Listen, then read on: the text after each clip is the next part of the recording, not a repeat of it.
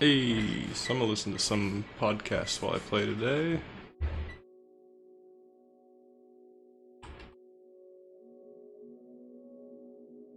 If I can figure out how my internet works.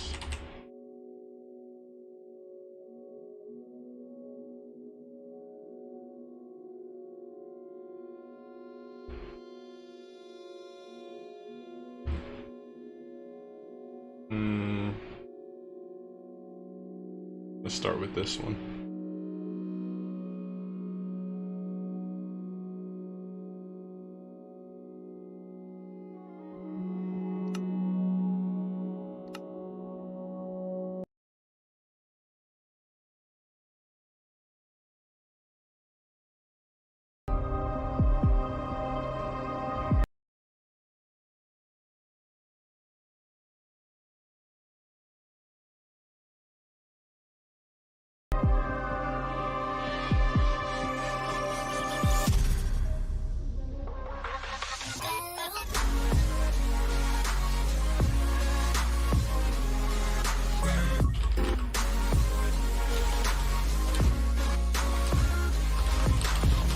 Welcome to Mysterious Universe, Season 28, Episode 11. Coming up on this show, we've got the novels of the Astro authors, spontaneous post-traumatic growth syndrome, and the naughty sprite that trashes your ride.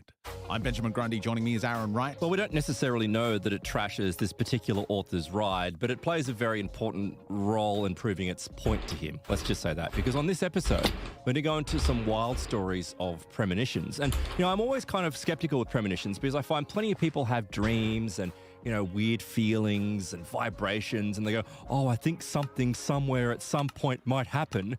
And it's like, okay. Like that's all very well and good to, make a very kind of ambiguous claim, but I really like focusing on the stories that have some verification. And this is what the book by Herbert Greenhouse focuses on. It's Premonitions, A Leap into the Future. Yeah, so highlights that kind of stuff. You've been going into the 33-cent paperbacks from the 1960s. These books. This order came in. He spent like $600. He opens this huge box and all this ancient dust just goes... And there's all these old little, there's little paperbacks from the 1960s, 70s that are like $4 at the airport.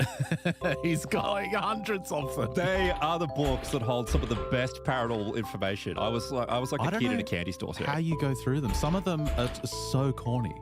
Like, oh yeah, some of them. The ghost, the biggest spooky haunted house of the 1980s. Well, we've got Halloween coming up, so God. I did have to set the scene with ghosts. So we will be going to that as well. But what have you got coming up in this episode? It's pretty fluffy stuff. Oh, okay. Well, we just did those two big shows that were very hardcore. We had to go to some chaff. I was looking at a 2021 book from Steve Taylor, and Taylor he writes your kind of predictable self-help stuff in the style of Eckhart Tolle and his colleagues. In 2017, just to give you a sense of what he's about, he wrote a book called The Leap, The Psychology of Spiritual Awakening. And then in 2014, The Calm Center, Reflections and Meditations for Spiritual Awakening.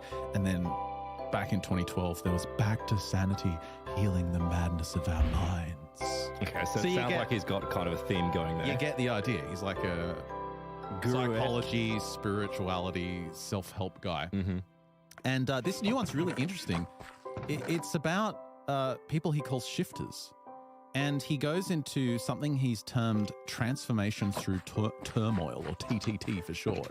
And essentially he interviews these people who go through tremendous suffering that seems to trigger not a gradual change, but just this 180-degree flip in their entire being. He's got all these examples of people that just change instantaneously. You mean as in walk-in style? Like, for example, an alcoholic or a heroin addict who just wakes up one day and is no longer addicted to heroin. Can that happen? I don't think so.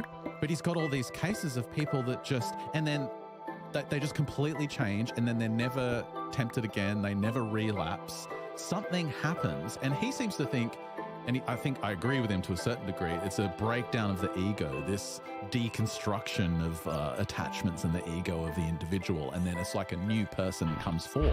And in the cases I'm going to mention in the Plus extension, it really is like a new person is driving the body. but there's some cases where I think I'll let you listen along and you let me know what you think. But to me, some of them feel like perhaps the daemon's taken over, or even it's a case of a walk-in where an entirely different personality is now driving the body. Yes, because right. some of these reversals are so strange. Like there's one where this woman's she's an alcoholic. She's been an alcoholic for 20 years. And all of a sudden her hand won't let her drink. It's like she's paralyzed? She can't send the message to her body? She goes up to drink and something else controls her arm and puts the drink down.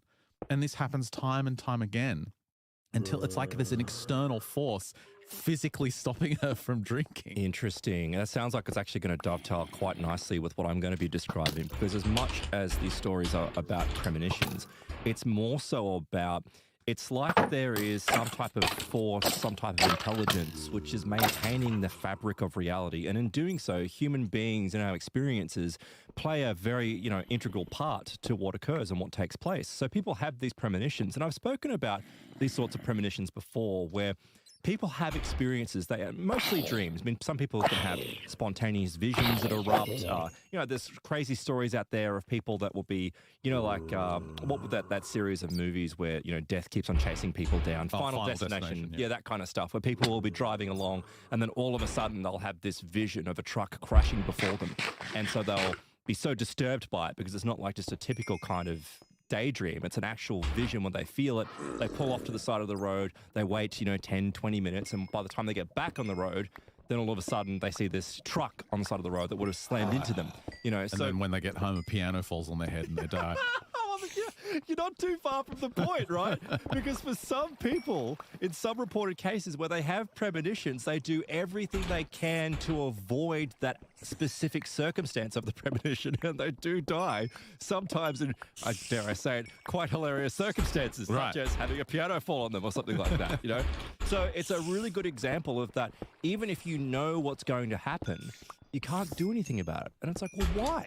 Why is it that certain people will have a premonition, but then it will cause the actual effect to take place? And I'm going to go into that a little bit later on in the show. It's called Your Appointment with Samsara. And this is, it's an old legend that came up in a fictional book.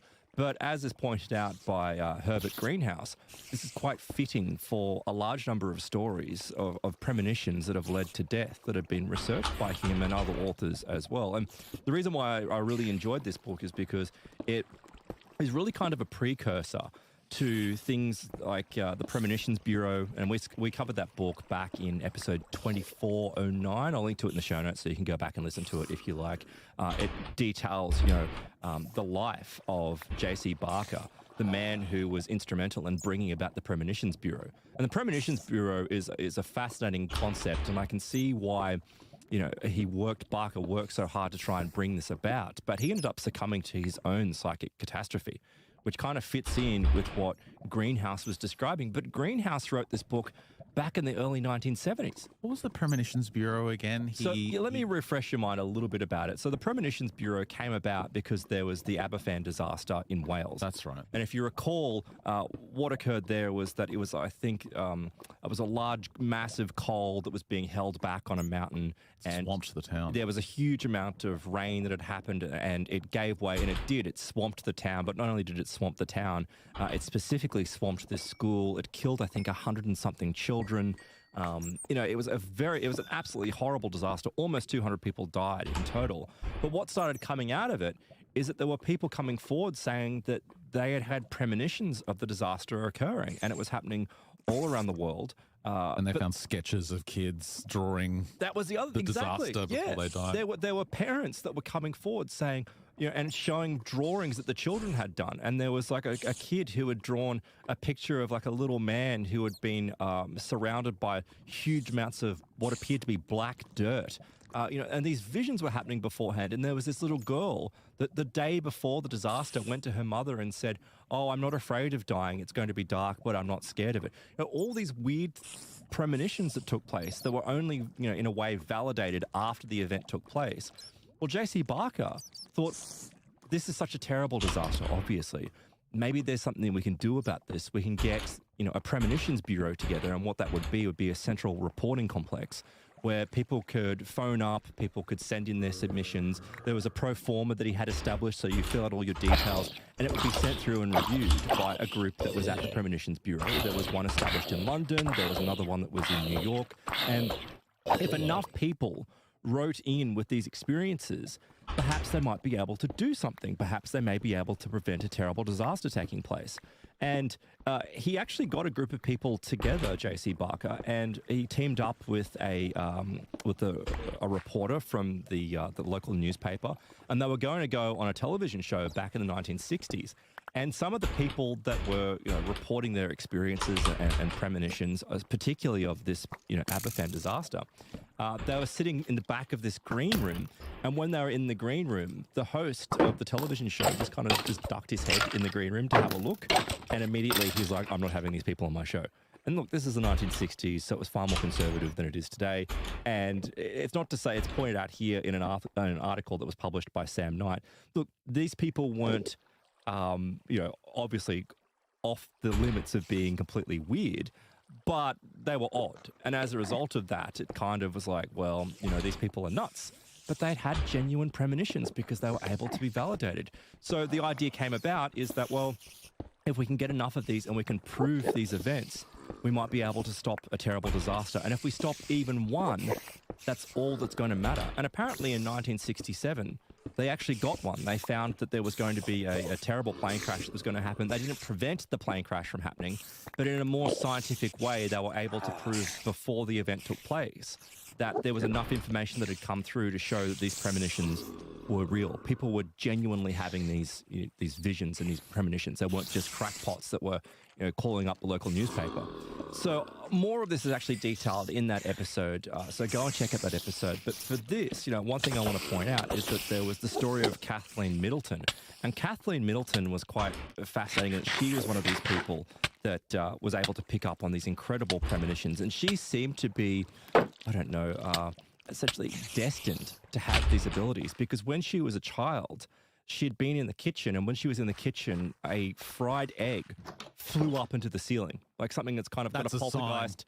Well, it is, right? It's kind of weird. So her mother takes her to a seer or to a psychic, and the psychic is like, yeah, your daughter is special. She's going to have all these experiences. And she did. She had a life of premonitions. And before she had, premonitions, she would have headaches. Like she would have a band that would tighten around her head. This is reported by multitudes of people that would have these similar sorts of experiences where it would be not just simply a vision. They would smell something. They would have a physical response to an event that was going to take place. So obviously this would be, of great benefit to governments. And with Greenhouse, he basically highlights the Titanic, and he points out very early on in the book that there were many, many people that seemingly subconsciously suddenly cancelled their trip on the ship.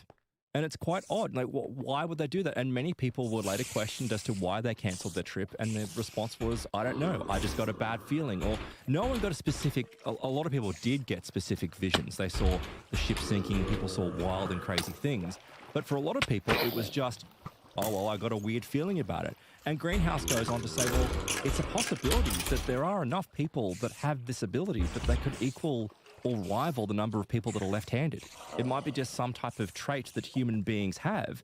And if we could hone this, and this is what J.C. Barker was highlighting, we could stop a disaster like this happening in the future. And all we would have to do in the case of the Titanic, let's say if the Premonitions Bureau existed back then, enough people wrote in, they would be able to say to the government, you need to hold off on the ship and delay it for even 24 hours. You could almost get all these people together and they could use their abilities to predict crimes. And then you could go and arrest the perpetrators before they've even done the crime. Well, that's the thing, right? So there is this idea that of a pre-crime and that kind of stuff. And this is where it does become dangerous.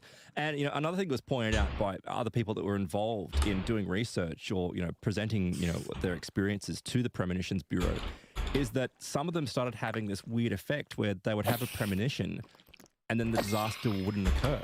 And it was like, because then they would intervene, right? So the vision started disappearing for some people, and it was almost like if you had a premonition of a disaster taking place, but then you intervened, and then the disaster never took place, then the premonition would never happen so it's got this weird kind of paradox to it. You're messing with destiny. It really is destiny. And ultimately, J.C. Barker, he was told by Kathleen that she was extremely worried about him. She said, "Oh, I've got this horrible feeling that you're going to die while you're young."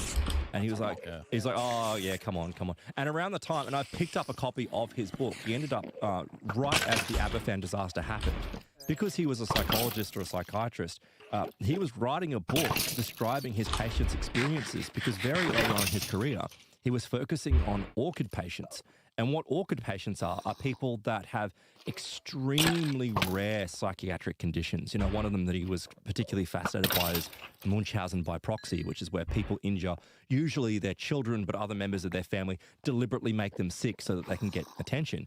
But he started to notice that there was kind of this weird paranormal aspect that was happening. He was finding that there was like a psychic ability amongst people. So things like premonitions were coming up. So part of his research was looking into this. And of course, Aberfan happened around the same time. So again, this destiny plays a role. It was like he was kind of set up on this path to go and follow this stuff and do this kind of research. And the book at the time when this disaster happened that he was working on was Scared to Death. And it was focusing on cases of people that would have a premonition, and that premonition would be of their death, and it would then lead to their death, which is something that back in the 1970s, Goodhouse in this book, Premonitions, focused on. This is the Samsara, appointment. So before we go into that, though, let's just take a look at a couple of cases that kind of set the scene for what's going on here. And he starts talking about, later in the book, but I think it's better to mention it at the start, he talks about Jules Verne.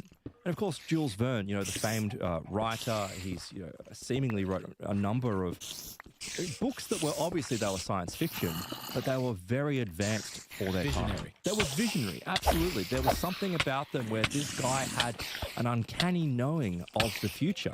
And I was like, well, kind of, where's Greenhouse heading with this? But it all becomes clear in a moment. And he points out, there's the book Round the Moon. Round the Moon was written almost 100 years, or in fact, 100 years exactly before the Apollo missions. And Round the Moon describes the Columbiad. And the Columbiad is this spaceship that was heading towards the moon. It was traveling towards the moon at 7 miles per second, so it was going to take slightly over 4 days to get there. He starts pointing out, this is Greenhouse, the similarities between Jules Verne's book, Round the Moon, and the vessel and all the details, and that of the Apollo missions that happened 100 years later. So he points out that the Apollo 11 command module was called Columbia. It too took just over 4 days to reach the moon. So it's like, there's no way. I mean, Jules Verne possibly could have spoken to people to be able to calculate this, but it's unlikely that he would have known the exact timing that it would have taken to get to the moon. There were things that apparently it was about the rockets, the way that the rockets were designed to jolt it out of the Earth's orbit and to get it into the moon. This was similar between the Apollo rockets and the Columbiads. Apparently with the computer comparison, so Jules Verne describes the computation of the flight trajectory and other flight information. This was calculated in his book at Cambridge Observatory in England.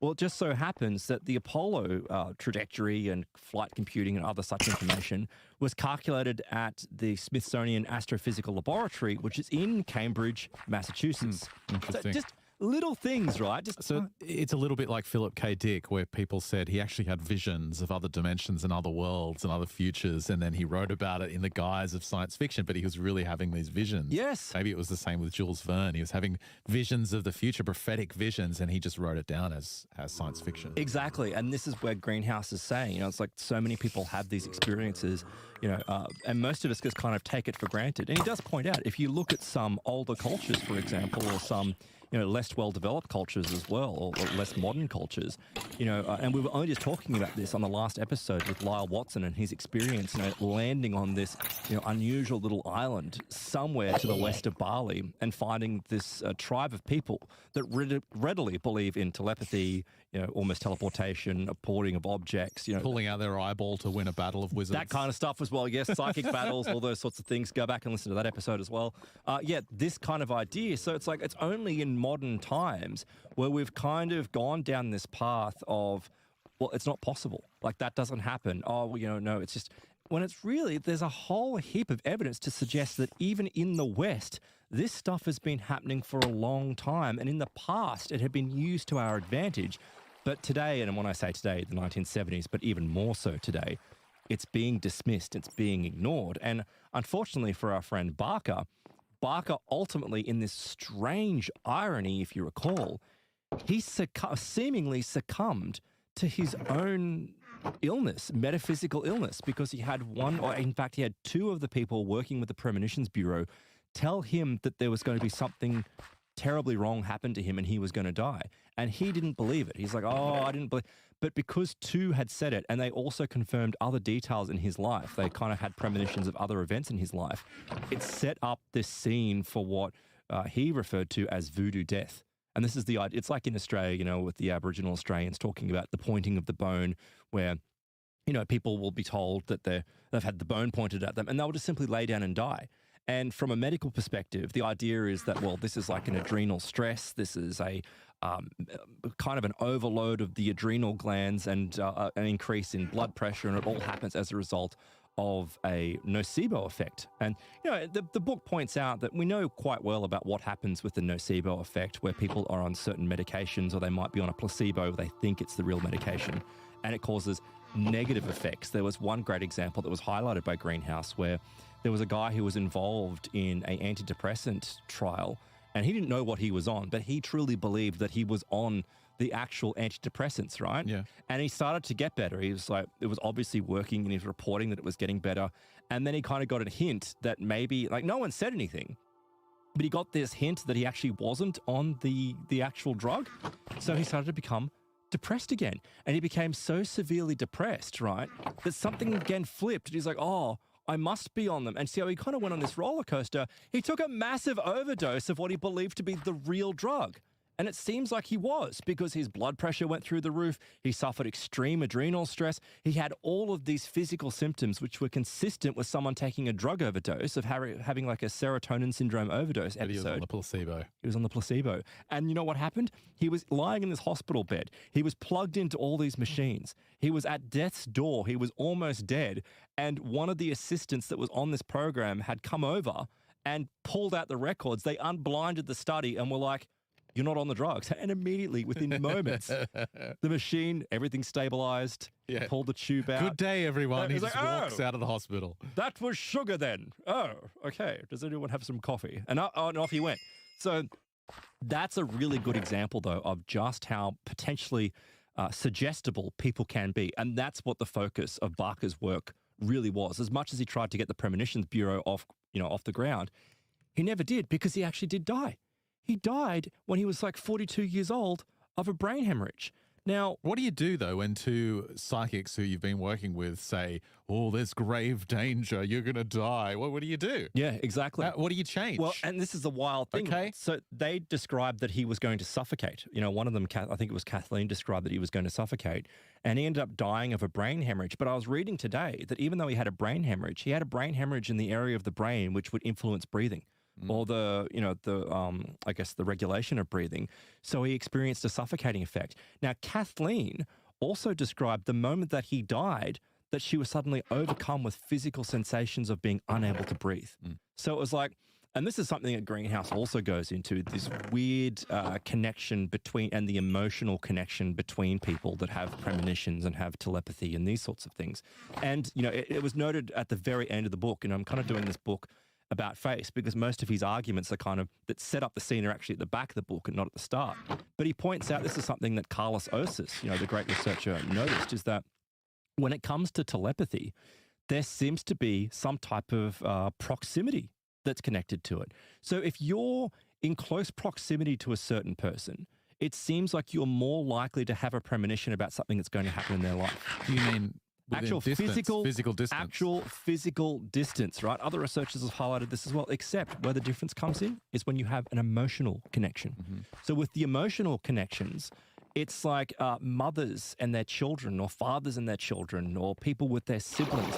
It seems like those sorts of premonitions and connections can span, distance and time quite easily. And there's a number of cases that were looked into by a German researcher. But before I get into those, let me mention some of the proximity ones, for example. So there's 2 proximity cases that are highlighted by Greenhouse. The first one relates to an Australian woman who, it must have been in kind of the mid-1950s, maybe a little bit earlier, but she had a governess, essentially a nanny that was looking after her children. On this particular day, she'd been very stressed and a whole heap of things had been happening in her life. So and it seems like that emotion again might play a role, but she decides to go for a walk and she says to the governess, "Oh, look, can you please look after the children?" And the governess says, "Oh, yep, that's not a problem at all. I can do that for you." So she goes for this walk. Now she goes off and has this walk and she walks this vast distance. And as she walks the vast distance, she sees this smoke coming up. Like there's this smoke, this spiral of smoke kind of coming up in the distance. And it's kind of from her direction because she must have been heading back towards her home. I think she got the impression that it might have been connected to her home. And immediately when you're reading a book about premonitions and it's referencing, what the governess is doing with the children, you think, oh my God, is something happened to the kids? Is she getting a premonition or is there a fire at the house? Is she rushing back? No, the story's not about that at all. She sees this smoke and she walks up kind of over this hill and she reaches a fire break. Now, as she reaches this fire break, she walks through it and it's like she walks through, I don't know, some type of barrier, some type of etheric field. I don't know what you describe, but she's suddenly overwhelmed with this panic, like this horrible panic, this fear, the feelings of adrenaline is just surging all through her body and she starts running. She's like, doesn't know how to she's panicked. She doesn't know, it's like she can't escape the situation. So kind of disoriented, she runs, and as she runs over to this spot in the distance, and she stops on the spot, and everything kind of calms down for a second. It's like there's this sudden calming, but it's like an abrupt stop. It's this abrupt stop where the feeling's gone. She's like, oh, she's in a void. It's like, well, what the hell just happened? And then it hits her, where she now starts to have this surge of emotion, which is even worse than what she experienced before with the panic. It's a trauma. It's some of the most physically horrible feeling you could ever possibly imagine. Multiply it by 10. It's just overwhelmingly terrible. So she thinks it's the kids. She just starts running home. Yeah. She just bolts home. She bolts home and she gets inside. And the governess is like, oh, the children have been playing and they're all fine. She's like, what the hell was that? Well, and she feels fine again. The smoke's gone though. She never saw where the smoke came from. She has no idea what has taken place. And it's really difficult. And I could understand like going through something like that, obviously, because there's nothing, right? You start to think, am I going crazy? And especially if you've never had a panic attack or any type of, even though you've had stress, what the hell just happened? Like there must be a problem. 2 or 3 days later, a piano plane drops on her head. Dead.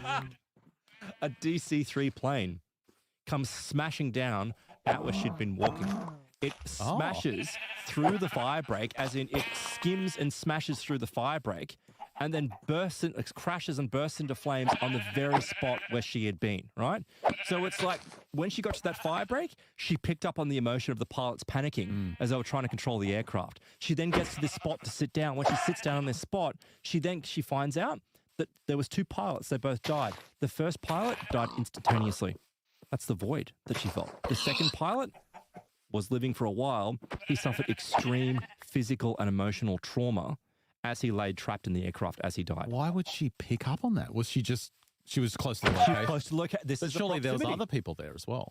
Well, I suppose so, but she would have, because this is out, I think it was in Mount Macedon or something like that. It's like an isolated bushland kind of location. So, but it was about the proximity.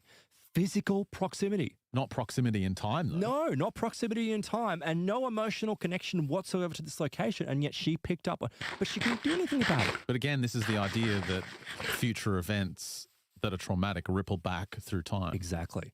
And if there had been a premonitions bureau, if she had, and it doesn't say this, but I actually think this is more about what this is. It's like if there was less of a taboo and less, there's nothing wrong, obviously, with healthy skepticism. And that's why I pointed out, with a lot of these cases, there's a lot of nutters out there that will just make outrageous claims. I mean, have you seen, cryptocurrency on Twitter? I mean, there's a lot of lunatics out there that'll just make the most wild, outlandish claims that just nothing ever happens.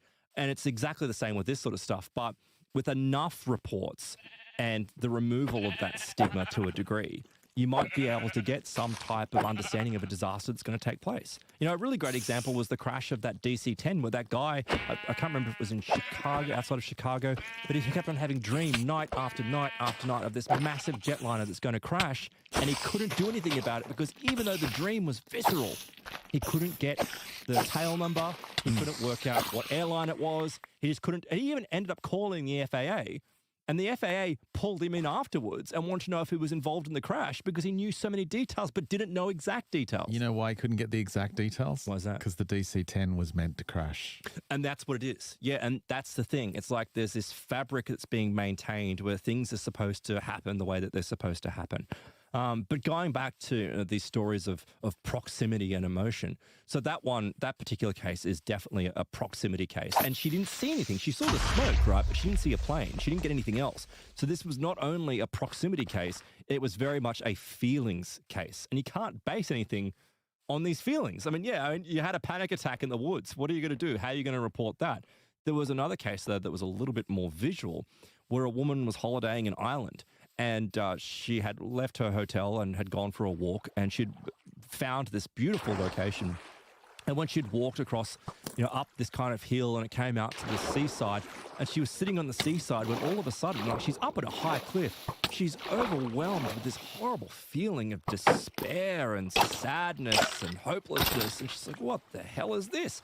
And as she's feeling this smoke, this black smoke bubbles up from the surface of the water. It actually comes up in like a cloud and then kind of hugs the side of the cliff, moves up the cliff, goes over the side and kind of disappears behind her, right?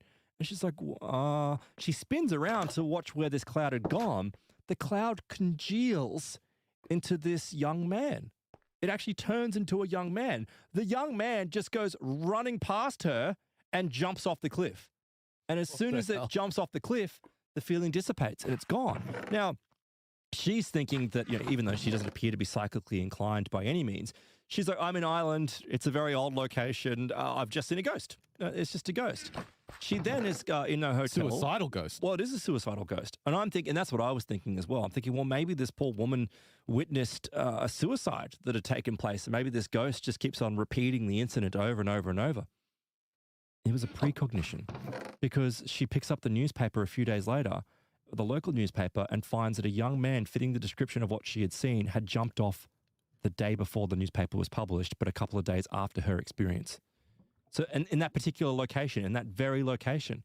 So she had a precognition experience of the suicide of this guy, but only because she had no emotional connection to him. I wonder if these people have other experiences like this, or is it just a one-off, just a strange one-off because of the location? Well, it's funny you should say that, because throughout this book, when it's highlighting many of the characters, that have come up through history, you mentioned there Philip K. Dick, but what I'm going to be talking about, some of the authors, Jules Verne, some people had implied that Jules Verne was quite psychic, that he had certain visions that were unrelated to his books. He just had other experiences.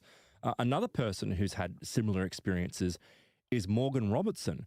Now, Morgan Robertson, you may recall, he's the author of the novella The Wreck of the Titan, also known as Futility. And the reason why that book stands out is because it was published 14 years before the sinking of the Titanic.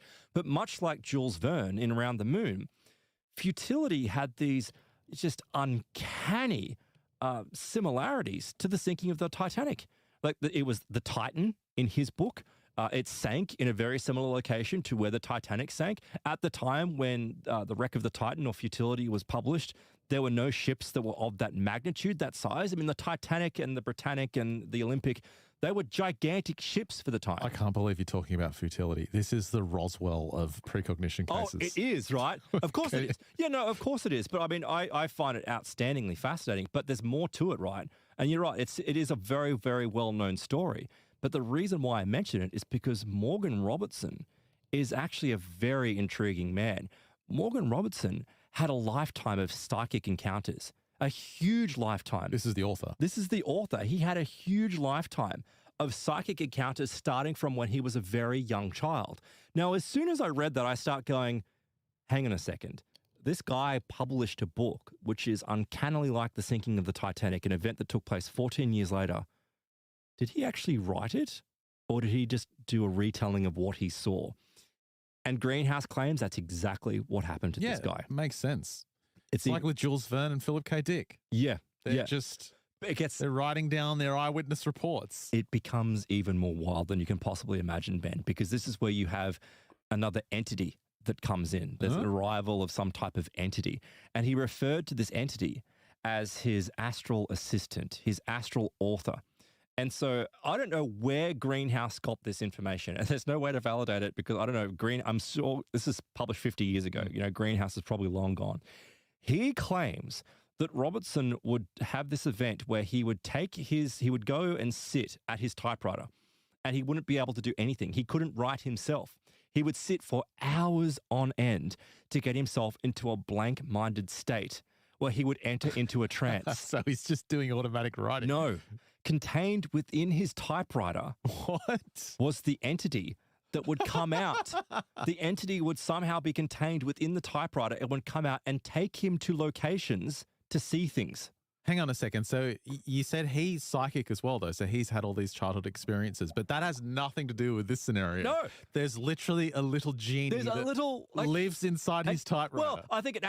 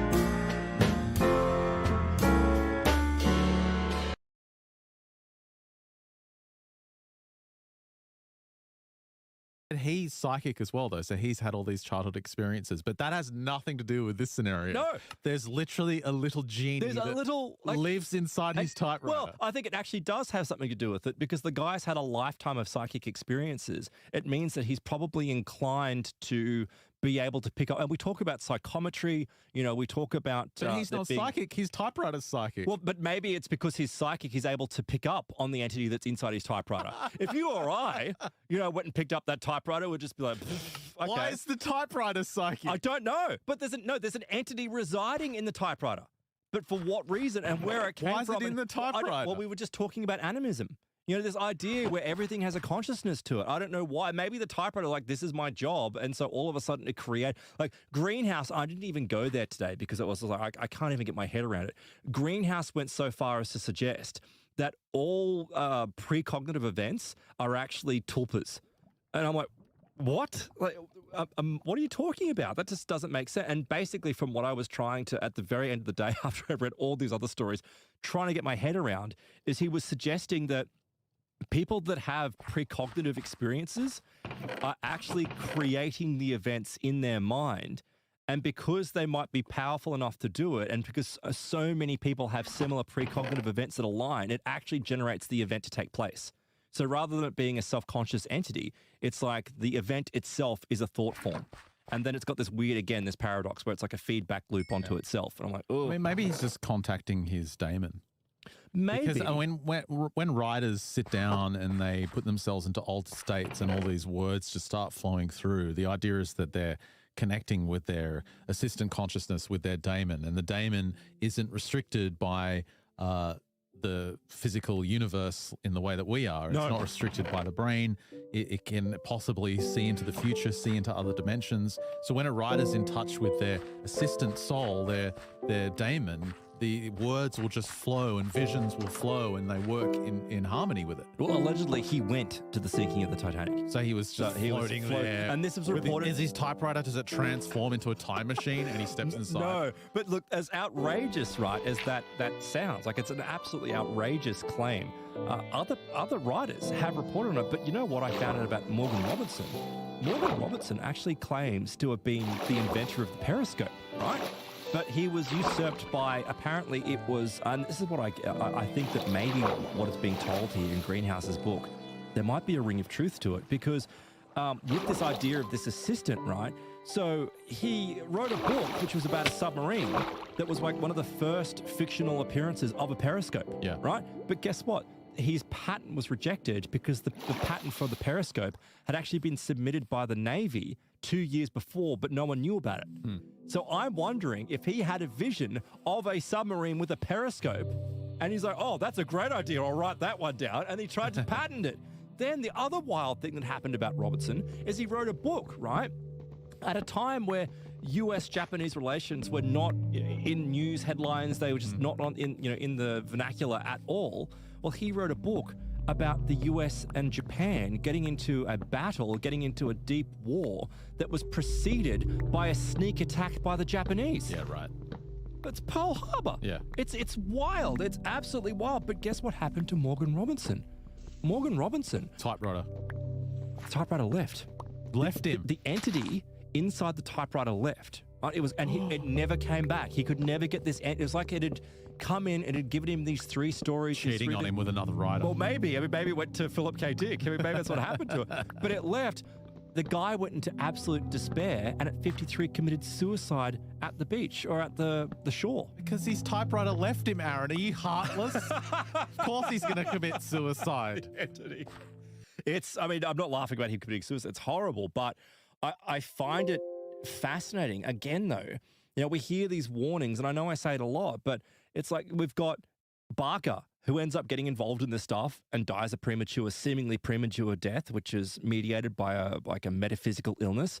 You've got Morgan Robertson, who is traveling seemingly through time for his own financial gain and glory, ultimately committing suicide. It's like the more that people mess with this stuff, it never seems to have a really wonderful outcome for them. It's either a mediocre outcome where they go into obscurity or it results in people's deaths.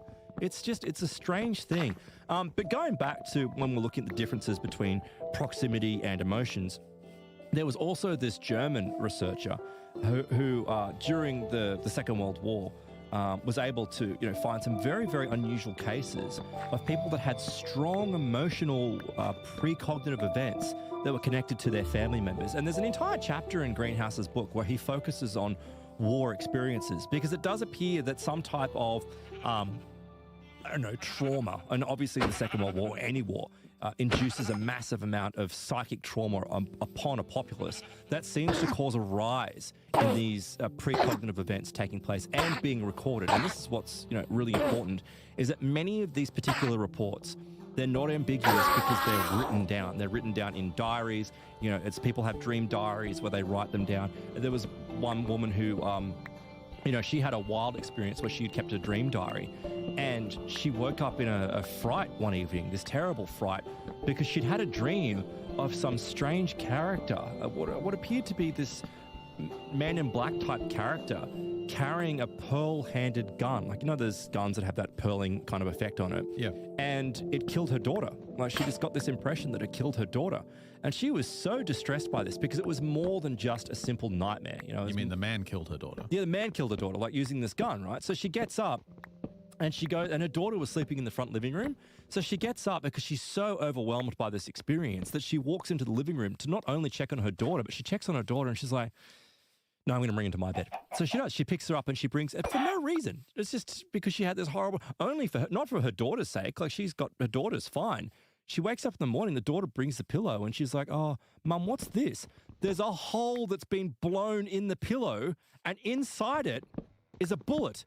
They look, and someone had fired a gun from outside the house, and it had gone through the very thin boarding and had gone into the pillow.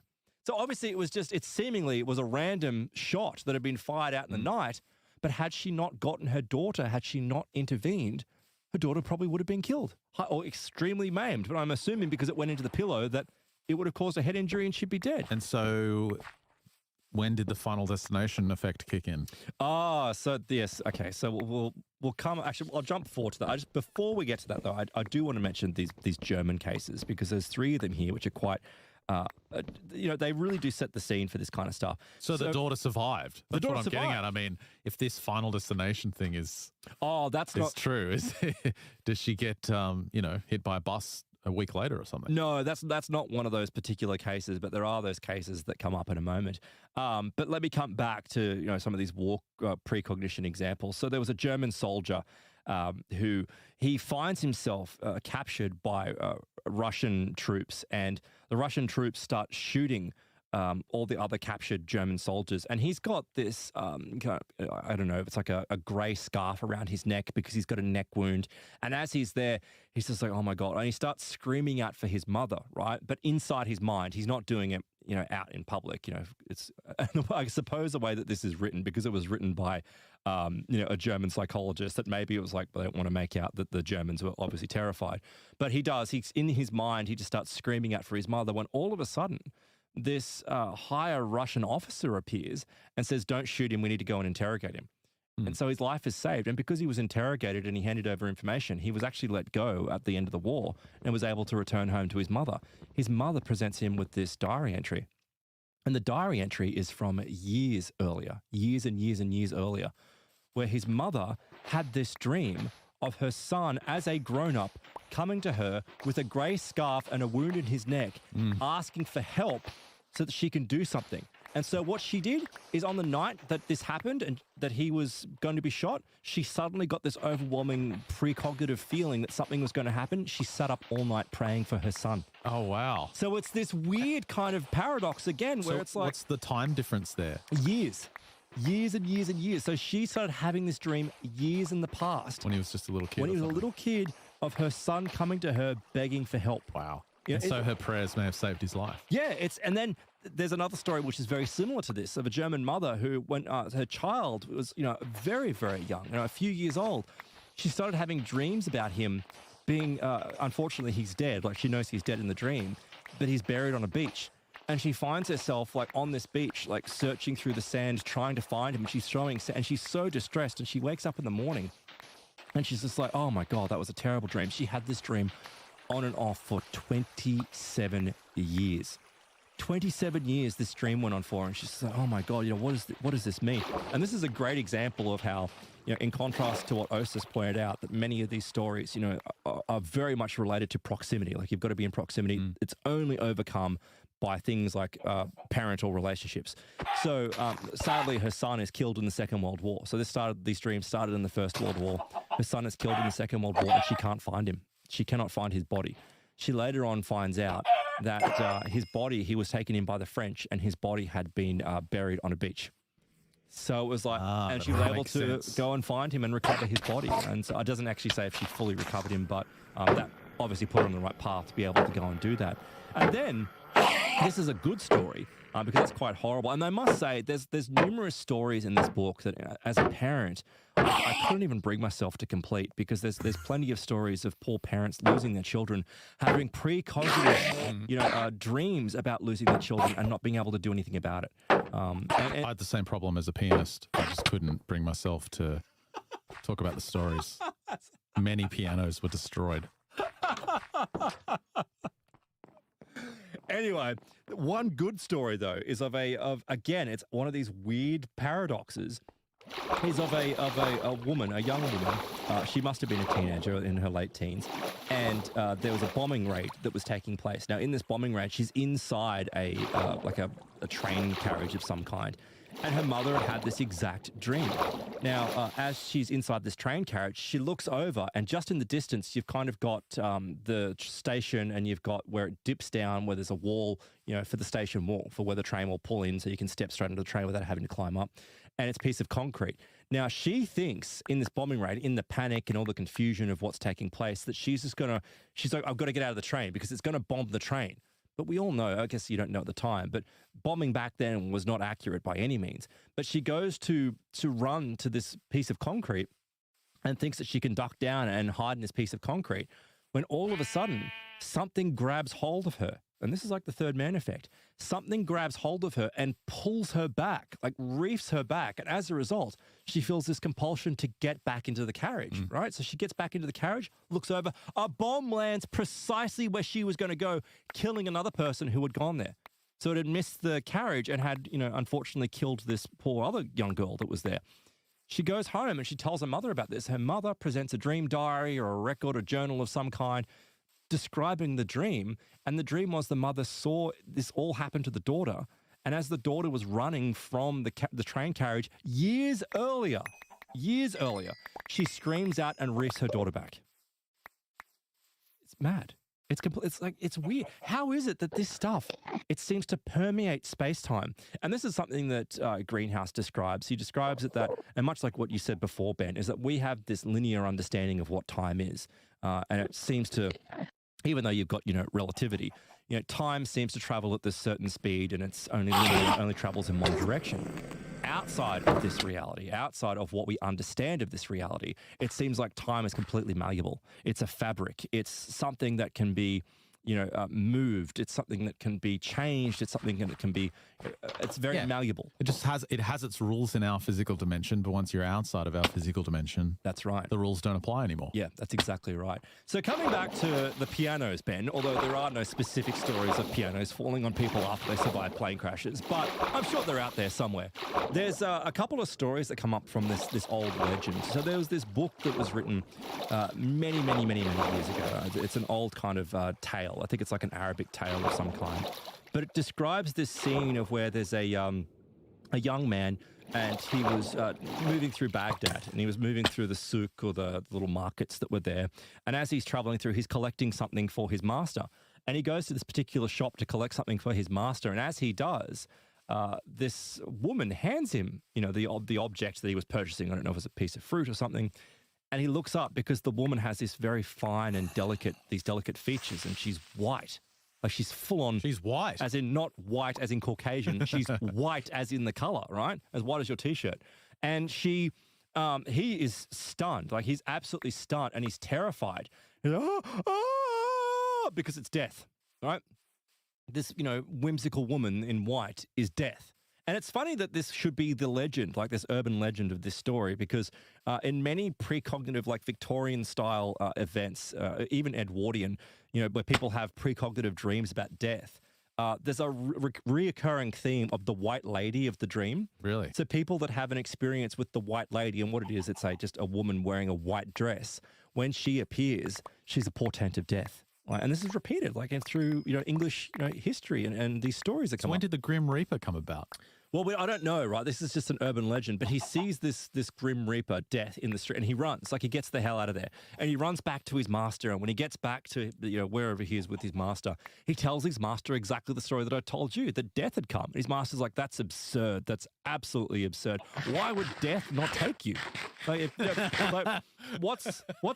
you met death, What's so special about you? why did she take you?" And this guy is like, "Oh my God, like I have to get out of here. I have to go to the next town. I have to go to the next town." And the master, seeing how freaked out his servant is, says, "Yeah, of course." Gives him a camel and sends him off to his next town, right? But this master is intrigued. He's like, "What is it about this death character? Why did death, leave? I'm going to go down to that market. I'm going to go down and just see death. Go check out what's going on." So he does, right? He heads down into this market, according to the legend. Caucasian lady there. There's this Caucasian lady in white, and he says to her, "Oh, you're death," and apparently she's quite lovely.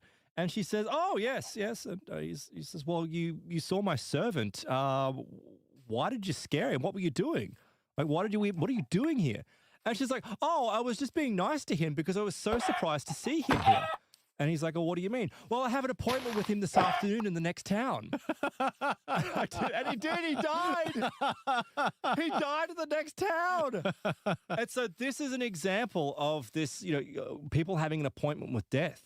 That no matter what you try to do, even though this is a folk tale, this is a legend, it sets the scene for so many of these precognitive cases where people have a precognitive dream about their own death. They do everything they can to try and avoid it, and ultimately it ends up causing their death. You can't escape your fate. And I've got 3 cases of that for you. So the first one relates to, it's a similar kind of story, actually. It relates to a young German servant who was working for a master. And there was a trip between Hamburg and I think it's Bergendorf. And he has this dream, this precognitive dream, that he's attacked by some brigand. And this axe is brought down upon his head, and it's this horrible thing. Everything goes black, and he wakes up from this dream, and it's more than a dream. And this is what's really important with so many of these cases, because every single person, like you listening right now, we've all had that kind of dream that is just so terrifying, and you wake up, but you ultimately go, "Oh, okay, well, there are some people out there that do have these premonitions that, again, realer than real. Like it induces something that's far more than that standard understanding of, oh, it's just a dream. Oh, it was just a nightmare. Oh, it was just a night terror. It's something more than that. And that's exactly what happened in these 3 cases I'm going to describe. But he's so overwhelmed by this dream that he goes to his master and he tells his master, he says, "I've just had this dream and, I end up getting killed because I'm robbed by a brigand." And his master laughs at him. His master's like, "Oh, how could you be so foolish? You're so foolish. That's ridiculous. It's just a dream. You're being stupid. Don't do that." And he says, "Actually, now I come to think of it, I've actually got some business that needs to be conducted in Bergendorf, and I owe a man some money down there. I want you to take these 10 crown." That's cruel. Or whatever they were, over to Bergendorf, right? So this guy is freaking out. And because it's cruel. It's very cruel. And he's completely freaking out. He does everything he can to avoid what he saw in this vision. He avoids the roads. He takes the back roads. He does just everything he can possibly imagine. He finally gets to Bergendorf and he goes into this other master's place. And he goes and he says, "Oh, my master has asked me to bring you this money." And he says, "Oh, yes, thank you." And so, "Mate, you need to learn to keep your mouth shut." Because the servant tells this new master about his dream. And the new master goes, "Oh, that's actually horrible. Isn't that awful?" I'm like, "Oh, 9. Like, why would he do that to you? That's just, even if you've had this dream and clearly it's just a dream, he shouldn't have done that to you. Oh, just wait." And what he has to do is, because he wants him to go and move the money to a different location. So this master says, "I will give you one of my servants who is a guard, and he will be able to protect you to make sure that you're safe on your trip." And the guy's relieved. He's like, "Oh, thank God, now I'm going to have a guard go with me." Well, The guard kills him and The robs him. guard stabs him, Yeah. steals the money, Yeah. mutilates his corpse. Yeah, yeah. And it's all one of these examples of missing this appointment with death, and not being able to miss this appointment with death because he did this. Because of it's weird. It's this paradox where because he'd had the dream, the dreams had caused him to act in a certain way, which resulted in the event taking place. It's just, it's so difficult sometimes to get your mind around. But No, really, it's just destiny. It's fate. Some things are meant to be. Yeah, but can't avoid them. But then all the machinations of the human world can't change fate because fate is set by the heavens. Fate is set by something higher. You can't work your way around it. But you then can't change it. This is the thing, right? But then it kind of goes, well, do you act on premonitions?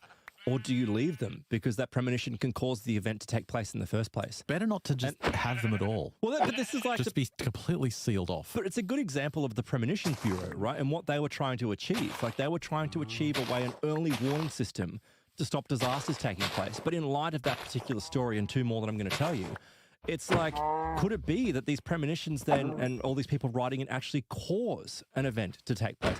Could it lead to a larger catastrophe taking place later on? Like, it becomes a very complex web and a real mess. And I think you're right. There kind of is this feeling of like, we're not meant to know. Like, we're human beings. We are of a lower level. We can't, it's like we can't get up into the skyscraper of the level of beings and look down and see everything that's going to happen and why things have to happen. We're on that ground level and we can only see what's happening in front of us. And anything else, it just makes things very complicated. And yeah, well, I mean, there's karmic reasons for things happening in the world. Good point. So if you did have the ability to change things, if you did through your own machinations, stop some ordered plan from proceeding, then what damage are you doing? Because all the plans have a specific reason for being plans. Like they exist for a reason. There's wisdom, there's intelligence behind them. And if you go and mess that up, what are the repercussions? Obviously, we can't see it. Yeah, well, that's exactly right. And many of these cases are very much personal, stories. They're about, the individual. So I wonder what would happen on a grander scale. And this is like the human, was it the Consciousness Project? Where they were looking at the correlation of random number generators with, events that were taking place around the world. Was that just to prove that it happens, or could that data have been extended even further to actually prevent these things from taking place? But then, it's done in fiction all the time. It's like, if certain events don't take place, well, then it leads to greater disasters, later on. Yeah, there's also the idea of, the idea of hungry ghosts in Eastern culture. Like if someone passes away and they don't have the right funeral rites, they kind of just have to wander and continue on. There's also the idea that if you killed someone, for example, if you murdered someone and you murdered them when they were reasonably young, I guess just for the sake of this example. So they have time, allegedly. Well, you might have cut short their life, which is destined. And think of all the people you influence in your life, the children you might have, the connections you make, the relationships you form, the ways that you affect the world for better or for worse. If you cut off someone's life, you then interfere and destroy all those plans that were set up for that person. Have you been watching Miracle on 34th Street? Is that... No, what's that? That's that Christmas thing where the guy goes, I wish I was dead, or I wish it never existed. And the whole movie is about how it influenced everyone else's life. It's like the whole It's like the whole Back to Future thing, disappearing in the photos. But the concept is in terms of karma, because there's karma, obviously doing something wrong and evil like killing someone, you receive karma for that. Maybe about that, but it's not whatever. It's not just that person's life that you have to pay for. It's all the plans and destiny that you've screwed up that were connected with that person. Yeah, and all those people that they were going to influence and all those events that were going to take place. So it has like this the whole butterfly effect. You're basically ruining it. You're destroying all these elaborate plans of destiny for each individual. Well, but it seems like this fabric, this mechanism, it has a self-healing property to it, and that's what these particular cases are. It's like it's so intelligent, it's so well regulated that no matter what people try to do, it does change things. But then again, I'm like, is this thing happening on purpose? Because if these people aren't given these premonitions, they wouldn't have died. That's the other weird thing. It's like, if they Wouldn't they have died though? well, no, they probably. You're just presuming that.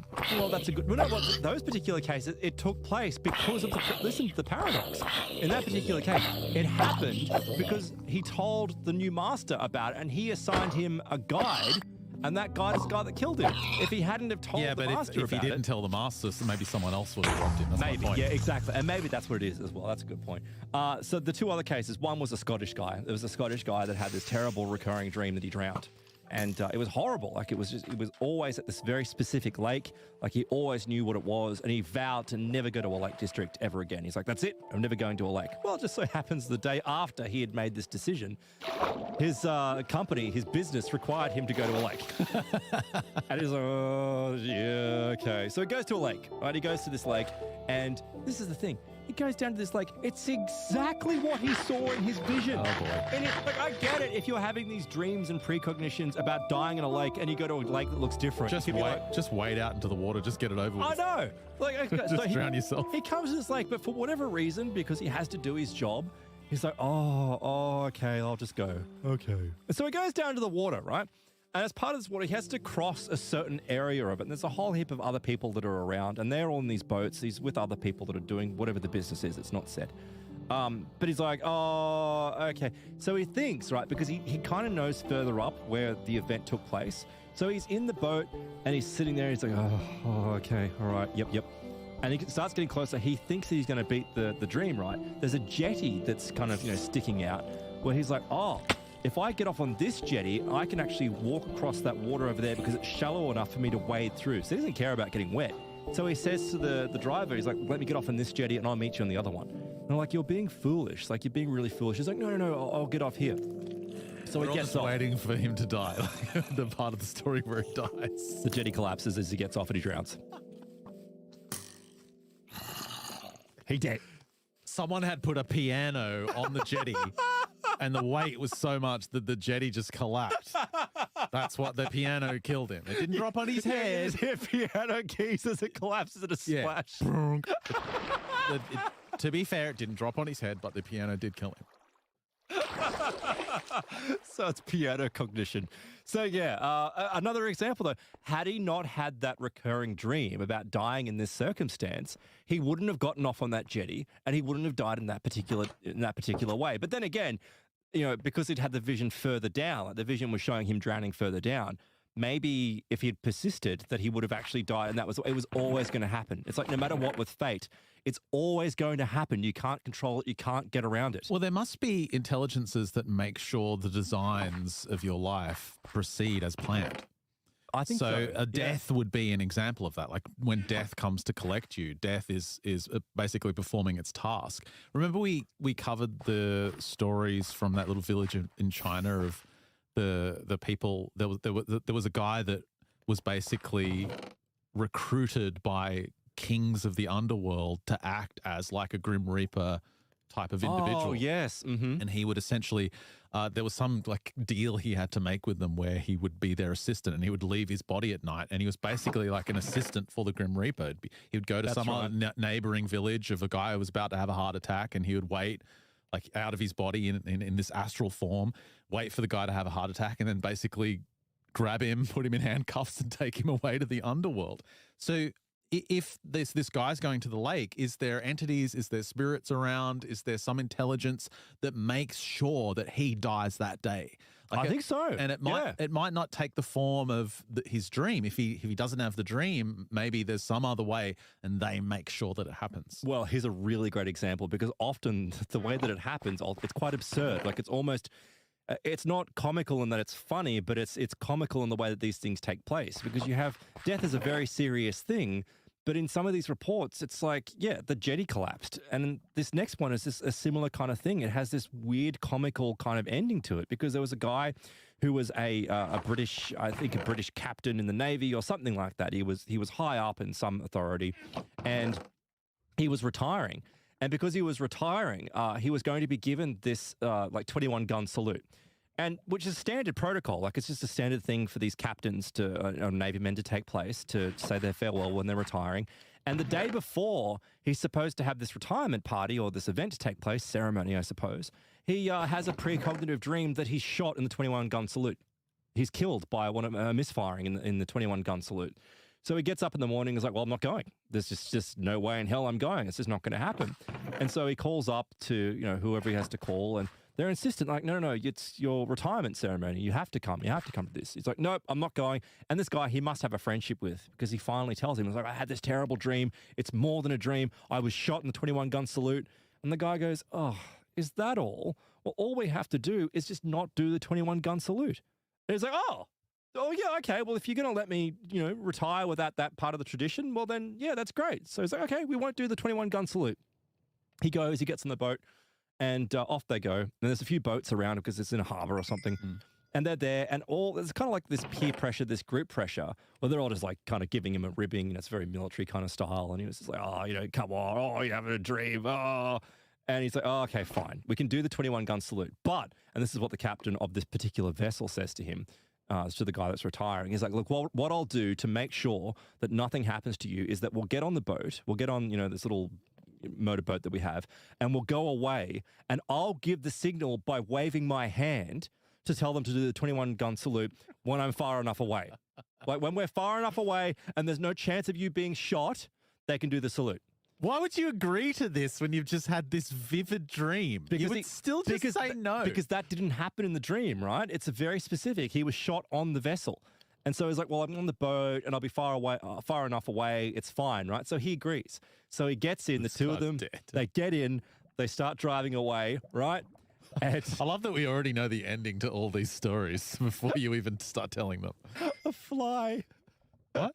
A fly lands on the nose of the captain, and the captain starts swatting it away. And the 21 gun salute go, oh, we have to fire. And they shoot the guy retiring. Oh my God. He dead.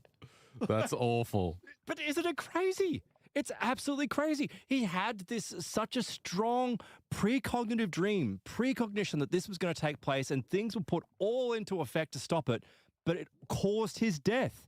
Because if he'd remained on the boat, it's unlikely that he would have been shot, because the fly wouldn't have landed on the captain's nose and he wouldn't have waved his hand prematurely. He still would have been shot, though. Well, maybe he would have been. But maybe he wouldn't have. Because in the example I gave of the Chinese guy that left his body and became like an enforcer for the underworld, there were some instances where the person they needed to collect didn't die. It was like, Shou Ping needs to die of a heart attack, and they're just waiting around all night and he doesn't die. So I remember from that story, they had like these massive silver hammers in another dimension. And if he didn't die, they were just like, whack, and they would just smack him on the head and he would have like a brain hemorrhage and die.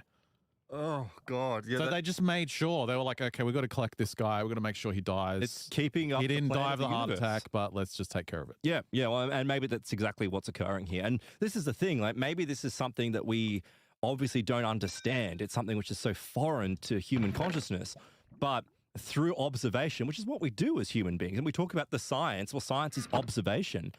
We're managing to observe these events taking place because it's natural. It is actually something it's like a naturalist can look at and go, well, this is part of what reality is. It's been maintained. But then, like, there's other examples. It's not all bad, right? So there are three cases of, how horrible it can be. There are other examples of where, some type of precognitive event can take place which can save you, especially around water. It was one example of a woman that had this terrifying reoccurring dream that her son drowned. And it was never any specific circumstance. It was just that her son drowned. And so finally one day her husband goes to take the kid out in a boat. And straight away, she's like, oh my God, you have to put a life jacket on. And he's like, oh, you don't have to put a life jacket. But she was so insistent. She was like so over the top, almost, I'm going to divorce you if you don't do this insistent. That he's like, okay, fine. They get out into the middle of the lake. They overturn. The child survived because he was wearing the life jacket. So it was like, there is something positive that came about from this. Then there's also other horrible circumstances as well. There's like, as I was describing a little bit earlier, like with that third man effect happening, many of these precognitive cases which Greenhouse references, they're not just dreams. There's a whole heap of dream kind of things that take place. There's a few visions. A lot of people hear voices. It's like a voice that will suddenly appear and tell them to do something. It will influence them to do something. It'll be like someone shouting in the house. And if they heed that, it seems to allow them to avoid certain things. There was one case of a car, for example. There was, I believe, a French couple that were driving through an alpine kind of region. And as they're driving through this region, some voice from behind them, this couple, screams at them and says, stop, stop. And they stop and they're just like, oh, that's kind of weird. They can't see anyone. They can't hear anyone. There's no one else around. So they keep on driving. And as they're driving, the voice becomes more insistent. Stop! And they stop. And like, oh, nothing. And they keep on driving till finally it's like this bellowing, stop. And they do. They stop, right? And they get out of the car. And as they stop and get out of the car, they look and the front left-hand wheel collapses.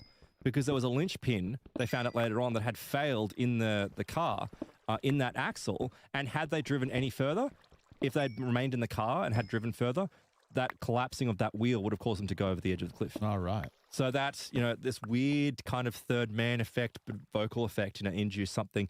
Then there's more horrible cases, though, going back to dreams of where a young woman had this terrible dream one night where she was holding, her father appeared to her, but like a scary kind of, corny movie, he's holding his head, kind of like holding his head up, and she wakes up. She's like, what the hell was that? Like He's holding his own head. He's holding his own head, Gross. like a Halloween character. And she's like, that's horrible. Well, 2 days later, he dies in a plane crash and he's decapitated. Now that's Still, put your head back on if you're going to appear to family members. But there was this one, and sometimes with these dreams and these visions, they can be so extremely abstract that it's difficult to understand. But this is a proximity case that I should probably mention, before we start wrapping this up. This proximity case related to this guy who has a dream. Well, there's a knock at his door, and he goes and opens the door, and it's just like some, French 17th century kind of telegram deliverer. Is here you are, sir. And he thanks him for the envelope, and he opens it up, and it's written in this red ink, and it's like this. It's an order. It's like an order for the extermination or the execution of a young woman. And in the dream, it all kind of makes sense, right? But in the dream, he's like, why would this woman? Why would there be not only this order to execute this young woman, but it's actually written by the woman who's being executed. So she's ordering her own execution, and he's finding it very odd, in this dream, until he walks into his bedroom, still in the dream space, in this event that's taking place. What he finds, there's this head, right? There's this head where he's holding the head of this young woman, and there's blood everywhere, and he can feel like he starts to freak out because he's holding the decapitated head of this young woman. And there's blood, and it's all too much, and he wakes up in this hot sweat. And he's like, oh, God, that's just awful. Like, what a horrible experience. It's no connection to anyone. There's no family members. There's no one around him. Like, none of it makes any sense until reading the paper a couple of days later. He finds out on the night that he had this dream, a young woman in the neighborhood had gone and laid down on the railroad tracks outside his house and had put her neck on the train line and was decapitated on the train line. So she had ended her own life. And yet this guy living across the railroad tracks, on the night that it happens, gets a dream of an execution order written by the woman to herself. That's weird. Isn't it weird? There's no emotional connection. There's nothing. There's no connection whatsoever. And yet somehow this guy has this odd dream of a true event taking place not far from his home. Charming one to finish the show on, Aaron. Well, okay, so the last one I have to finish on, which is actually, coming full circle about, everyone that gets involved in this kind of stuff. We come back to Herbert Greenhouse himself and his own experience. And that is with the mischievous sprite known as Sunbeam. So that's right. I forgot about this. This relates to, he has a chapter that refers to religious, supernatural kind of experiences. And there's this reverend by the name of Reverend Adrienne Coulter. And it's this woman who in the 1970s, she conducts seances, right? Which is obviously outside the realms of what normally, this certain religious denomination would do. But, she was conducting these seances. And she would come up with premonitions, like she would have precognitive, thoughts and visions about things that are going to take place, and she would tell people about them. Until finally, Greenhouse asks her, he's like, well, how are you doing this? What is it like? How are you getting the vision? She's like, it's not coming from me. It's coming from Sunbeam. And he's like, what's Sunbeam? What the hell is that? And she's like, oh, it's this sprite that I found in the house, and it just hangs around, and it gives me all the abilities. Did she find it in a typewriter? Well, that's kind of the implication, right? But she allows this thing to possess her. I'm like, oh, honey. Like, wow. Allows it to possess her to then bring the information through, right? And Greenhouse is skeptical of this. He's like, oh, come on, that's ridiculous. Until Sunbeam shows up, and Sunbeam's like, oh, your car. He's like, what about my car? And she's like, the carburetor carburetor, it's fucked. And he's like, and then the fuel line will be fucked as well. And he's like, this is ridiculous. Like, this is so absurd and ridiculous. So he leaves. So she's channeling this entity, giving him information on his car. Apparently trashes the house. And I'm like, why are you allowing this thing to hang around? You know, it's just crazy. So he leaves, and as he leaves, his car starts vibrating, and boom. And he's like, what the hell? So he has to get his car taken to a garage, and he goes to the garage, he talks to the mechanic, and he says to the mechanic, oh, it must be the carburetor. And the mechanic's like, nah, it's not the carburetor. It's something else. Yeah.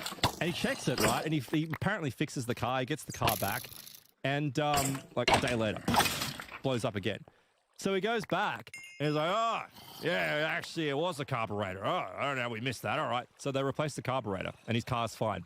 A couple of days later, car blows up again. So I was like, oh, come on. He's like, oh, maybe that sprite is real. Like, maybe it is the fuel line. So he goes back to the mechanic. He's like, it's the fuel line. The mechanic's like, nah, it's just the carburetor again. Why does the mechanic talk like this? I don't like this mechanic. Because I don't like him either. Sounds like a jerk. He's a jerk, right? So he replaces the carburetor again, costing this guy money. Car blows up. I don't know why he keeps on going back to the same guy. The guy's like, oh yeah, it's the fuel line. He's like, I told you it was the fuel line. I told you it was the carburetor the first time. And he stops. He's like, that's what was told to me by the sprite that I didn't believe actually existed. But it was almost like, and now you got to wonder, did the sprite purposely blow up his car to cause him to become a believer? Because, you know, we talk about low-level spirits. Or is it just that it was kind of like a show of power? Because that was always going to happen. The sprite knew what was going on. The sprite always knew. So, but it demonstrated 2 precognitive events. It was able to predict 2 events that would, even though it was, the carburetor was replaced twice, so technically it's 3.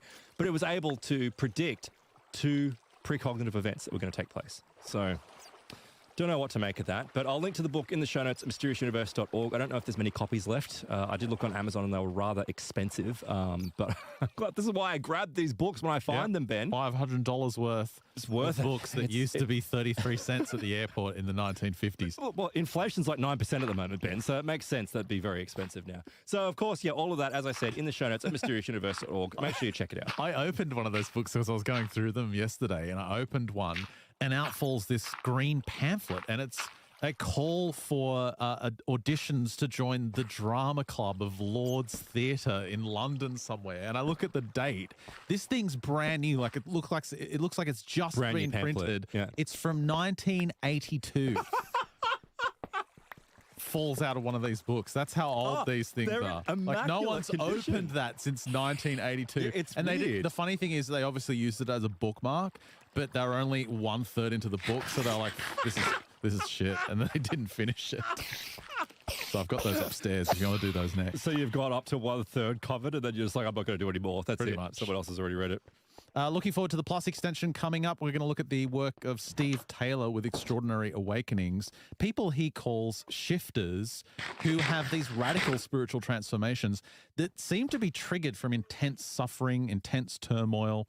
He calls the phenomenon transformation through turmoil, or TTT.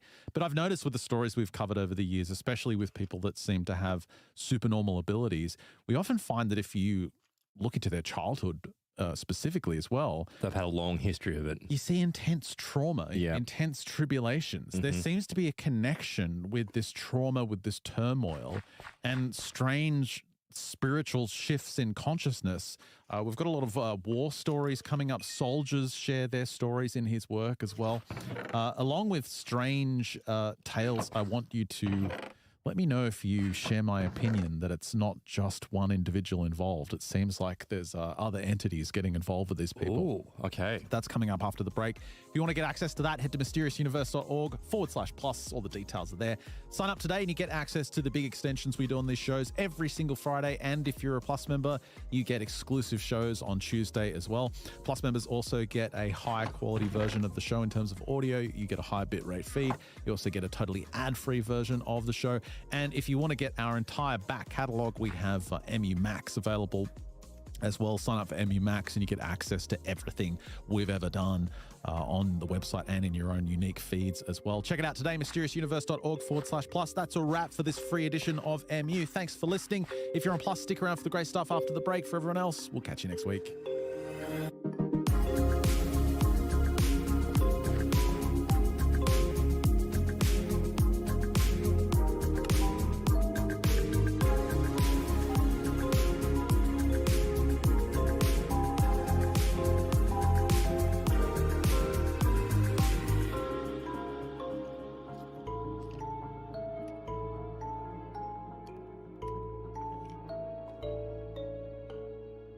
back to your plus extension.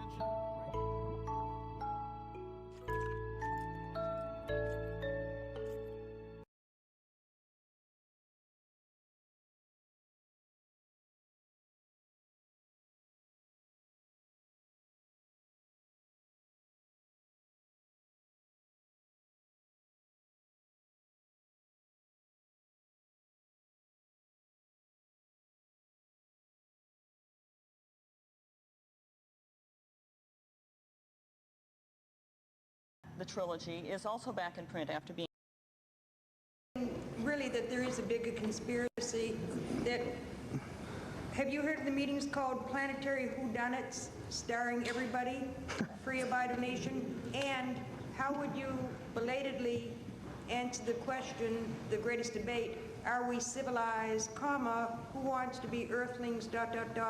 and why already?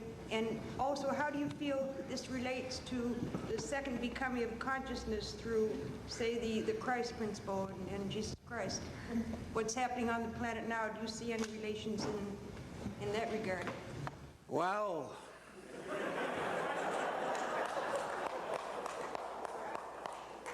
because one of its legs is both the same. The next question.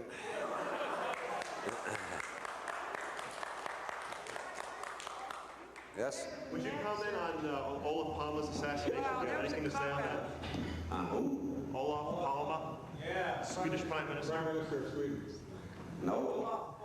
No, I'm not at liberty to speak about that tonight. The main reason I'm not at liberty to speak about it is because I don't know a fucking thing about it. Do you know anything? It's against my religion to talk about things I don't understand. Know anything about. Subliminal messages in neurolinguistic program about the mass media. Subliminal messages in the mass media. They're less and less subliminal. They're getting more and more liminal all the time, it seems to me.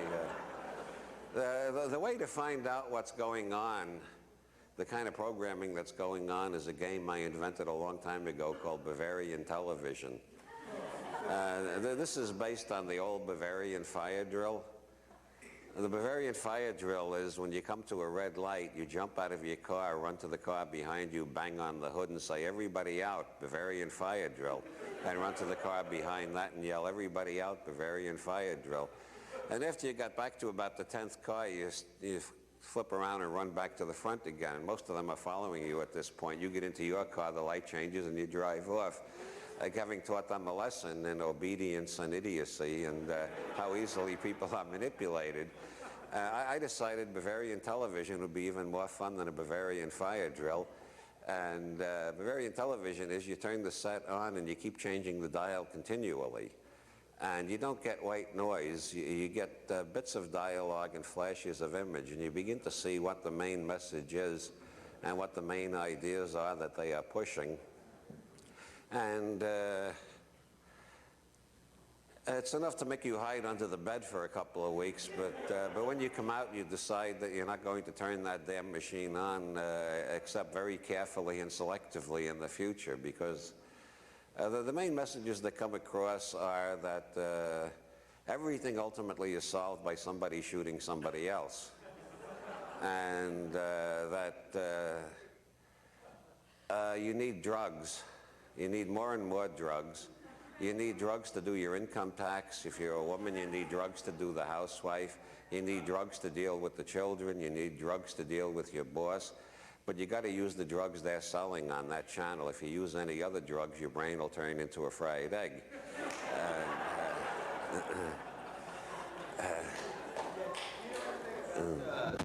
Baker and Merrill Lynch, E.F. Hutton, Don Regan connection to Mehmet Ali Agca. I heard that payments were made through Merrill Lynch. Do you know anything about that? Mehmet Ali Agca? No. Mehmet Ali Agca is a very interesting case because he originally announced that he acted on his own initiative all by himself. And after a year in prison, he announced that he was hired by the Bulgarian secret police. And they had a second trial, and at the second trial, he acted like a lunatic. And there are several possible interpretations. One is that he was paid off to blow the case and started acting like a lunatic. The other is that he was crazy all along and it just became more obvious. The Italian court threw out the case against the Bulgarians on the grounds of insufficient evidence. It was not exactly a not guilty verdict in the American sense. It's closer to not proven in the Scotch sense, which means we suspect a lot but not enough to lock anybody up yet. Reading the testimony, I saw that one thing is very clear. Mehmet Ali Aja knew a great deal about the Bulgarian embassy, who worked there, their private lives, what their wives were called, what kind of paintings they had in their houses. And there are only two possible explanations of that. One is that he was working for them very intimately, and the other explanation is the CIA gave him all the information because they hired him to frame the Bulgarians. And I don't know which of those interpretations is more likely. So we'll just have to await further developments in that case, and we may wait a long time. You mentioned earlier that the American Catholic Church is tending away from the Vatican.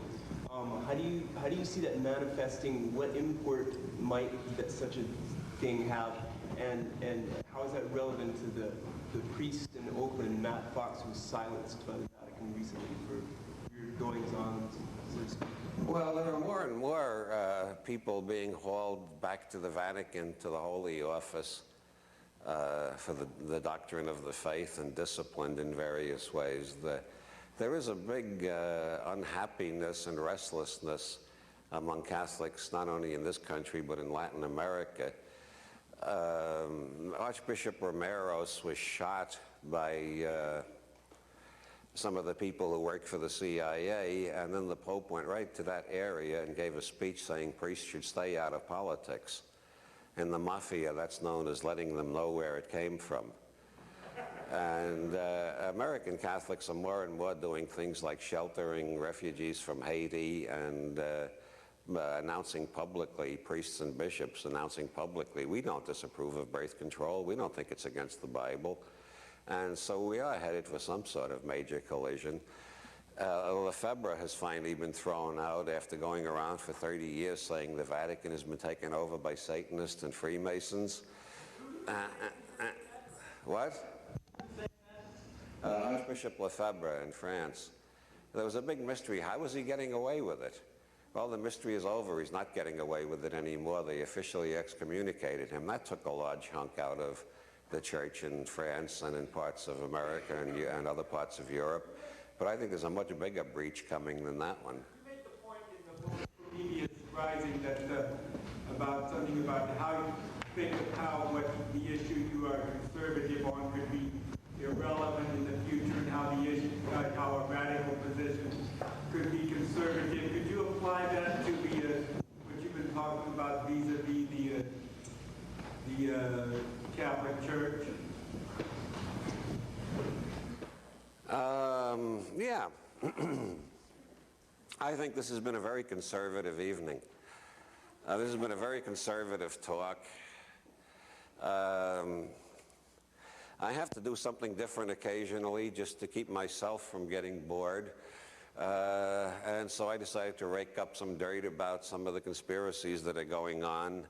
I think they're all fundamentally irrelevant because the world is changing so rapidly that none of the clandestine power groups really know what's going on. My basic philosophy about the state of the world is contained in Lenin's alleged last words. I don't know if they're his actual last words, but it's been widely printed as his last words. The machine is running the engineers. I think modern science and technology are changing the parameters of human life so rapidly that everything the conspirators are fighting over is basically irrelevant. We will all be going into space much sooner than we expect. The boldest, the brightest, the bravest, the sexiest, and the funniest are all going to be living in outer space within the next 20 years. Longevity is coming along, which will make the Vatican's position on birth control even more ridiculous. There are new brain machines that very definitely increase mental activity and probably raise IQ. These machines are leading to further research. New machines will be along in the next 5 years that can change your brain any way you want it changed. We're no longer trapped in... Historically, humanity has been trapped in the cage of the behaviorist paradigm. What the behaviorists say about us has all too often been unfortunately true. We are very much like the rats in their laboratories. We react to conditioned stimuli in mechanically conditioned ways.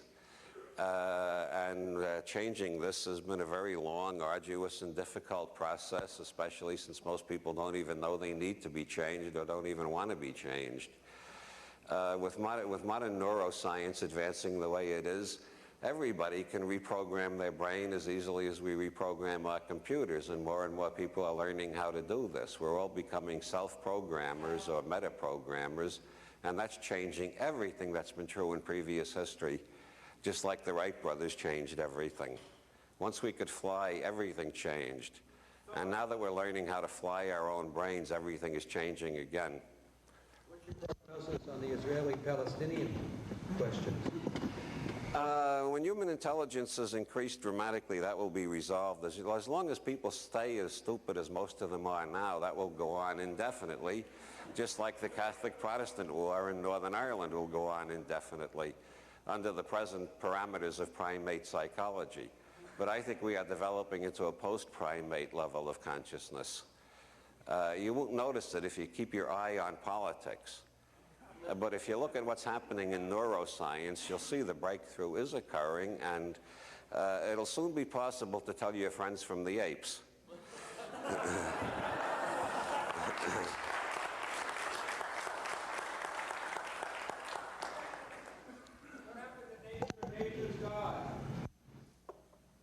Two things. The publisher went bankrupt, so I had to find another publisher. And the second thing was I shortened the title to just Nature's God.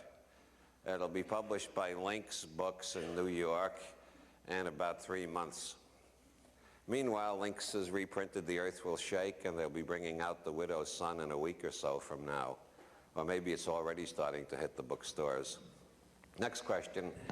Yes? Could you comment on the potential link between, well, basically, back up a little bit. You seem to be drawing a number of different threads in the discussions of conspiratorial relationships between different groups currently, but concluding that might be some sort of primate behavior, without real relevance in the long run. What types of influences or trends from biotechnology or computer science or, shall we say, other exterior forces, including possibly UFO phenomenology, strictly or scientifically analyzed, do you see as leading to, say, the next step? Well, I already mentioned space colonization. Once we get out of the closed system of the Earth's ecosphere and start creating new ecospheres outside the Earth, all the rules of the game change. The Earth has, according to Peter Russell's book, The Awakening Earth, the Earth has 18 of the 19 characteristics of a living being in general systems theory. The one characteristic of a living being that Earth hasn't shown yet is reproduction. And obviously the Earth doesn't have a sexual partner, so you don't expect the Earth to reproduce like animals do.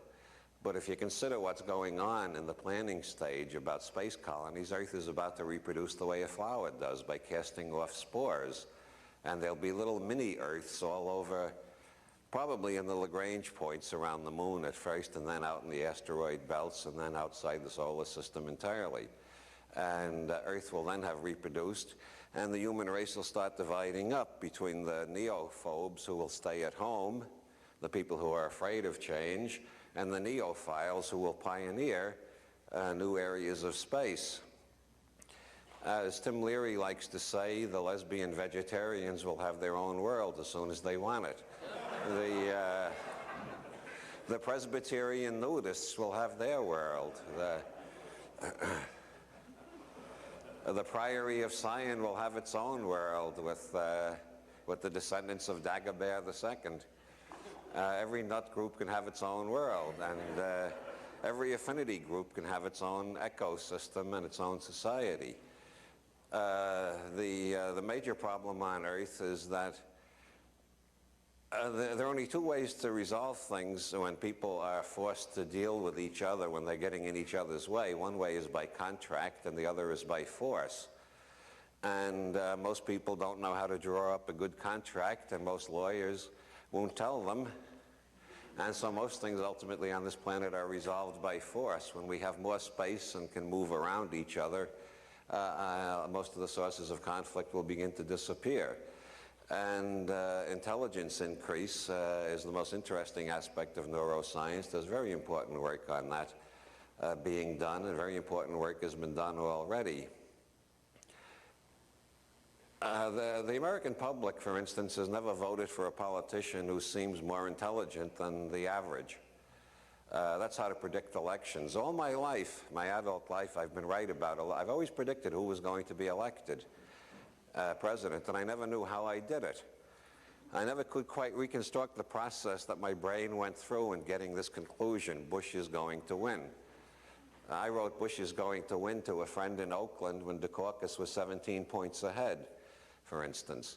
And gradually it's dawned on me in the last couple of months how I do it. There were points I thought it must be some kind of ESP. Oh, wow, I've got ESP.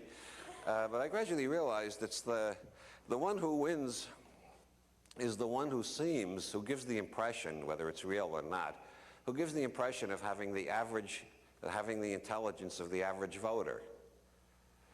Those whose speeches are information-rich, who suggest that they have more intelligence than the average, always lose. That's why Ronald Reagan got the biggest landslide victory in American political history. You couldn't find anybody in the country who felt intellectually inferior to Ronald Reagan. You could go to a home for the feeble-minded and ask them, and they'd say, oh yeah, we like Ronnie, he's a regular fella just like us. So, but that's changing. We're learning more and more about intelligence increase, and the rule of stupidity, which has played such a tremendous role in evolution up until now, is going to be replaced by the rule of intelligence very soon. Next question. What's going to keep them from colonizing space with the same kind of imperialistic ethos and rabid roboticism and insincerity that's going on here on the planet? Blake says, if you see things the way they are, that is infinite. To see things the way they are would be to see things as infinite. Isn't there a place on this planet for those who love change? Those who love change, can't they also love the planet and find eternity here on the planet? Realize, I know I must sound silly. Right. Would you repeat that question more slowly? I didn't quite follow it. Yes. What if neophiles... I'm real slow sometimes. What if neophiles, potential neophiles or lovers of wisdom, who happen to love the Earth and find that there can be infinite discoveries here on the planet, on the Earth, in the wilderness, and perhaps return to the wilderness with an awakened consciousness unlike we've never, we can experience wilderness unlike we never could before. I think that's going to happen. Matter of fact, it's already started to happen, just like space colonization. The important thing is the change in consciousness. That's the most important part of what's happening. But space colonization is the second most important part.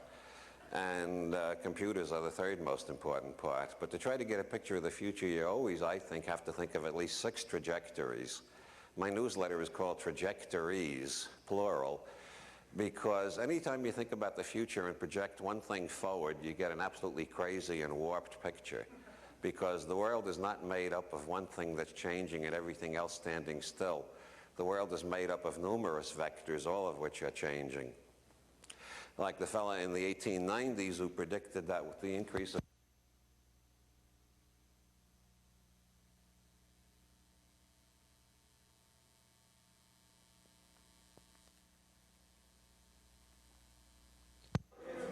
he was only projecting population increase and assuming transportation wouldn't change. Now, instead of being covered with horse shit, the country is covered with pollution from the automobile fumes. We got a different problem, but not the problem. Debate over the population issue increasingly irrelevant as new mini Earths are going to open up new places where population can be relocated, so that debate over how we are going to limit families is going to be increasingly irrelevant. I mean, these neo-Malthusians who are always reaching the end of a world. Paul Ehrlich predicted the end of the world by 19. They're like by 1980 that we die in our total pollution, and it hasn't happened yet. Well, actually, space travel makes a big difference. But even without space travel, Bucky Fuller has pointed out that as we move from an agricultural to an industrial economy, or from an industrial to a post-industrial computer economy, the average size of the family decreases without anybody doing it, without anybody passing laws or doing agitprop like Planned Parenthood.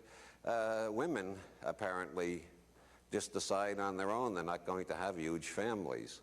I suppose the husbands have some say in it, but it's basically the women who are deciding.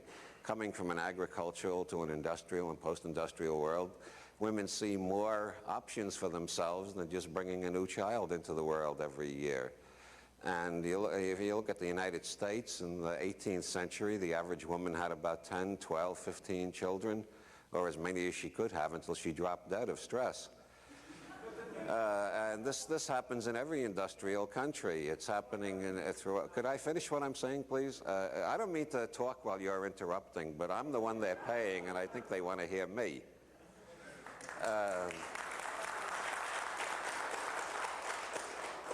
You find this throughout the industrial world, and it's starting to show up in Asia. Even in Asia, the population is starting to level off instead of steadily increasing like the Malthusian said it would. Now it's your turn.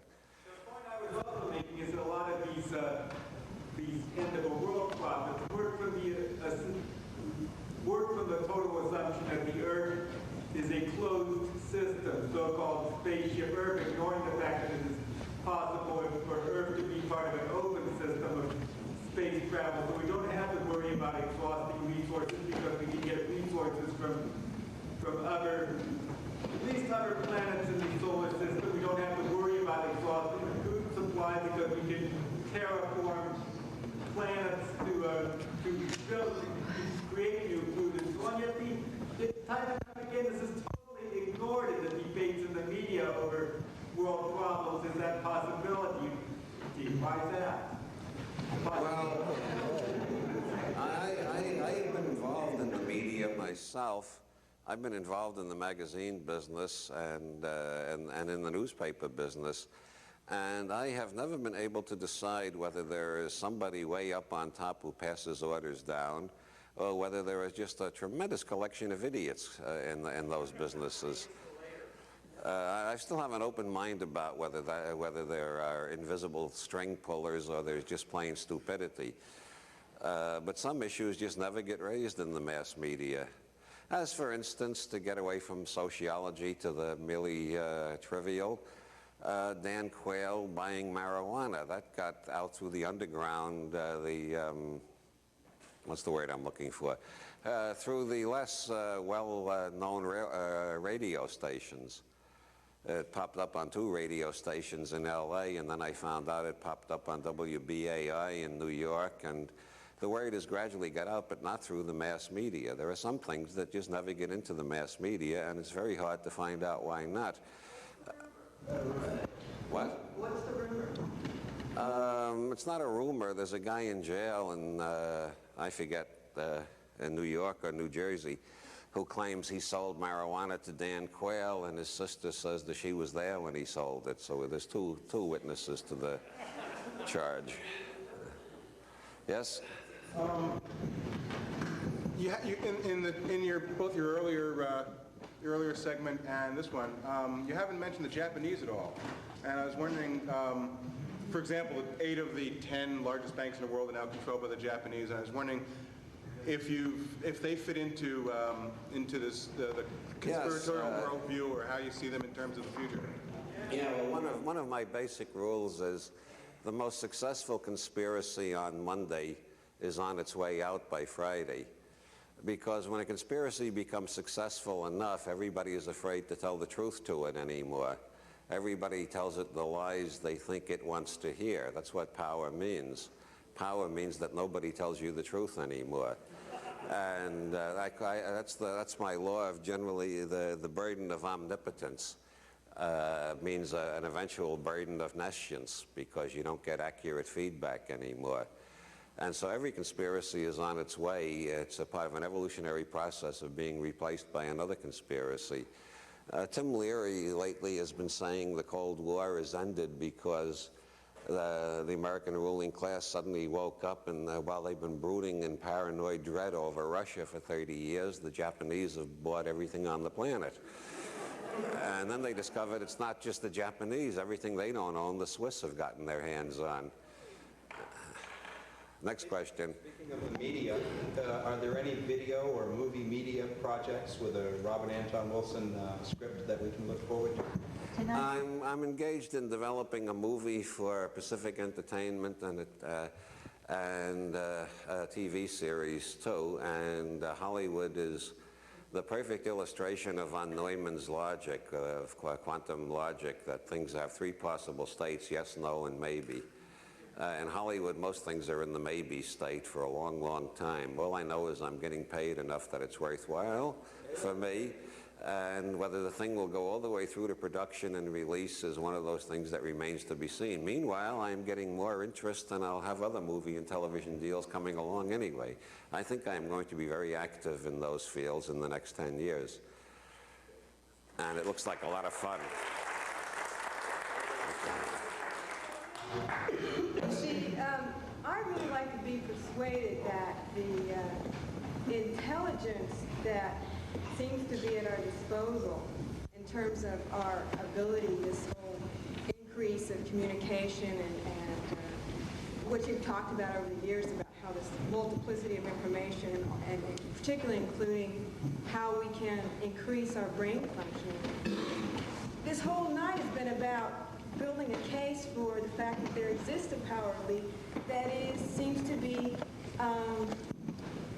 hell-bent on preventing that kind of intelligence and the technology that would birth the greater intelligence from really reaching us. Other than you're pointing to the fact that the arts, and of course most of the arts come through television and the movies, and other than what you were just pointing out, the fact that Hollywood may even turn and put the spotlight on you, I am discouraged by the idea that there is so much vested against the technology that in fact probably even exists at this moment, but is kept out of our hands, can really reach us in time for us to have the options of leading the planet if we don't like how polluted the garden is anymore.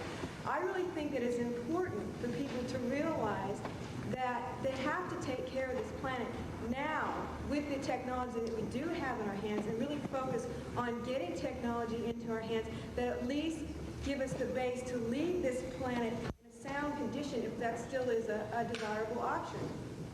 So I would like to be persuaded. I would like to be, yeah, I would think Mindfuck is wonderful. And I'm concerned, and I wish you would address the extent to which Mindfuck can really change. We can do the 100-monkey thing with Mindfuck simply by embodying the new frame of mind that transcends the primate, the way of behaving that just is in this turf battling stuff. I would like to see what it is that you're talking about, that you see where the glitch is, that the power that's vested against people really opening up and having a joyous, wonderful celebration of all the changes and options around them from occurring. So how can we beat them? I mean, I know it's not an overt thing, or it's a attacking sort of thing. How are we going to get through the eye of the needle? That's what I was speaking. Yeah, I know you were. It got pushed aside. Well, when you define the power elite as somebody else, I regard that as a loser script. I define the power elite as myself and my friends, and that's a winner script. And the way to accomplish things is with a winner script. Like a friend of mine in Silicon Gulch was telling me about a guy starting a new computer business there, and he said he's very optimistic. And I said, of course he is. Pessimists don't start businesses. Pessimists don't do a damn thing. Pessimists sit around telling each other how hopeless everything is. It's the optimists who get things done. And so I define myself as a winner. I define my programs as winnable. And I count on the stupidity of whoever seems to be in power to undo them eventually. Because, as I said, every conspiracy has a natural lifespan. Every conspiracy collapsed by double crosses from within or by superior cleverness by rival conspiracies. And stupidity has a definite evolutionary function. I am all for abolishing stupidity, but before it goes, while there's still a lot of it around, we should pay tribute to it. It has been the strongest force in human history to date. It has shaped more historical events, battles, wars, politics, more than any other single factor. And it's an evolutionary driver. For instance, the stupidest thing that I can remember in recent scientific history was the banning of LSD research in the 1960s. And that was the most promising agent of behavior change discovered in the whole history of psychology. And the government made it illegal for psychologists to pursue that line of research. We suddenly were back in the days of the Holy Inquisition. And when you ask yourself, what is the function of that kind of stupidity in evolution? Well, what stupidity does is it forces the intelligent to get more intelligent. John Lilly, when they wouldn't let him do acid research anymore, invented the isolation tank.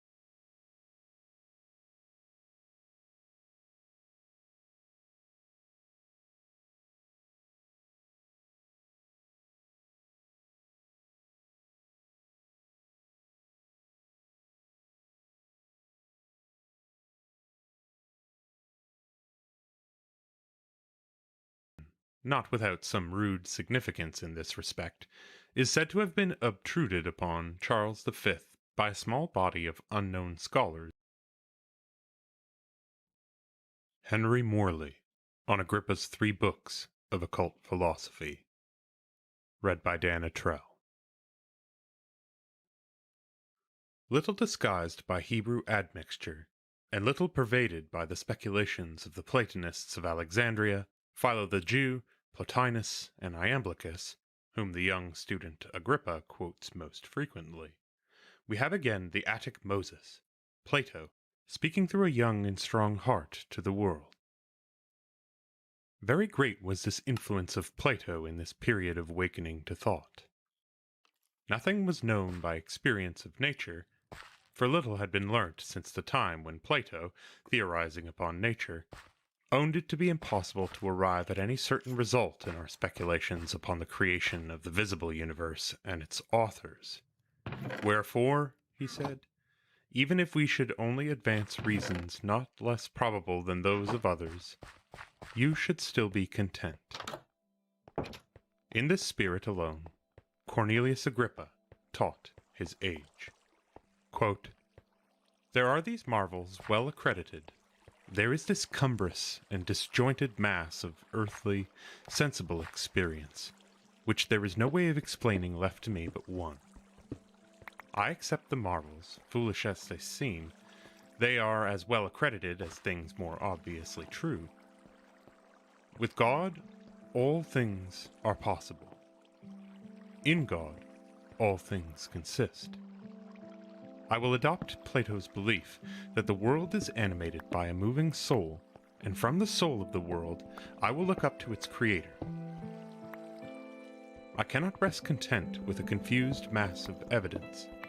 I will animate with my own soul and a faith in its divine origin the world about me.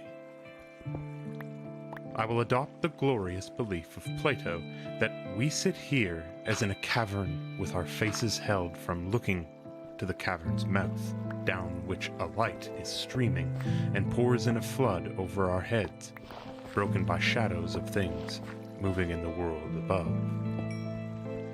We see the shadows on the wall, hear echoes, and believe in all as the one known truth of substance and of voice, although these are but the images of the superiors. I also will endeavor to climb up and out of the cave into the land flooded with sunlight. I connect all that we see here with Plato's doctrine of superior ideas. I subdue matter to spirit. I will see true knowledge in apparent foolishness, and connect the meanest clod with its divine creator. I will seek to draw down influences, and to fill my soul with a new strength imparted by the virtue of ideas streaming from above. The superior manifest in the inferior is the law of nature manifested in the thing created. My soul is not sufficient for itself. Beyond it and above it lie eternal laws, subtle, not having substance or form, yet the cause of form and substance. I cannot hope to know them otherwise than as ideas. To unborn generations they will be revealed, perhaps. To me, they are ideas, celestial influences, working intelligences. I believe in them, and I desire to lay open my soul to their more perfect apprehension. They are not God, though God created them. They are not man, though they have by divine ordainment formed him. The more I dwell upon their qualities, the more I long for the divine, the more shall I be blessed by the reception of their rays. The more intensely I yearn heavenward, the more shall I bring down heaven to dwell in my soul. End quote.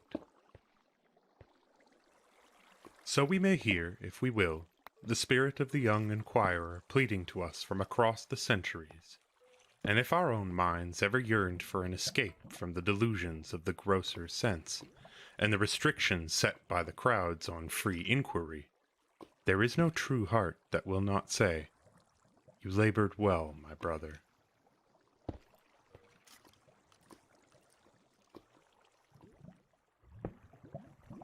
Agrippa and the Rosicrucians.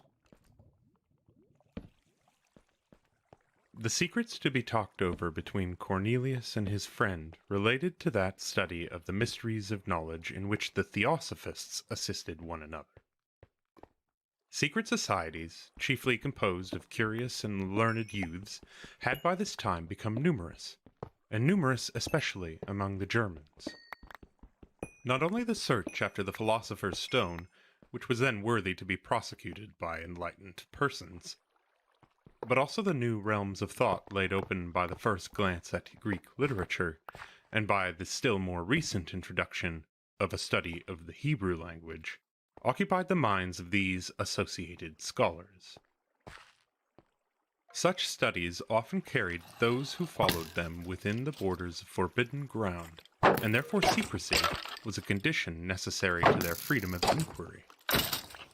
Towards the close of the 16th century, such associations, the foundations of which had been a desire to keep thought out of fetters, were developed into the form of brotherhoods of Rosicrucians. Physician, theosophist, chemist, and now, by the mercy of God, Rosicrucian became then the style in which a brother gloried. The brotherhoods of Rosicrucians are still commonly remembered, but in the social history of Europe, they are less to be considered than those first confederations of theosophists, which nursed indeed mystical errors gathered from the Greeks and Jews, but out of whose theories there was developed a pure spiritualism that entered into strife with what was outwardly corrupt and sensual in the body of the Roman Church, and thus prepared the way for the more vital attacks of the Reformers. When first Greek studies were revived, the monks commonly regarded them as essentially adverse to Roman interests, and the very language seemed to them infected with the plague of heresy. It became almost a proverb with them that to be known for a grammarian was to be a reputed heretic. Not seldom, indeed, in later times, has John Reuchlin, who, for his Greek and Hebrew scholarship, was called, after the manner of his day, the Phoenix of the Germans, and who was the object of an ardent hero worship to men like Cornelius Agrippa, been called also the father of the Reformation. Certainly Luther, Erasmus, and Melanchthon had instruction from him. By him it was that Schwarzerd had been taught to call himself Melanchthon, that is, Schwarzerd, black earth, in Greek. And many will remember how, after his death, Erasmus, in a pleasant dialogue, raised his old friend to the rank of saint, and prayed to him, "O holy soul, be favorable to the languages, be favorable to those that love honorers of the languages, be propitious to the sacred tongues." But Reuchlin, for the taste of smoke in it, Reuchlin as Riki, his name was turned into the Greek form Capnio. Reuchlin, or Capnio, never passed as a reformer beyond detestation of the vices of the priesthood.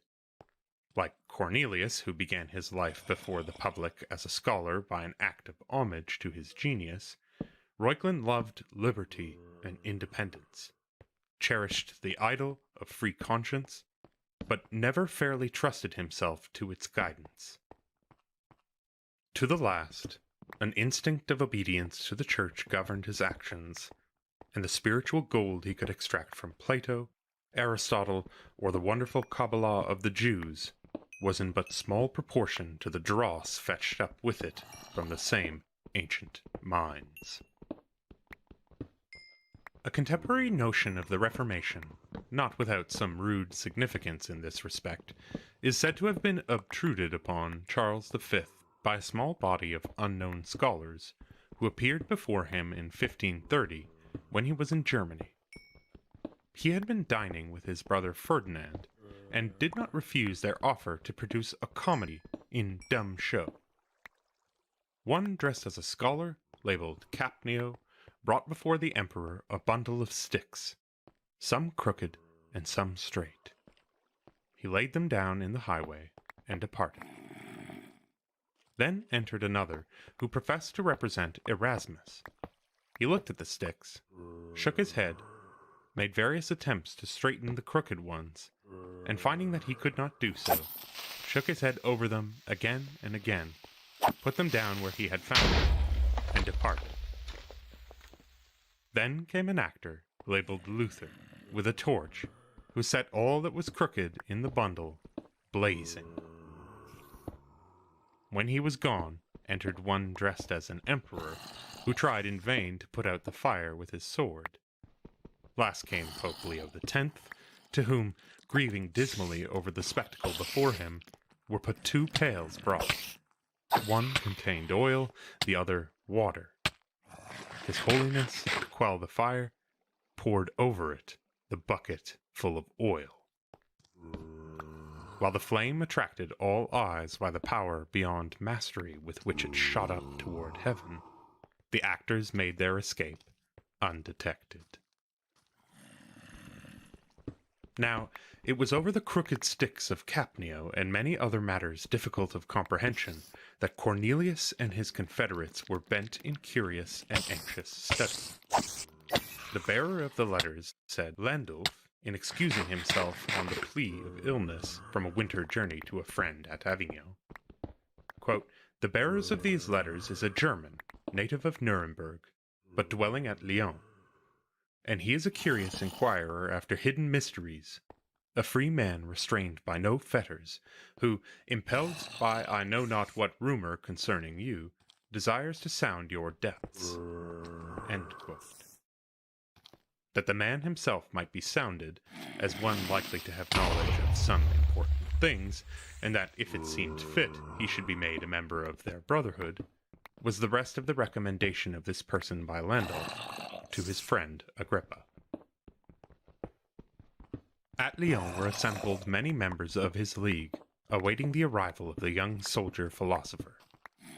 His early taste for an inquiry into the mysteries had caused him to take all possible advantage, as a scholar, of each change of place and each extension of acquaintance among learned men who were possessors of rare books. He had searched every accessible volume that might help him in the prosecution of the studies that had then a fascination, not only for him, but for not a few of the acutest minds in Christendom. At that time there was, in the modern sense, no natural science, the naturalists of Greece and Rome being the sole authorities in whom the learned could put trust. Of the miraculous properties of plants and animals, and parts of animals, even at the close of the 16th century, careful and sober men placed as accepted knowledge many extravagant ideas on record. At the beginning of the century, when a belief in the influences of the stars, in the interferences of demons, and in the most wonderful properties of bodies was the rule among learned and unlearned, Luther himself not excluded from the number, an attempt to collect and group, if it might be, according to some system, the most recondite secrets of what passed for the divine ordering of nature, was in no man's opinion foolish, though in the opinion of the greater number, criminal. Belief in the mysteries of magic, not want of belief, caused men to regard with enmity and dread researches into secrets that might give to those by whom they were discovered subtle and superhuman power, through possessing which they would acquire an influence, horrible to suspect, over their fellow creatures. Detaching their search into the mysteries of the universe from all fear of this kind, the members of such secret societies as that to which Cornelius belonged gathered whatever fruit they could from the forbidden tree, and obtained mutual benefit by frank exchange of information.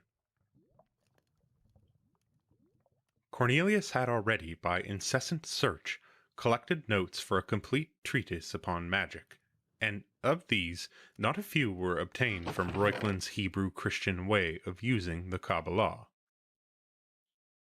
From Avignon, after a short stay, Cornelius Agrippa went to Lyon, and remaining there some weeks, compared progress with his friends, and no doubt also formally divested himself of any further responsibility connected with the Spanish enterprise.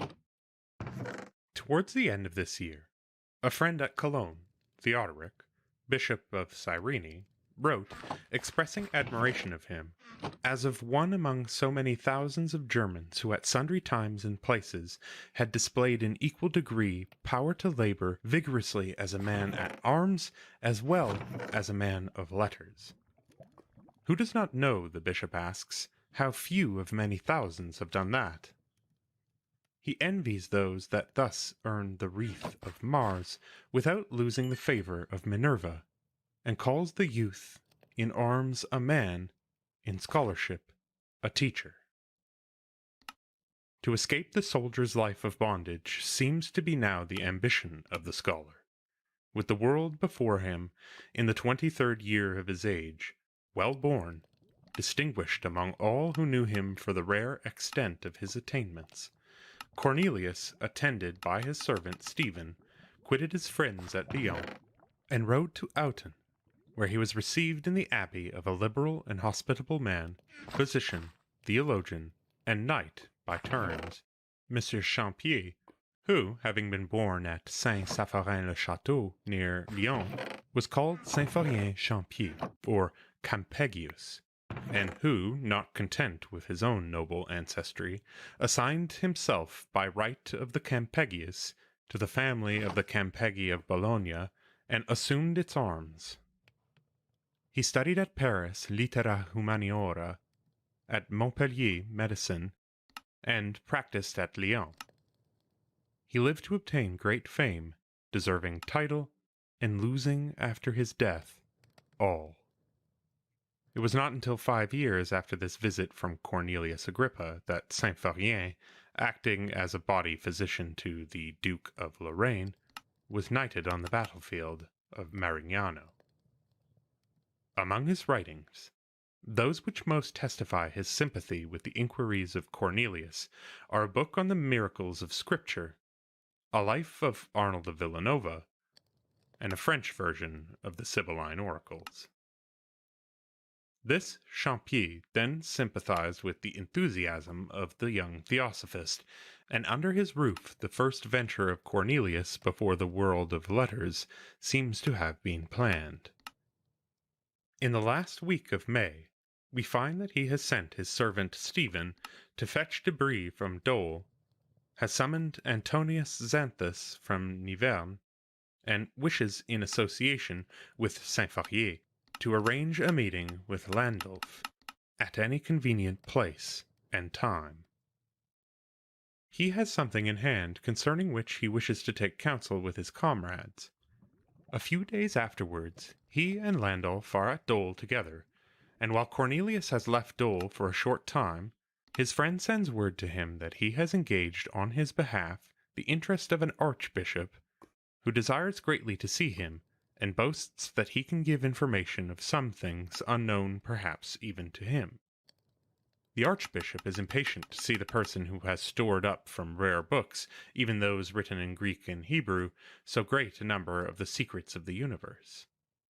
Landulf, to content him, antedates the time appointed for his friend's return, and while reporting this, adds that there are many at Dole loud in the praise of Cornelius, and none louder than himself. The influence of his associates is evidently at work on his behalf among the magnates of the town and university of Dole, and learned men in the adjoining towns of Burgundy, for it is at Dole that he resolved to make his first public appearance as a scholar by expounding in a series of orations Reuchlin's book on the Mirific Word. At Chalons, however, Cornelius fell sick of a summer pestilence from which he was recovering on the 8th of July. As soon as health permitted, he returned to Dole, where there was prepared for him a cordial reception.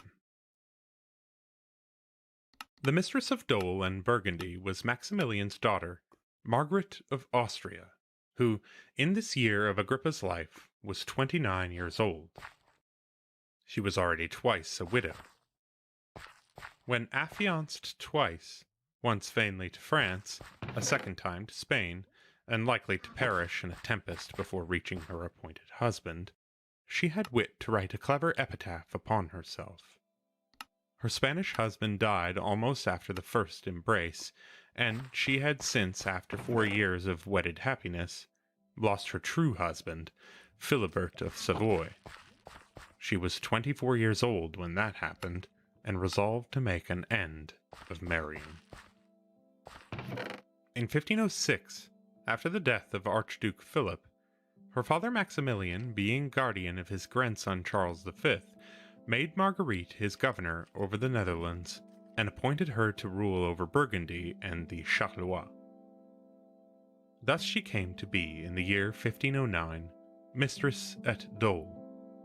A clever, lively woman, opposed strongly to France, and always mindful of the interests of that house of Austria to which the family of young Agrippa was attached, Margaret was well known for her patronage of letters and her bounty towards learned men. It would be, therefore, a pleasant transfer of his loyalty, Agrippa thought, from Maximilian to Margaret, if he could thereby get rid of what he regarded as camp slavery under the one, and earn the favor of the other in the academic grove. To earn Margaret's goodwill and help upon the royal road to fortune was one main object of Cornelius when he announced at Dole that he proposed to expound Reuchlin's book on the Mirific Word in orations, to which Inasmuch as they were to be delivered in honor of the most serene Princess Margaret, the whole public would have gratuitous admission. Poor youth! He could not possibly have made a more genuine and honest effort, or one less proper to be used by evil men for the damnation of his character. Margaret was the princess to whom all others he was able to pay unaffected homage, and Reuchlin, then the boast of the Germans, was the scholar of whom before every other, he, a German youth, might choose to hold discourse to the Burgundians. Of Reuchlin, Aegidius, chief of the Austin Friars, wrote that he had blessed him and all mortals by his work. Philip Baroaldus the Younger wrote to him, quote, Pope Leo X has read your Pythagorean book, as he reads all good books, that is, greedily. Then it was read by the Cardinal de Medici, and I am expecting to have my turn. End quote. This book, which had been read by the Pope himself with eager pleasure, was a wonder of the day, and was in most perfect unison with the whole tone of Agrippa's mind. He really understood it deeply. It was most dear to him as a theosophist, and he was not to be blamed if he felt, also, that of all books in the world, there was none of which the exposition would so fully serve his purpose of displaying the extent and depth of his own store of knowledge.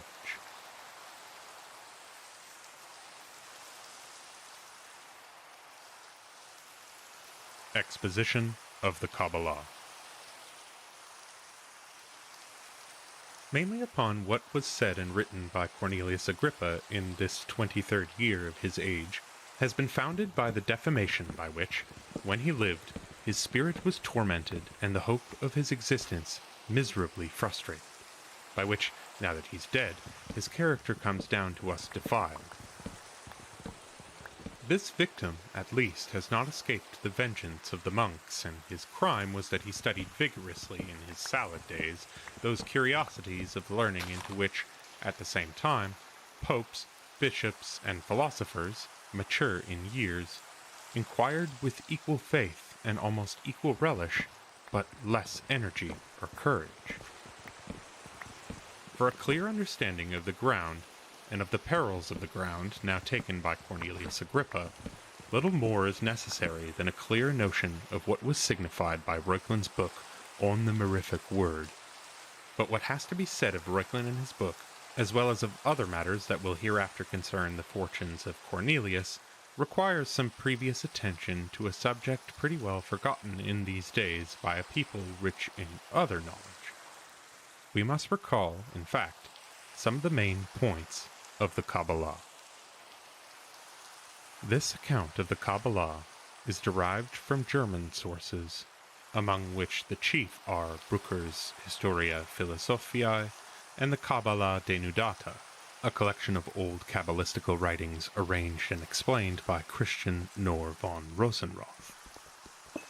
The traditions or Kabbalah of the Jews are contained in sundry books written by Hebrew rabbis and consist of a strange mixture of fable and philosophy varying on a good many points, but all adhering with sufficient accuracy to one scheme of doctrine.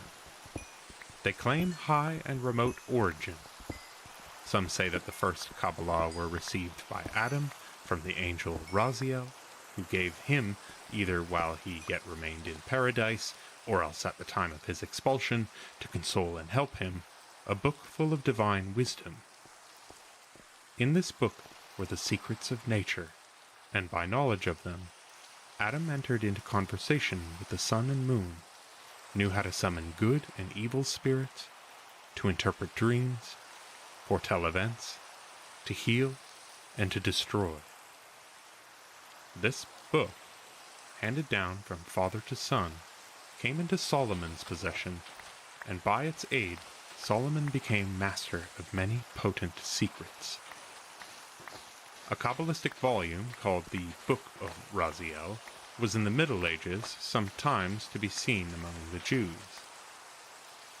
Another account said that the first Kabbalistical book was the Sefer Yetzirah, written by Abraham.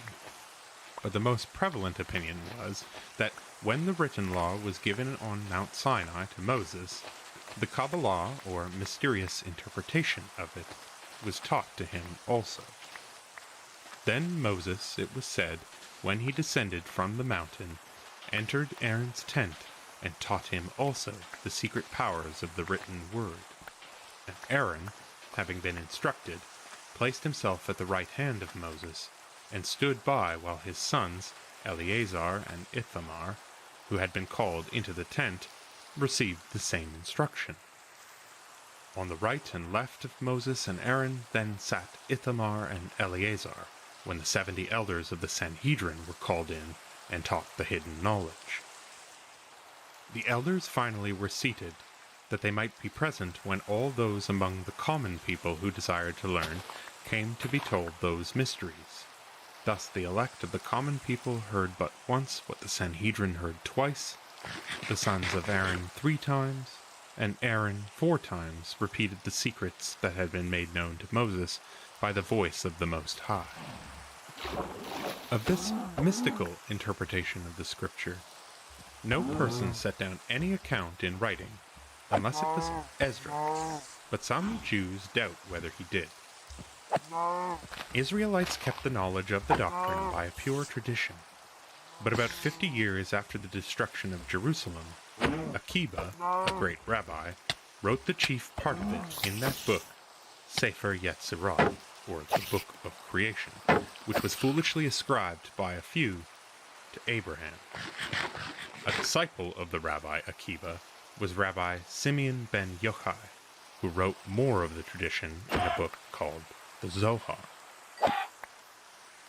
The truth probably is that the literature of Kabbalism, which is full of suggestion derived from the Neoplatonics of Alexandria, began with the Jews of Alexandria under the first Ptolemies.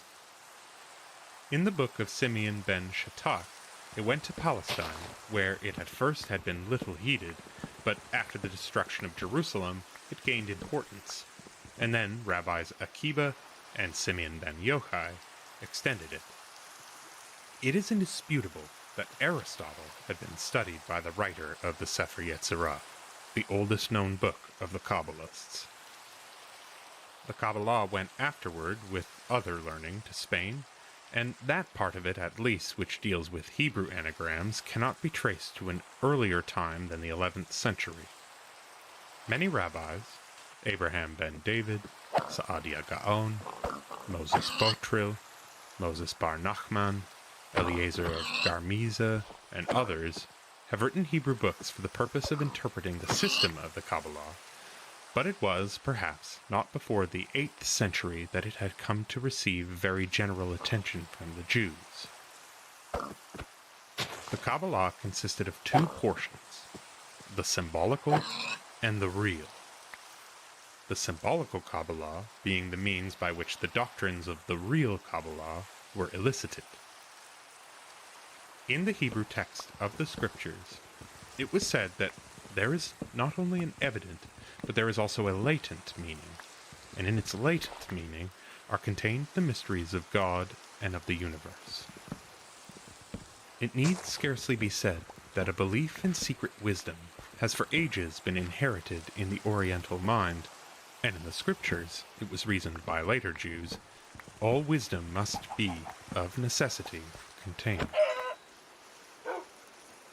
Of divine authorship, they cannot be like ordinary works of men. But if they were taken only in the natural sense, might it not be said that many human works contain marvels not less surprising, and morally as pure?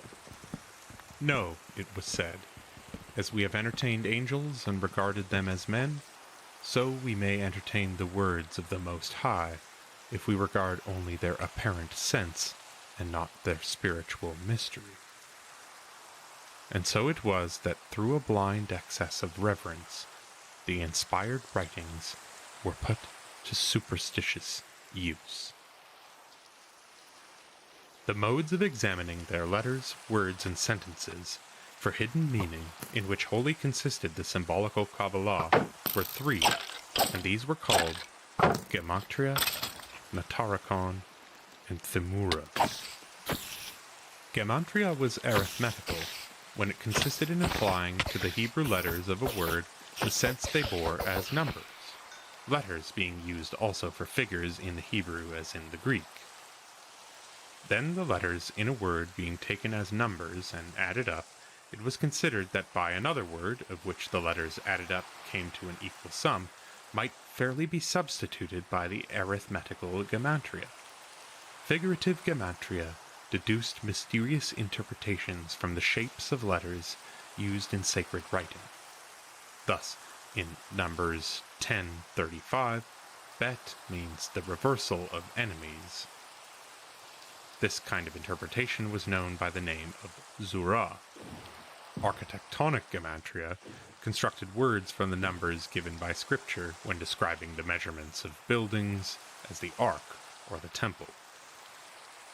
By Notaricon, more words were developed from the letters of a word, as if it had consisted of so many abbreviations, or else first and last letters of words, or the first letters of successive words, were detached from their place and put side by side.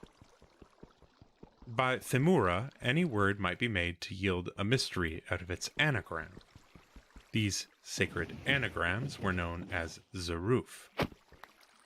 By the same branch of the symbolical Kabbalah, 3 systems were furnished, in accordance with which words might be transformed by the substitution of one letter for another. The first of the systems, Albam, arranged the letters of the alphabet in 2 rows, one below another. The second, Athbach, gave another couple of rows. The third, Athbach, arranged them by pairs in 3 rows, all the pairs in the first row being the numerical value 10, in the second row 100, in the third 1,000. Any one of these forms might be consulted, and any letter in a word exchanged for another standing either in Albam, Athbach, or Athbach, immediately above it or below it, or on the right hand of it or the left. This was the symbolical Kabbalah, and the business of it was to extract, by any of the means allowed, the hidden meaning of the Scriptures. The real Kabbalah was the doctrine in this way elicited. It was theoretical, explaining divine qualities, the 10 Sefirot, the 4-fold Kabbalistical worlds, the 32 footprints of wisdom, the 50 doors to prudence, Adam Kadmon, etc. Or it was practical, explaining how to use such knowledge for the calling of spirits, the extinguishing of fires, the banishing of disease, and so forth. The theoretical Kabbalah contained, it was said by Christian students, many references to the Messiah. Its main points were 1. The tree, 2. The chariot of Ezekiel, 3. The work of creation, and 4. The Ancient of Days mentioned in Daniel. It concerns us most to understand the tree. The chariot of Ezekiel, or Ma'aseh Merkabah, was a description of prefigurements concerning ceremonial and judicial law. The doctrine of creation, in the book Leveshit, was a dissertation upon physics.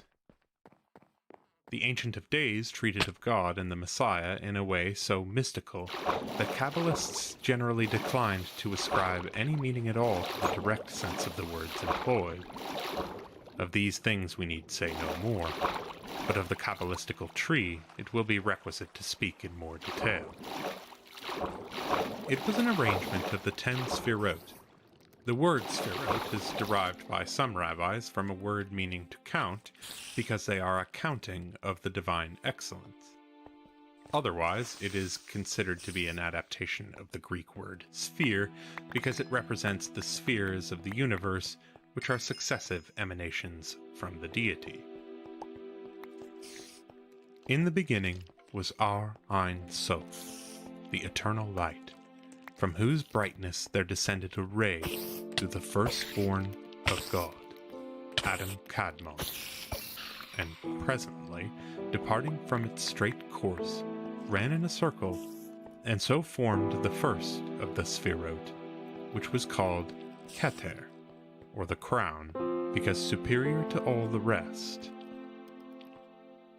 Having formed this circle, the ray resumed its straight course until it again ran in a circle to produce the second of the 10 Sphirot, Chokmah, wisdom, because wisdom is the source of all.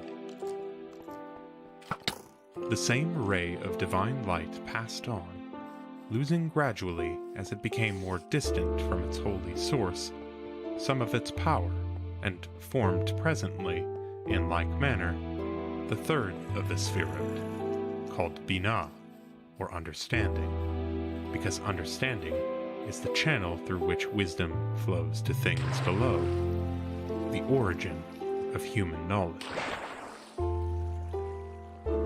The fourth of the Sphirot is called Gedulah, or Chesed, greatness or goodness, because God, as being great and good, created all things. The fifth is Gemurah, strength, because it is by strength that he maintains them, and because strength is the only source of justice in the world. The sixth of the Sphirot, Tiferet, beauty or grace, unites the qualities of the preceding. The four last of the Sphirot are successively named Netzach, victory, Hod, honor, Yesod or Shalom, the foundation or peace, and finally Malkut, the kingdom. Each of the 10 also has a divine name, and their divine names, written in the same order, are Ehyeh, Yah, Yehovah, pronounced Elohim, Eloah, Elohim, Yehovah, pronounced as usual, Lord Sabaoth, Yehovah Sabaoth, Elkai, the living God, Adonai, the Lord. By these circles, our world is surrounded, but able to bring down with it powers that are the character of each. Divine light reaches us. These Sphirot, arranged in a peculiar manner, form the tree of the Kabbalists. They are also sometimes arranged in the form of a man, Adam Kadmon, according to the idea of the Neoplatonics that the figure of the world was that of a man's body. In accordance with another view derived from the same school, things in this world were supposed to be gross images of things above. Matter was said by the Kabbalists to have been formed by the withdrawal of the divine ray, by the emanation of which from the first source it was produced. Everything created was created by an emanation of the source of all, and that which being most distant contains least of the divine essence is capable of gradual purification, so that even the evil spirits will, in course of time, become holy and pure, and be assimilated to the brightness of the emanations of the Or Ein Sof. God, it was said, is all in all. Everything is part of the divine essence, with a growing, or perceptive, or reflective power. One, or all, and by that which has one, all may be acquired. A stone may become a plant, a beast, a man, an angel, a creator. This kind of belief, which was derived also from the Alexandrian Platonists, led to that spiritual Kabbalism by which such Christians as Reuchlin and Agrippa profited. It connected them by a strong link with the divine essence, and they, feeling perhaps more distinctly than their neighbors that they were partakers of the divine nature, and might, by a striving after purity of soul and body, win their way to a state of spiritual happiness and power, cut themselves off from all communion with the sensuality that had become the scandal of the Church of Rome, and keenly perceived, as they expressed strongly, their sense of the degraded habits of the priests. It was in this way that the Christian Kabbalists assisted in the labors of the Reformation. Little more has to be said about their theory, and that relates to the four Kabbalistical worlds. These were placed in the four spaces between the upper Sefirot. Between the first and second was placed Atzilut, the outflow, which contained the purest beings, the producers of the rest. Between the second and the third Sefirot was the world Briah, or the thrones, containing spirits less pure, but not material. They were classed into wheels, lightnings, lions, burning spirits, angels, children of God, and cherubim.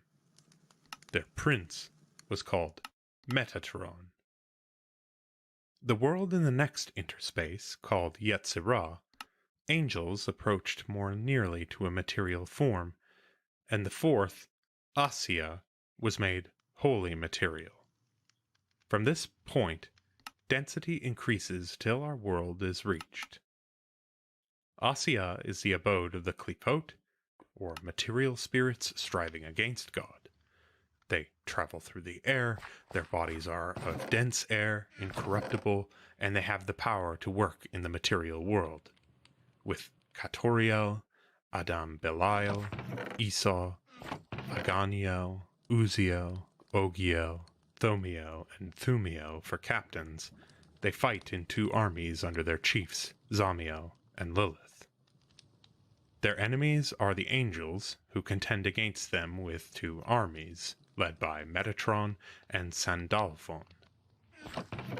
Lilith is the begetter of the powers striving against light.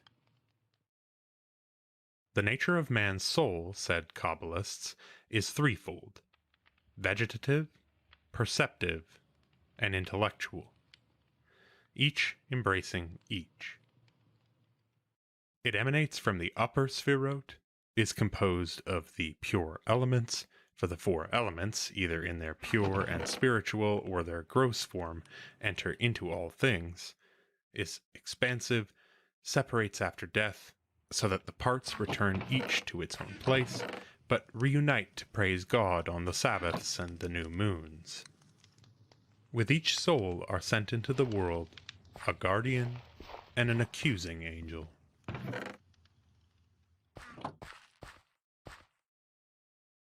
Henry Morley on Roykland's Kabbalah.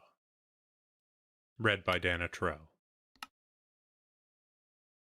Now, as the creative light runs round each upper world before coming to ours, it comes to us charged with supernal influence, and such an idea lies at the foundations of Kabbalistical magic. By what secrets to have power over this line of communication with superior worlds, it is for practical Kabbalism to discover. The secret consisted chiefly in the use of names. God, it was said, gave to all things their names. He could have given no name that was not mystically fit. Every such name, therefore, is a word containing divine power, and especially affecting that thing, person, or spirit to which it belongs. The scripture tells us that there are names written in heaven. Why, it is said, should they be written there if they be useless? Through the knowledge of such divine names, it is affirmed, Moses overcame the sorcerers of Egypt, Elijah brought down fire from heaven, Daniel closed the mouths of lions.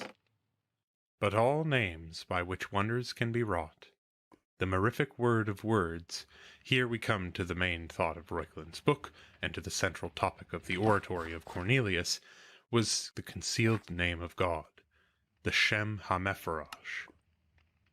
Whoever knows the true pronunciation of the name Jehovah, the name from which all other divine names in the world spring, as the branches from a tree, the name that binds together the Sefirot, whoever has that in his mouth, has the world in his mouth. When it is spoken, angels are stirred by the wave of sound. It rules all creatures. works all miracles. It commands all the inferior names of deity which are borne by the several angels that in heaven govern the respective nations of the earth. The Jews had a tradition that when David was on the point of fighting Goliath, Jashbi, the giant's brother, tossed him up in the air and held a spear below that he might fall upon it. But Abishai, when he saw that, he pronounced the holy name, and David remained in the air until Jashbi's spear no longer threatened him. They said also that the mirific name was among the secrets contained in the Holy of Holies, and that when any person, having entered that shrine of the temple, learnt the word of power, he was roared at as he came out by 2 brazen lions, or bayed at by brazen dogs, until, through terror, he lost recollection of it. Some Jews accounted also by a fable of this nature for our Saviour's miracles. They said that, having been admitted within the Holy of Holies, and having learnt the sacred mystery, he wrote it down upon a tablet, cut open his thigh, and having put the tablet in the wound, closed the flesh over it by uttering the name of wonder. As he passed out, the roaring lions caused the secret to pass from his mind, but afterward he had only to cut out the tablet from his thigh, and, as the beginning of miracles, heal instantly the wound of his own flesh by pronouncing the mirific word. Such Jewish details were, of course, rejected by the Christians, who accepted the essential principles of the Kabbalah. As the name of all power was the hidden name of God, so there were also names of power great, though limited, belonging to angels and evil spirits. To discover the names of spirits by applying to the Hebrew text of Scripture the symbolical Kabbalah was to acquire some of the power they possessed.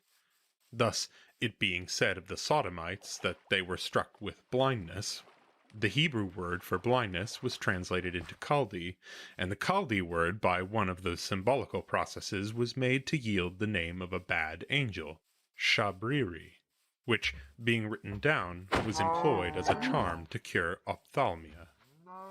A common code of conjuration with these names of power was by the use of amulets, pieces of paper or parchment on which, for certain purposes, certain names were written. At his first entrance into the world, such an amulet with the names Senoi, San Senoi, Samon Galoth upon it was slipped round the neck of the newborn child, so that the infant scarcely saw the light before it was collared by the genius of superstition. Another mode of conjuration consisted in the use not of names, but of the Psalms of David. Whole volumes were written upon this use of the Psalms. The first of them, written on doeskin, was supposed to help the birth of children. Others could, it was thought, be so written as to make those who carried them invisible. Others secured favors from princes. Others extinguished fires. The transcription of a psalm for any such purpose was no trifling work, because, apart from the necessary care in the formation of letters, some having a mystical reason for being larger than others, it was necessary for the copyist, as soon as he had written down one line, to plunge into a bath. Moreover, that the charms might be the work of a pure man, before beginning every new line of his manuscript, it was thought necessary that he should repeat the plunge.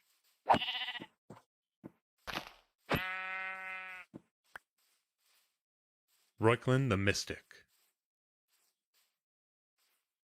Such were the mysteries of the Hebrew Kabbalah, strangely blending not an unrefined philosophy with basest superstition.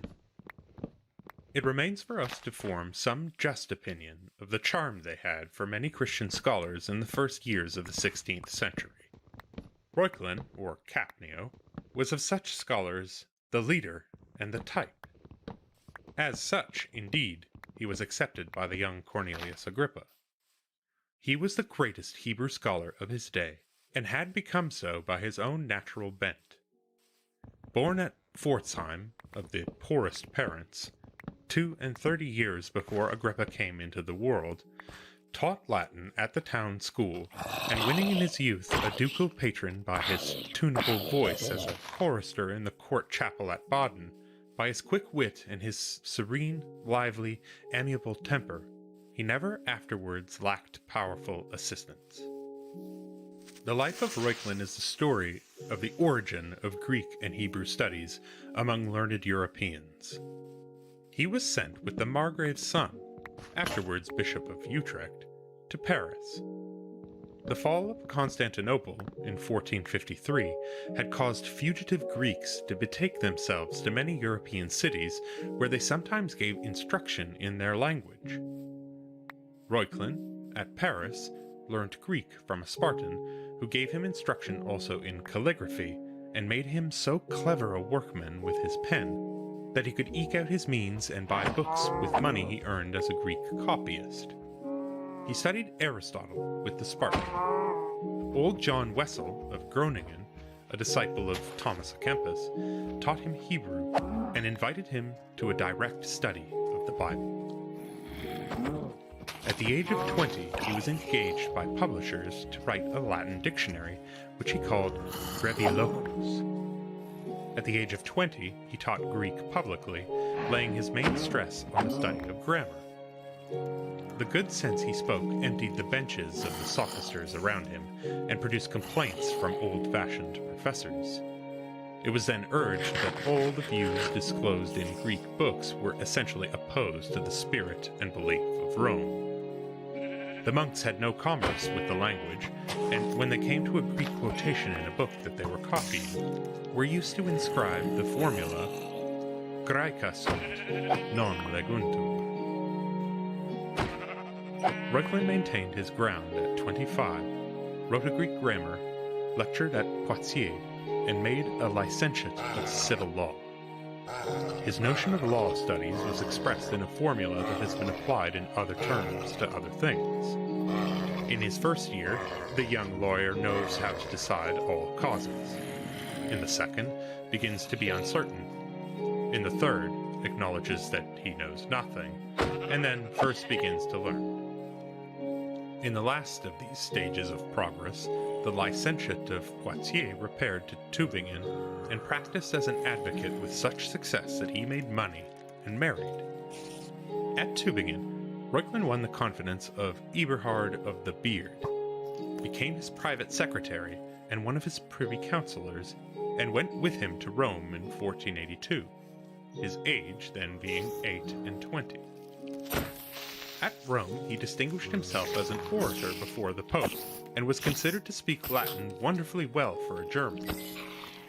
After his return to Germany, Reuchlin remained with Eberhard in Stuttgart and became assessor of the Supreme Court at the age of 30, and a year afterwards was elected proctor for the body of the Dominicans throughout all Germany, which unpaid office he held for nearly 30 years. At the age of 31, he received at Tübingen his doctorate, and in the year following, that is to say, in the year of Cornelius Agrippa's birth, he was sent, with the two others, to Frankfurt, Cologne, and Aix-la-Chapelle on the occasion of the coronation of Maximilian as Roman Emperor. Then it was that Maximilian first became acquainted with him. Reuchlin had then a house at Stuttgart, and was known as a great cultivator of learned languages, while he was also high in the favor of his own prince, and in constant request as a practitioner of law.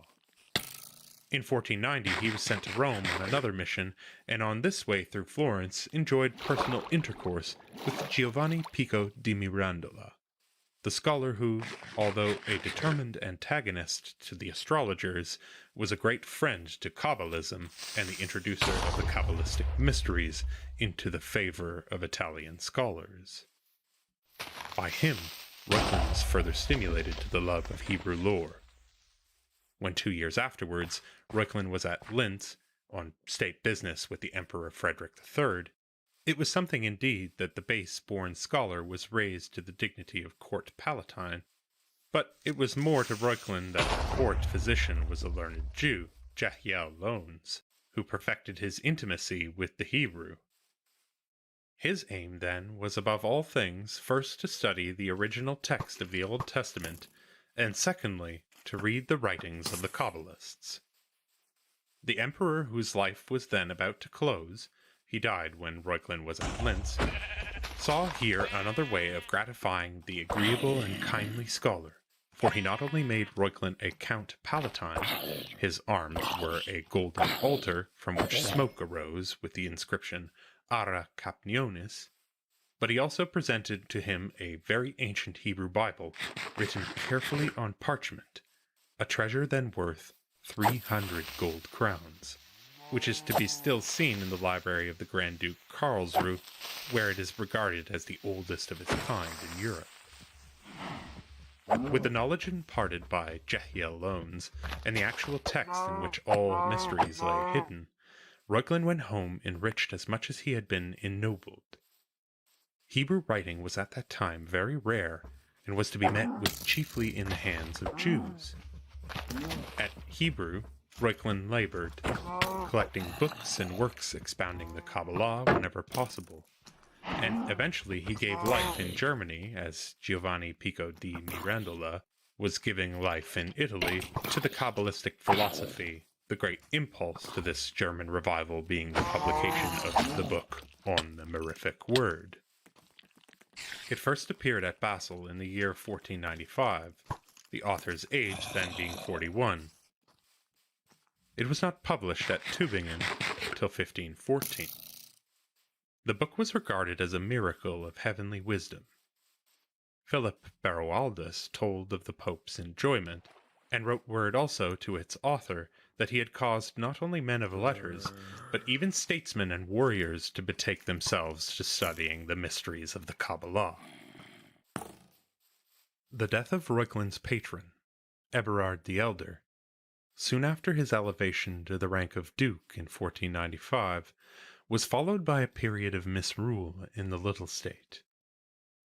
One of the first acts of Eberhard the Younger was to release his favorite, a dissolute priest named Holzinger, from the prison in which he had been kept by the good counsel of Reuchlin, and for the further discomfiture of the scholar, this man was appointed chancellor over the University of Tübingen.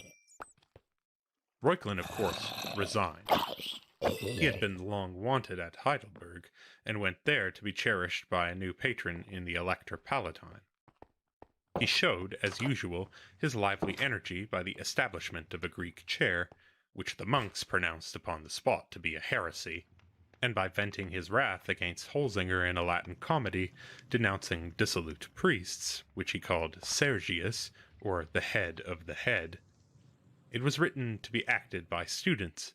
A Latin comedy was then a rare thing in the land, and the news that Reuchlin had written one was noised abroad. Prudent friends counseled him to beware of such unscrupulous and powerful enemies as he would make if he attacked abuses of the priesthood. He submitted to advice, and as he was notoriously answerable for a comedy, and gossip must be satisfied, he suddenly composed a substitute for that first written. When therefore the day of the performance came, it was found that the Greek professor had composed a comedy against abuses in his own profession. It was a castigation of dishonest advocates, lawyers. Scaenica pro gymnastica, the piece was called. After 2 years of misrule, Eberhard the Younger took its consequences. He was then deposed, and Holzinger, the monk, sent back to prison. When the bricks are doubled, Moses comes, said Reuchlin, and returned to his old post at Tübingen. Hitherto his life of study had not been unprofitable, nor much benefit as he received through patronage was it a life wanting independence. Whatever I spent in learning, he said, I acquired by teaching. An anecdote of this good-humoured scholar may be here interpolated, which displays his character in a half-dozen points of view. He was detained once in an inn when it was raining very heavily, and of course had his book with him.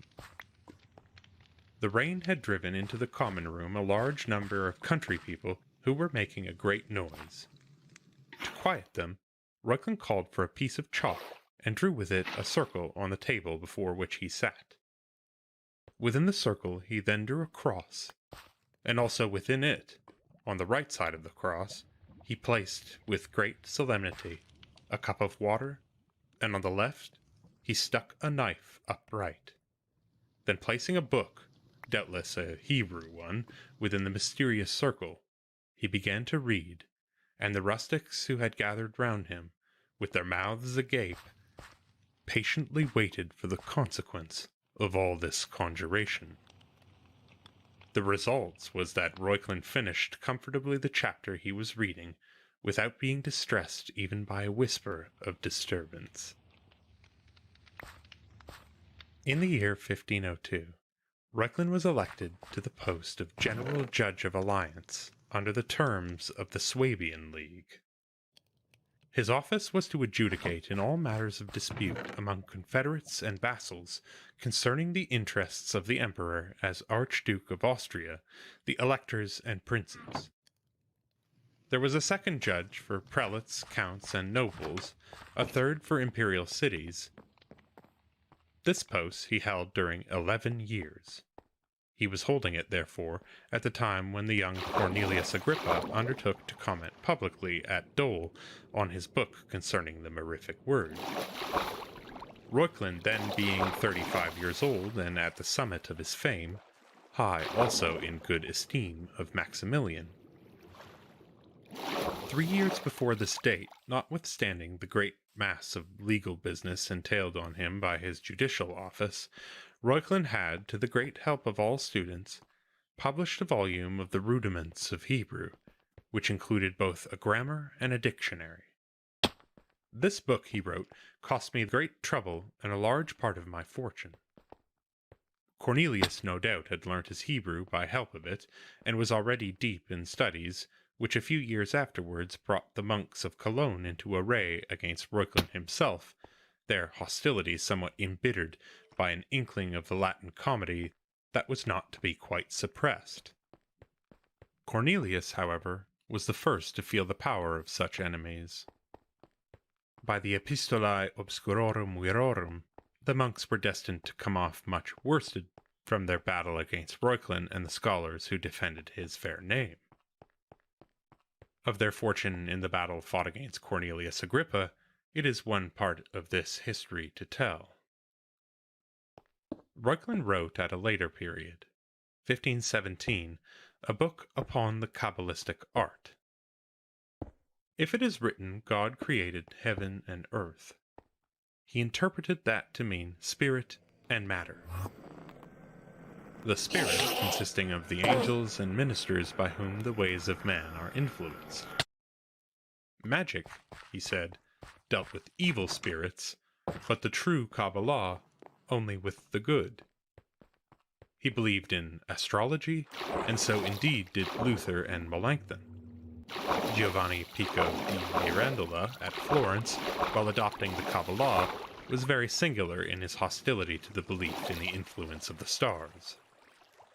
His own faith in Kabbalism Reuchlin enforced thus: God, out of love to his people, has revealed the hidden mysteries to some of them, and these could find in the dead letters the living spirit.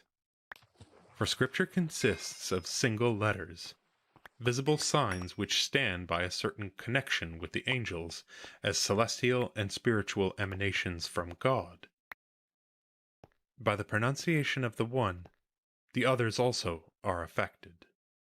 But with a true Kabbalist who penetrates the whole connection of the earthly with the heavenly, these signs, rightly placed in connection with each other, are a way of putting him into immediate union with the spirits, who through that are bound to satisfy his wishes. In his book called Capnio, or The Mirific Word, expounded at Dole by Cornelius Agrippa, Reuchlin placed the Christian system in the center of old heathen philosophies, considering many of the doctrines of Pythagoras and Plato as having been taken from, not introduced into, the wisdom of the Kabbalists. The argument is stated in the form of a dialogue, which is immediately preceded by a summary of its intentions, that may very well suffice here for a summary of its contents. Receive, then, in this book the argument on the mirific word of the three philosophers, whom I have feigned to be holding such dispute among themselves as the controversies proper to their sex would occasion, as to the best elucidation of the hidden properties of sacred names, out of which, great as they are in number and importance, occasion will at last be more easily afforded for selecting one name that is above all names supremely mirific and beatific. And this you may know, the whole matter in brief. Sidonius at first ascribed to the school of Epicurus, but found afterwards, nullius jurare in verba magistri, an unfettered philosopher travels about to satisfy his thirst for knowledge, and after many experiences, enters Swabia, where he meets in the town of Pforzheim 2 philosophers, Baruch, a Jew, and Capnio, Reuchlin himself, a Christian with whom he disserts upon many systems, and presently upon the knowledge itself of divine and human things, upon opinion, faith, miracles, the power of words and figures, secret operations, and the mysteries of seals. In this way, question arises concerning the sacred names and consecrated characters of all nations which have anything excellent in their philosophy, or not unworthy in their ceremonies. An enumeration of symbols is made by each speaker zealously on behalf of the rites cherished in his sect, until at last, Capnio, in the 3rd book, collects out of all that is holy one name, Yehoshua, in which is gathered up the virtue and power of all sacred things, and which is eternally, supremely blessed.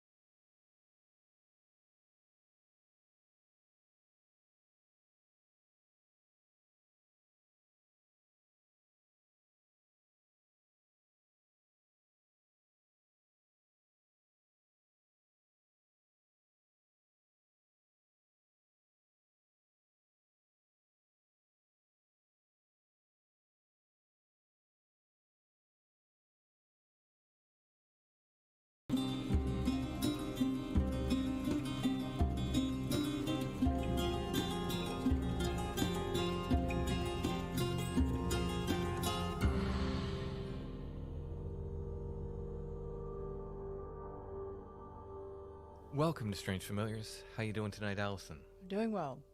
Well, I'm excited about tonight. What are we doing? We're having Brother Richard on the show. Oh, I wanted to speak to that a little bit. Can I go off a little bit on a tangent? Sure.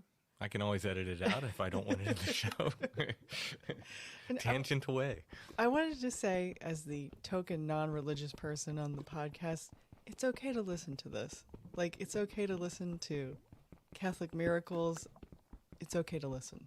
If you don't believe, it's a fascinating story regardless. You can take the religion out of it if that doesn't work for you.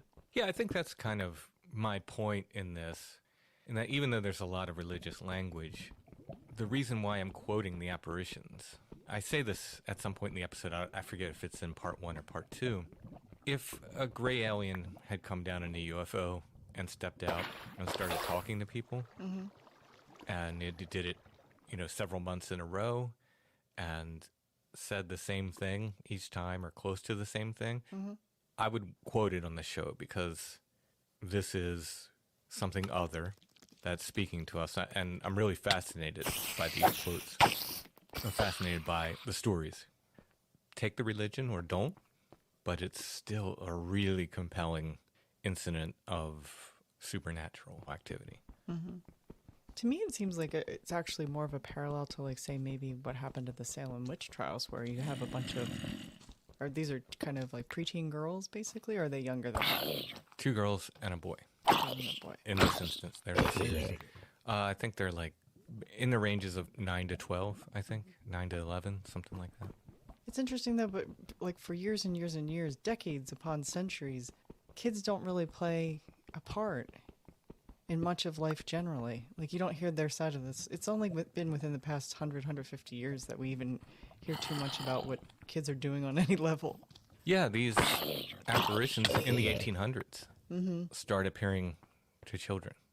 They may have before, but the ones I'm aware of, it seems like it starts in the 1800s. Very interesting. Lourdes, La Salle, on up to Fatima, etc., etc. It's an interesting aspect. Yeah, I'm sure it's not anomalous. I mean, I'm sure that there is history written about children, but things from a child's point of view, they just really see them as human, I guess, as adults were. That's part of the struggle of the 3 seers in the Fatima story. Not that they weren't seen as human or as people, but that they were just kids and they were asserting some pretty big things. And even some of their parents didn't believe them. They were up against a lot. Before we get into that, I want to thank our patrons. Thank you, patrons. Thank you for all your help. We could not do Strange Familiars without you. We're about to drop the 100th patron episode. It is recorded. I just need to edit it. It's probably coming this week. It's 2 parts. Part 1 is audio content, and part 2 has an audio-visual component. So you'll be renting the cart, and then the kids will bring it down. Yeah, it's a film strip. Yeah, I will be doing a film strip for everybody. I mean, actually, it's not that different. It's a slideshow and a presentation. It's kind of a film strip. That's coming soon for patrons. All of our patrons get 2 full extra episodes of Strange Familiars every month. Those are exclusive to our patrons.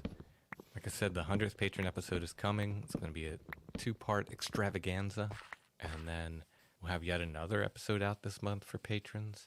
So when you sign up, you'll get all of those episodes. Everything that's been published so far, you get those right away. That's a lot of content you can go back to listen to. And then we're adding 2 exclusive episodes of Strange Familiars every month for our patrons. If you'd like to help us continue to make Strange Familiars and get extra content, go to Patreon, patreon.com/strangefamiliars. Check out the different tiers of support there. You can pay monthly, you can pay yearly and get a discount. No matter how you choose to support us on Patreon, it helps us continue to make the show. Patreon.com/strangefamiliars. And now, let us get to Fatima.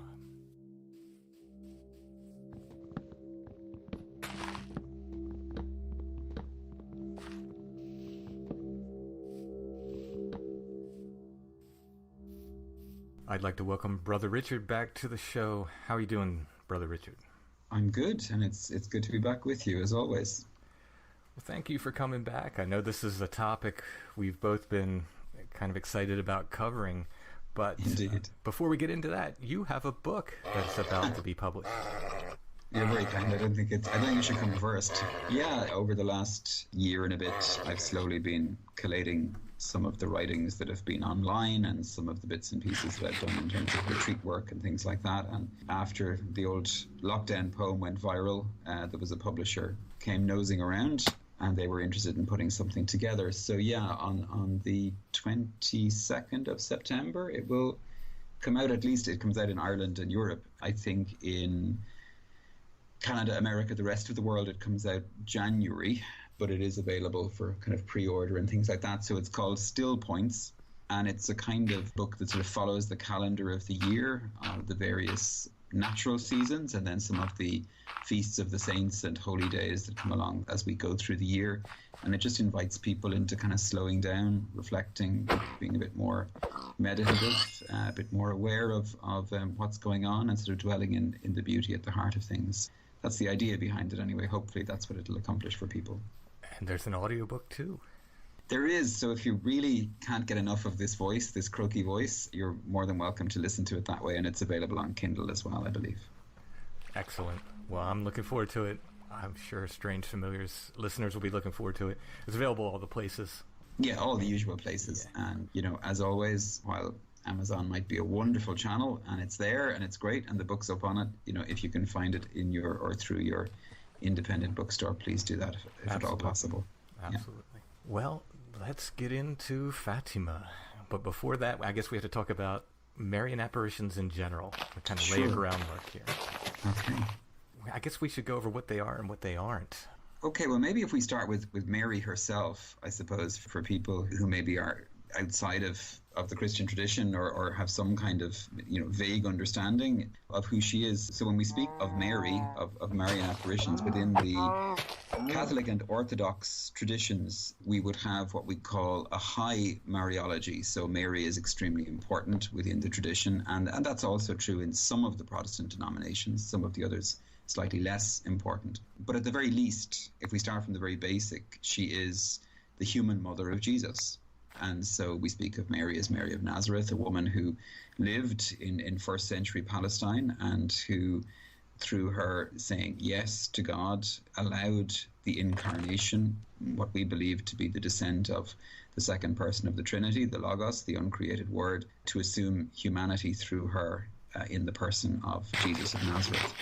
And that's what the tradition teaches. That's what we believe. Within the Catholic and Orthodox teachings, there would be what we call the three Marian dogmas or the three Marian teachings, which refer to her Immaculate Conception. So that is that she was conceived naturally and normally by her parents, Joachim and Anne. They're the names that have come down to us through the tradition, the grandfather and grandmother of Jesus. But that she was conceived immaculately, which means that through the grace of God, who sees through time that the incarnation and redemption will take place, Mary receives a special dispensation to be free of original sin, so that she might be a worthy place and space and cooperator with the Word in the incarnation. So I don't want to get into high theology or anything else with that, but that's just kind of the first of the dogmas that sort of renders her special. And in the very early days of the church, certainly within the second century, if not within the first, Mary was already being referred to in Greek as Theotokos, which means the one who bears God within her, or the one through whom God comes, or simply God bearer. And that's the title that she had from the earliest days within the church. The second of the dogmas is that she is perpetually virgin, which means that even the birth of Christ was accomplished in some mystical way. The church doesn't say how, but in some mystical way, that her physical virginity was preserved. Some of the mystics speak of Christ being born through Mary as a sunbeam passes through a window, which I think is a beautiful image.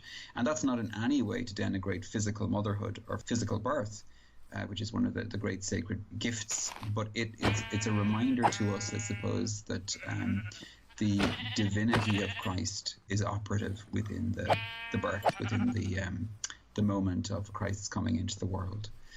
The third Marian dogma, the final one, is the Assumption of Mary, that Mary at the end of her natural life is assumed body and soul into heaven.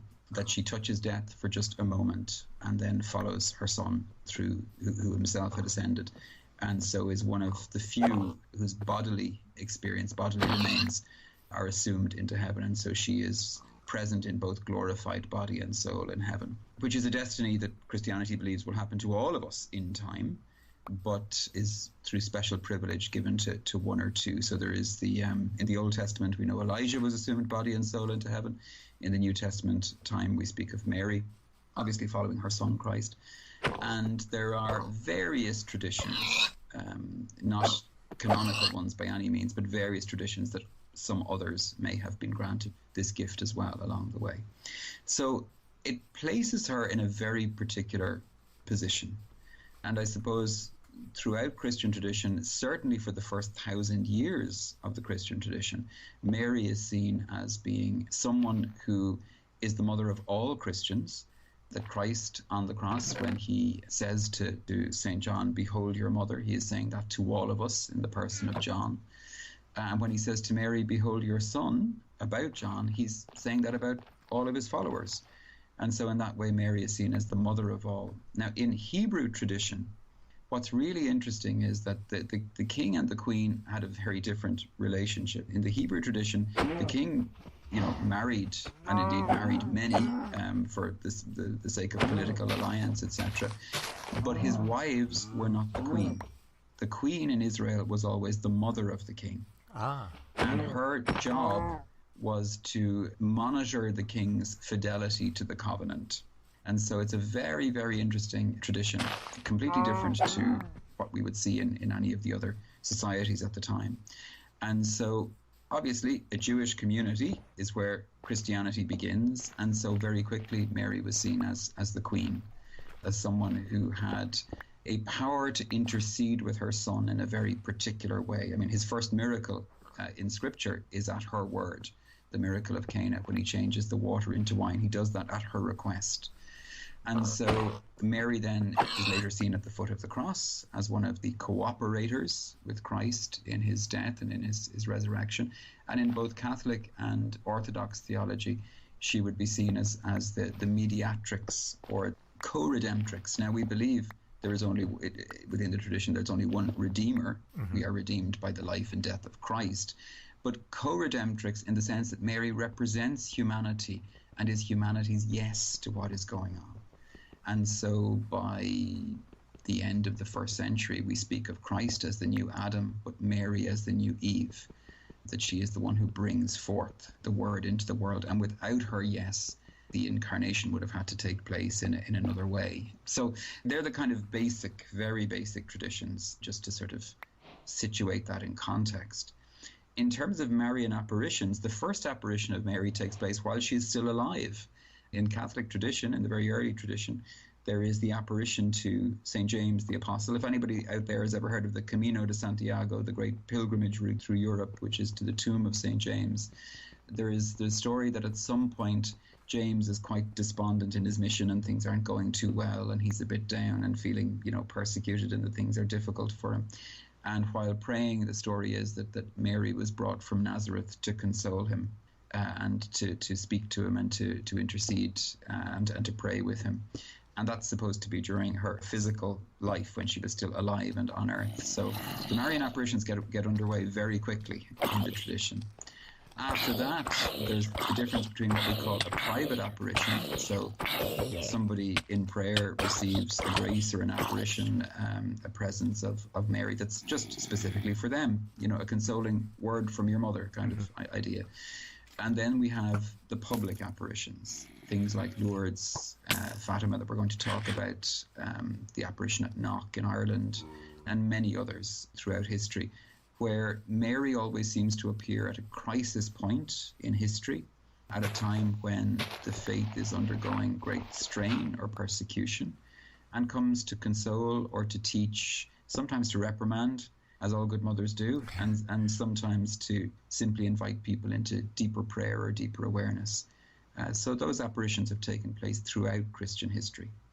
Yeah, there seems to be a few things that are, at least me as I'm reading and doing the research on, that seem to be consistent throughout these apparitions. Sure.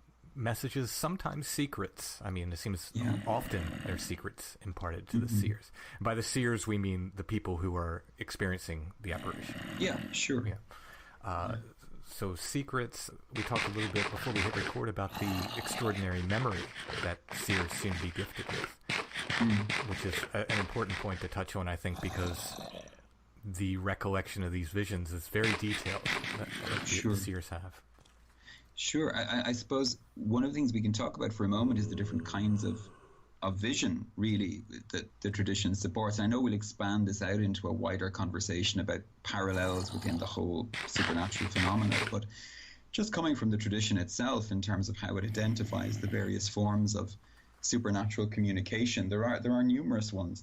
So we would speak firstly and sort of most simply of what we just call inspirations, and we all know what they are, you know, those little moments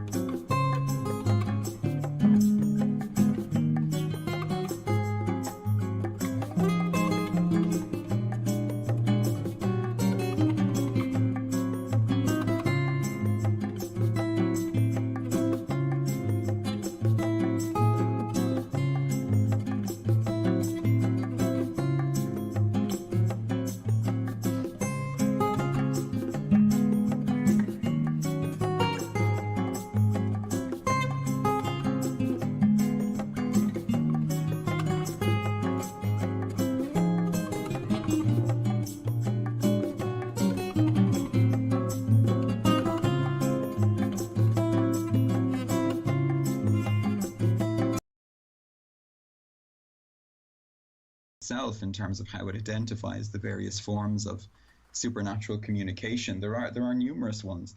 So we would speak firstly and sort of most simply of what we just call inspirations, and we all know what they are, those little moments of intuition or inspiration or movement within ourselves that sometimes seem to come from within, sometimes seem to come from without, but move us into being in the right place at the right time, or help us along the way. And they're seen as coming from the spiritual world, though maybe it's impossible to identify what source particularly they're coming from. After that, we have what are called locutions, and that's where a voice is heard that is separate to the person's voice or separate to their own inner monologue. And locutions can come from a good source or from a negative source. There's a difference between what we call interior locution, which is where the one who receives it is the only one who hears it, and exterior locution, where someone hears it and other people around them hear the voice at the same time. So you might get a group, for example, would hear it. Though sometimes, again, in the presence of an exterior locution, different people can hear different things. They can all agree that they heard a voice, or that they heard a masculine voice or a feminine voice, or they can agree who they believe the voice was, but they may not necessarily hear the same thing. Interesting. Some may hear words, some may only hear sounds around that, and we see that in the Fatima apparitions as we go forward. And St. Joan of Arc is probably one of the most famous people to have received locutions, and she believed she was speaking to, at different times, Our Lord, Our Lady, St. Catherine and St. Michael, amongst others. And they were her guides and her guards along the way. And again, the external voice from a spiritual authority is something that is common to all traditions, all places. But when we move into visions, first and foremost, we have what are called intellectual visions. So this is a vision whereby through the mind's eye we see something, the mind's eye or the third eye or whatever form of internal visioning you want to call that.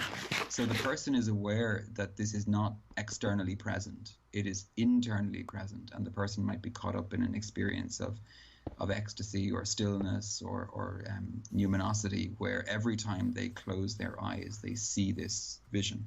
You'll often find with some of the seers of intellectual visions that it's like watching a movie in front of their mind's eye. If they open their eyes, the movie stops. When they close their eyes, it continues from where they stopped. So it's a visionary experience. And this, again, it should be absolutely stated. When we speak of these kinds of visions, this is not because of any substance that anybody has taken. It's not because of any, I suppose, external experience. This is something that happens for the person. Interior visions like this, the intellectual vision, is often spoken of as like almost having a dream but in a waking state at the same time. We then have imaginal visions, and these are always really interesting ones because I tend to find people forget that their own psychology can be at play within the visionary experience, and this is what we mean by imaginal visions. The best way of describing this actually has come about recently, which is where we all have these lovely filters on our phones. So we can hold up the phone and put a filter on, and suddenly we have, very strange characteristics over our faces, or we can have animals in the room, or we can have, lighting effects or whatever. But if you look beyond the phone, you realize the world is exactly the same as it was. And so an imaginal vision is where the spiritual source, whatever it might be, positive or negative, is using elements of the person's own psyche to build the image in such a way that the person is able to discern a clear vision. But for example, you would have experiences where somebody might be seeing a spiritual entity, but the entity can appear in different forms to different people because it's using the individual's psyche. I often think of your famous show about the person who saw the white Bigfoot, the black Bigfoot, and then nothing. Right, yeah. This, to me, would be a clear example of an imaginal vision. So it's the co-creation aspect, where the spiritual entity, whatever it is, sort of reaches within and finds the library within us of imagery. It's interesting, within the sort of mystical tradition within Christianity, it's believed that every image we have ever seen or experienced becomes part of us. The image that's often used, it's only metaphor, but the image that's often used is that the soul is soft like melted wax, and whatever it beholds or receives through its senses impresses itself upon the soul. And so part of spiritual purification begins with what we call imaginal purification, which is removing the images we don't want from the library and sort of purifying the images through meditation, etc., and things like that, so that we have a clearer vision of these things when they arise or when they arrive. But basically, an imaginal vision is one that is being built by an external entity from internal elements. So I hope that makes sense in some way. Yeah. Then we come to what we would call formal apparition. So formal apparition is where an external spiritual entity reveals itself to the individual. Now, this might be that everybody sees it. So, for example, in the apparition at Knock in Ireland, anybody who came to the place saw the vision, saw it exactly as it was. They all agreed in what they were seeing. It was the same thing. And people could go away and come back, and the vision was still the same. In Fatima, we have the experience of both angelic and Marian apparitions, where depending on which of the three seers we're speaking of, there was a slightly different experience for all three. We can talk about that as we go along. But we would still speak of that as an external apparition because of the ongoing conversation, the dialogue, the fact that as the visions proceed, the children are given terms and concepts that they would have been completely unaware of, but all of which were theologically correct and appropriate for what the messages were. And so there are various ways of kind of testing those end of things, and they were applied in this instance. Which happened at Lourdes too. Yeah, exactly. Yeah. I mean, again, you have this young, illiterate peasant, as they called her at the time. It wasn't a pejorative term at the time. It was an actual kind of category of social life, who is suddenly speaking theological language that was astounding the theologians of the time, who kept trying to correct her. Of course, these men tried to correct her over and over again. She stuck to her guns. And what's really interesting is she was speaking theology that really is present only within the mystical Marian tradition and was affirmed by the church, years later.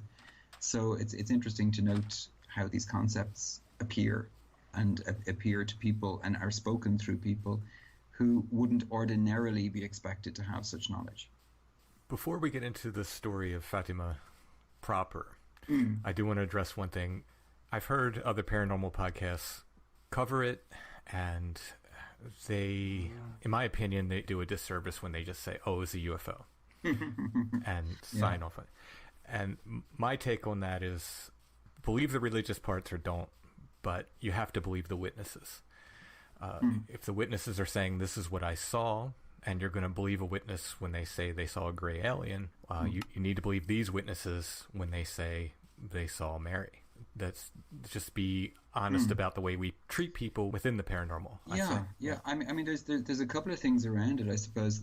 I remember the first time I read Jacques Vallée summary of Fatima, and I was really taken aback by just how little of it he was covering. Now, obviously, everybody has to make editorial efforts to make books readable and things like that, and where he was talking about it was not in a book on Fatima. But it astounded me that a man who was so astute and so aware of the subtleties that happen in various paranormal phenomena was sort of with a stroke of a pen just dismissing this as, a religious apparition took place. It's all coming from the same phenomena. Therefore, we can categorize it as, a UFO experience. And if your judgment is it's all coming from the same place, great, that's fine. But even if it's coming from the same place, it is manifesting in a different way. Yeah. And I think what's important is for people to recognize that if we want to really understand what's going on, if we decide that there's one root phenomena from which it all comes, then we do a big disservice to it if we immediately begin to group these manifestations into categories of our making. I think when it comes to looking at it from the religious perspective, I think you're only going to understand Fatima just as a historical event, not necessarily as a religious event. You're only going to understand it as a historical event if you actually wade in to the community of faith from which this comes. And also do them the service of recognizing that, they know of which they speak. Right. In exactly the same way as you would if you were going to interview an indigenous tribe somewhere in the world. We now know what it's like when men, it's usually men, and it's usually white Western men, walk in and with their big shoes stamp all over what people understand or don't understand and begin to impose their particular views. I would say you're dealing with something similar when somebody just dismisses automatically, all Marian apparitions, whether they dismiss them as hysterical human events or whether they dismiss them as UFO events. The important thing is to recognize, we have an event here that's numinous and unusual, and we could probably learn from it if we actually let the people tell their story. One of the main rules of Strange Familiars is we don't tell people what they saw. We let people tell us what they saw. Sure. And that applies to this. And I would just ask the listeners to do the same. Just listen to what the story was from the people who saw it. And by the way, I think I want to be very clear. I'm coming from a faith perspective myself, but I'm not in any way saying that it's wrong to say, oh, here are similarities, here are parallels, here are things that sort of overlap and that we can look at and that we can investigate. I suppose the perspective I come from is that I think it's more human-centered in that I believe we have a capacity within us to receive numinous phenomena, and that when we tune into those channels, whether it's a UFO experience or a Marian religious experience or an interior experience of, ayahuasca or one of these individuals, the same channels are in use. But, in the same way you tune in your radio or your TV, the programming may be different and come from a different source, even though it's using the same technology to arrive. So that's the kind of perspective I would take, at least as we begin. I've borrowed your phrasing on that a good bit. Okay. Feel free. So if we want to start with Fatima, we got to start with World War I think. Sure. It starts in 1914. Fatima's in Portugal. It's a little area in Portugal, a little very rural parish. And Portugal itself tried to stay neutral, but was drawn into the conflict by March of 1916. That's when Germany declared war on Portugal. There was something else happening in Portugal at the time as well. There was the governor of the First Republic took over in 1910. Now, Portugal was previously a very pro-Catholic state, and what the government that came into power in 1910 was very anti-Catholic. Absolutely. You had this extraordinary experience in many of these countries at the time, which moves into Spain later, where you have a populace who are very Catholic and still continue to be Catholic in practice, but a sort of a nobility / ruling class / government who takes a very anti-church understanding. And this was as nationalism was really beginning to come to the fore, and so bodies that were pan-national were considered with great suspicion. And so the church was seen to be a kind of a pan-nationalist organization. And so particularly, and also, mind you, because of its traditional support of the sort of old style of aristocratic hierarchy as well, which has to be said, it was a negative for the church, but it certainly was something that the church had done, because it saw that as kind of supporting the old idea of divine monarchy. Both of those things alienated the church from the kind of ruling class and governments at the time. Amidst all this upheaval, there's an 8-year-old girl named Lucia dos Santos. She lived in the parish of Fatima. One day in 1915, she's tending her sheep in a meadow on Mount Cabeco with 3 other young girls. After lunch, they say the rosary. This was a daily practice for them.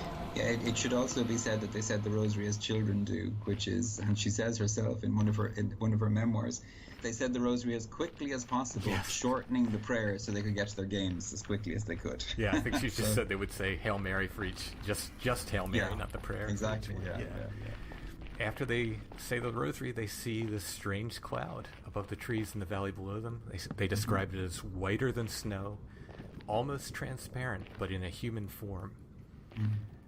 Lucia would witness the same phenomenon 2 more times that year, and later she would come to understand this is the figure of an angel. In 1916, she's with her 2 younger cousins, Jacinta, who was 6 or 7 at the time, I'm not sure exactly the timeline, and Francisco, who had just turned 8. Usually children younger than 8, they didn't let him go out with the sheep, but Lucia had a very strong connection. Apparently, children loved her, and they just wanted to be with her so much that they just begged their parents to be allowed to go out to, take their sheep out to pasture with Lucia. Yeah, I think you have that sort of agricultural culture at the time where children were the workforce, and very often they had far more responsibility than we would ever give children now. Yes. I mean, just sent off for the day, to mind sheep and given a stick to sort of drive off any wild animal that might turn up. What's interesting as well, I suppose, about them is that there is a kind of a relationship very quickly of huge trust between the three of them. Lucia at one stage, speaking of Francesco's character, speaks of him as if she told him to stand there or sit there, he would simply do it and would stay there until he was called again.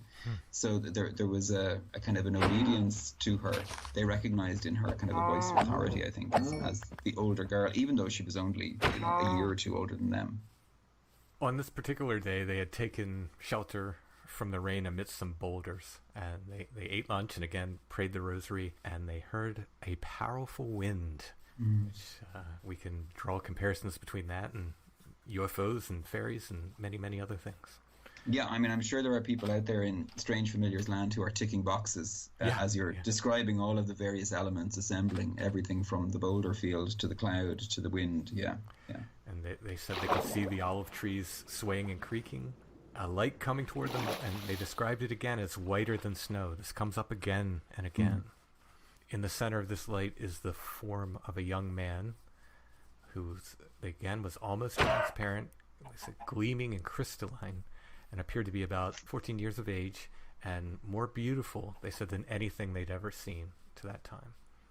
And Lucia recognizes this then as the same figure she had seen before once she sees it. We often find with Marian apparitions, if we look a little earlier, you can actually get the visionaries or the seers to speak of, numinous events that had happened earlier than the apparitions. There are usually angelic apparitions that seem to prepare for the coming of the main event, as it were. Yeah, it happens quite often in these. The figure begins to speak, says, "Do not fear. I am the angel of peace. Pray with me." He then kneels and touches his forehead to the ground. Joseph Pelletier, Father Joseph Pelletier, wrote a book called The Sun Danced at Fatima. I'm going to borrow his line on this. He said the children were moved by a supernatural impulse to do the same, so they imitated the angel. He taught them a prayer. He said, "My God, I believe, I adore, I hope, and I love you. I implore your pardon for those who do not believe, do not adore, do not hope, and do not love you." The angel rose up and said, "Pray that way. The hearts of Jesus and Mary are attentive to the voice of your supplications." Again, I want to make an aside here. There's religious talk in these messages, and you can believe the religious parts or not, but I would think it's important we have these supernatural entities talking, and we actually have their words. Where they have quotes, I'm going to quote them, because I think it's important when we get the actual words from these entities. And not just the words, but the action is very interesting. This was not a posture of prayer or meditation that these young people would have been familiar with in any way at all. Obviously, those of us who have a wider knowledge would see it present within the Muslim community. It's a very ancient posture within the monastic mystical tradition. And so both within Orthodoxy and within Catholicism, within the monastic tradition, we would pray like this quite often in terms of the prostration that's there, where the head is touched to the ground. In fact, the first action of every Franciscan in the morning, traditionally, was to kiss the ground and to touch the ground with your head as a act of gratitude for a new day beginning. So it's interesting already that even the methodology that's been given to the children is something that they would never have seen anywhere. It's not in Catholic public liturgy, but it is something that is very ancient and very mystical. And this is also parallel with the book of the Apocalypse, where it speaks of the angels bowing down and prostrating before God. And here we get back to this extraordinary memory gifted to the seers, that they recall this prayer. And I mean, what 8-year-old could come up, or 12-year-old even, could come up with this prayer, right? This is a very not something a child would come up with. And not only do they remember it, but they begin to repeat this prayer and repeat this action over and over in their daily life. But back to this day, after the angel departs, they remain prostrate. They repeated this prayer over and over again for a long time, and they spent the rest of the day in silence. And they don't even tell anybody about this until later. There seems to have been a real impression within them that this was something. It wasn't said to them by the angel, but there was an impression within them of not sharing this with anyone. Yeah. And in fact, at this point, they don't even speak amongst themselves about it. The only thing that happens is Francesco, who doesn't hear the voice of the angel. He sees the angel, but he never actually hears the voice of the apparitions along the way. Is asking Lucia and Jacinta to tell him what was it the angel said. He learns the prayer by hearing the girls pray the prayer out loud. That's how he receives the prayer. And his description of the angel is exactly the same. The three of them were always in unity in terms of what they saw, apart from one of the later apparitions, which we'll get to, where, depending on the seer, they saw slightly different things. But what's interesting is that, he asks Lucia, what else did the angel say? He asks Jacinta the same. And the two of them actually physically can't answer him at that moment. They keep telling him, we'll talk later. For now, we just need to think about the angel. That's something that they keep talking about, is thinking about the angel, which is really interesting. For young, gregarious children to suddenly choose silence and stillness, there's some interesting movement going on, at least intellectually, with that. Yeah, particularly Jacinta she made a real change before and after these apparitions. She's described beforehand as, honestly, Lucia describes her as kind of a brat, yeah, sure. Yeah. And she really makes a change. Like, her whole character changed for the better, in a very positive way.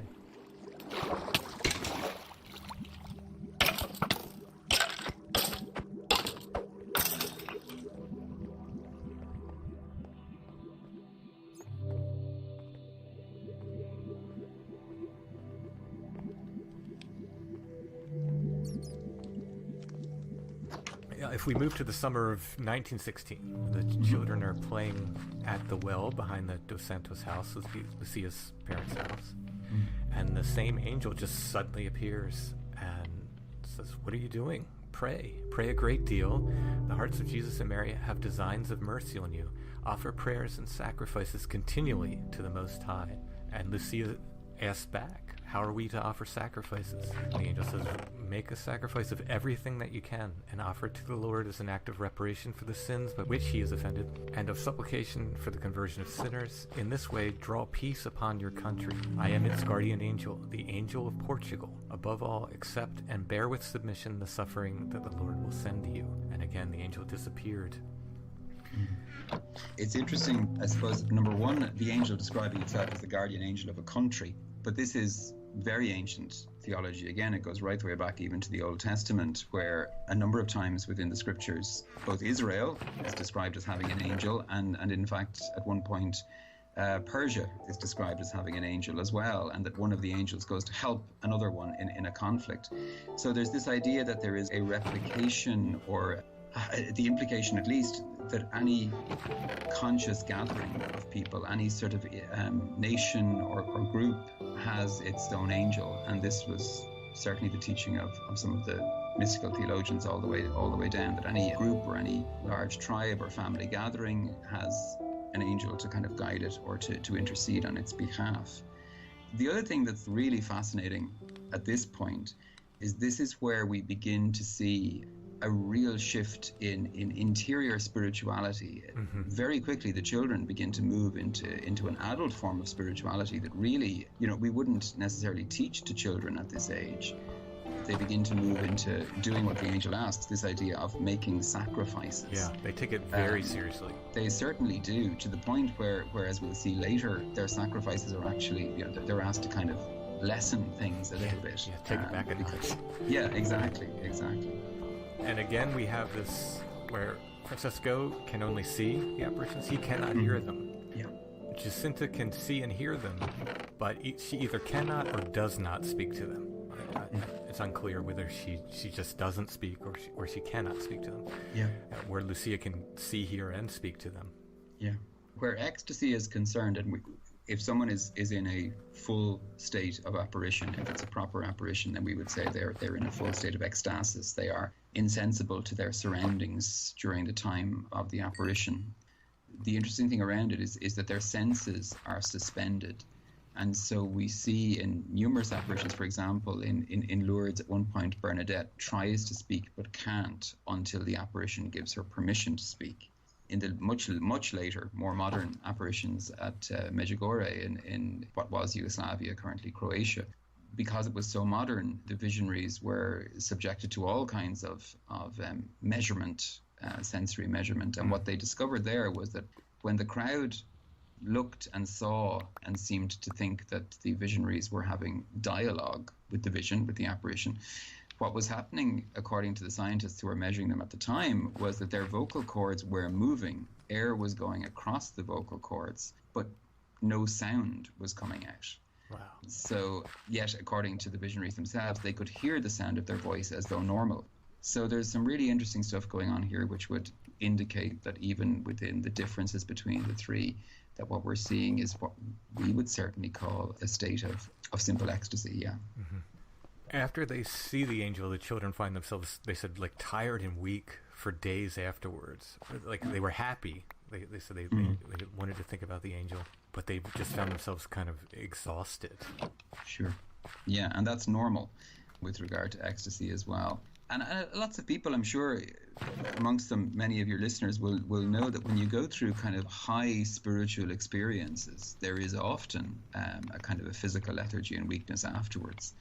And this is true for the children as well. Even in Scripture, we see it. You know, how often do the prophets talk about feeling faint after what they have seen, or falling down after what they have seen? And the same is true for the children, and it happens after every apparition. Actually, they're left with a deep peace and a great joy, but physically they feel exhausted and worn out. Moving to the fall of 1916, the children are at the boulders on Mount Quebeco again. Mm-hmm. They say the rosary and the prayer that the angel taught them. And the angel appears, this time carrying a chalice and a host. The host is dripping blood into the chalice. The angel prostrates on the ground. The host and chalice remain suspended in the air. Very interesting detail. Mm. And then the angel says, Most Holy Trinity, Father, Son, Holy Spirit, I adore you profoundly and offer you the most precious body, blood, soul, and divinity of Jesus Christ, present in all the tabernacles of the earth, in reparation for the outrages, sacrileges, and indifference by which he himself is offended, and by the infinite merits of his most sacred heart and those of the Immaculate Heart of Mary, I beg of you the conversion of poor sinners. He repeated this 3 times, rose up, and then gave communion to the children. Lucia was given the host, and Jacinta and Francesco the contents of the chalice. This is the first time that we see Lucia being separated out from the other two, and we'll see why as time goes on.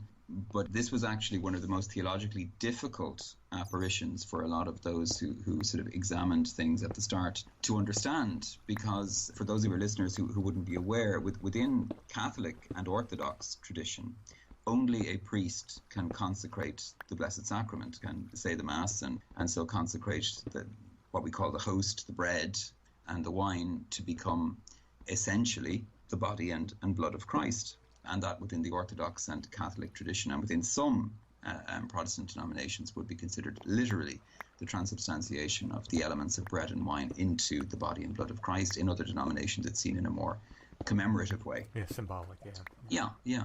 So at this moment, the big question of the theologians was, where did this angel get the Blessed Sacrament?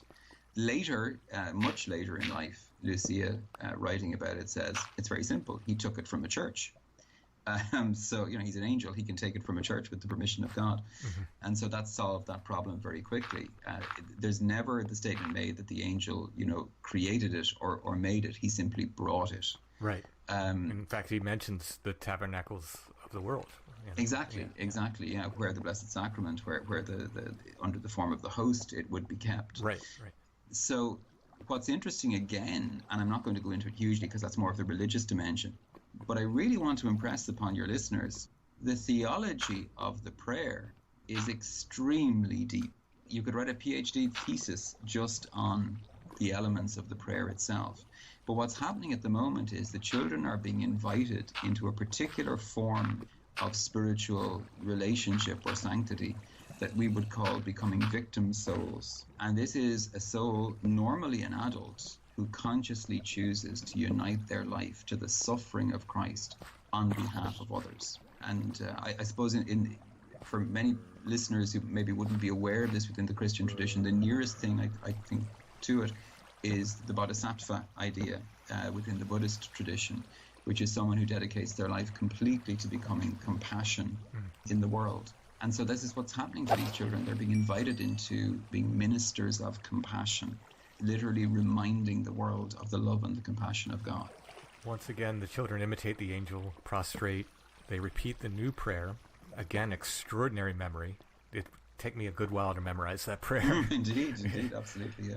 And again, they're left physically tired, but emotionally and intellectually stirred. It was definitely felt amongst those who examined the children that their intelligence was far above what you would expect for those children of that place and of that age. Now, that might show the prejudices of some of the more educated people coming from the towns, etc. But at the same time, there is an experience going on that we would speak of as what we call infused knowledge. And that's where the experience that the child is having, that the seer in this case is having, is so numinous and so spiritual that it's being impressed on the intellect like a kind of a stamp. And so the young person has perfect recall of it, perfect sensory recall of it, no matter what. And so as time goes on, and we'll see many people try and say to the children, you didn't see this, you saw that, or you didn't hear this, you heard that. They remain absolutely word perfect in everything that they saw. And this is something we see in many people who have numinous experiences, even outside of the religious tradition as such.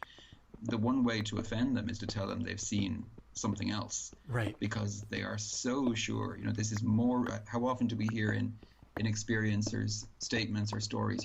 It seemed to be more real than real. It has this heightened reality that makes sure the person, when they're allowed to remember it, remembers it absolutely clearly. They are. They're still children. They still like to play. Of course, but they are really propelled into, I guess, a kind of spiritual maturity that you just don't see, in most adults, honestly. Absolutely. Yeah, absolutely. I mean, where they arrive at and the levels of sanctity that they arrive at in a very, very short time, to my mind, is one of the greatest validations of this as a genuine spiritual experience. Moving to May 13th, 1917. Our three shepherds are playing in the Kovada area. It's a pasture owned by Lucia's family. And this will become a very important place going forward here. They see a bright flash. They think it's lightning. And they decide, well, we better gather our sheep and head for home. They're approaching a holm oak tree. And they see another flash that they said was brighter than the first. And then they're caught in a glowing light. They said it was almost blinding. Above the branches of the oak, they see a beautiful woman. They said light seems to radiate from her. She seems to be clothed in white light, more brilliant than the sun. Despite this, they said they have no difficulty looking at her. You could tell words fail in their description. Yeah. It's brighter than the sun, but, we didn't have any problem looking at her. They describe her as more beautiful than anything earthly. They said her face showed an expression of both maternal sweetness and grave seriousness and sadness.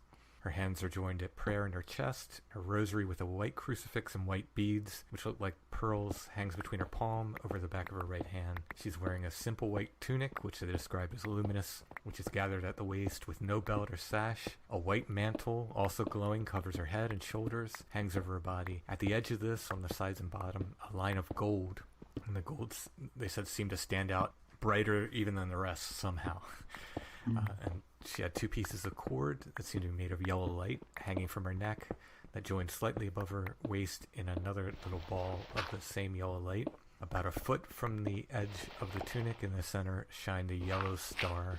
So her face, feet, and her hands seemed to be composed of flesh-colored lights. They looked like flesh, but they were also glowing. She stood delicately on the leaves of the home tree, composed of light which seemed to give off waves, making it appear as if her garments were undulating. Wow. Yeah. You could stop there and just take it. Yeah. Take a while even to think about it. Again, as you say, earthly language begins to be a problem here. This is not conceptual language. All we can do is speak in the language of metaphor and comparison. And so when the heavenly person appears, and they are obviously taken aback, but again, the memory is so real, is such a deep experience for them, that they never failed in their description. It never changed, even down to these tiny little details of what she was wearing, of the hem of her garment, the rosary being on a particular hand, etc. And there are a couple of things I think that are important. The first is this idea that even her body is made of light. And this is, again, what we speak of when we speak of the glorified body, that those saints and holy ones who have arrived at a point where they are completely at one and completely unified with God. We often hear of the body kind of transforming itself into light. Again, in other traditions, the Eastern traditions, they would speak of the light body. So this is something that is quite common for higher spiritual personages, that we see light, we see the idea of light being condensed in some way, that the essence of the being is light. And this is what they are seeing, that this person is formed of light, while at the same time being clearly an individual, a person. The lady, and it's important, right now they only refer to her as a lady. Yeah. Yeah. So they were honest. We don't know who this is. Yeah. And the lady speaks and says, "Do not be afraid, I will not harm you." Lucia asks, "Where are you from?" And the lady replies, "I'm from heaven." And Lucia says, "Well, what is it that you want of me?" The lady replies, "I've come to ask the three of you to come here for 6 consecutive months on the 13th day at the same hour. Then I will tell you who I am and what I want. Afterward, I will return here a 7th time." Lucia asks, "Will I go to heaven?" And the lady answers, "Yes, you will." And Jacinta, "Yes," and Francisco.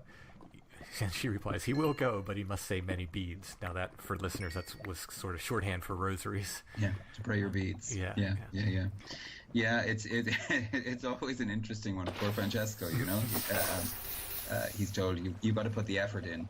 One of the things I think that's present in these dialogues is there's a wonderful child. We see the child, who's looking for, what do you want and will I get to heaven? And it's very quick.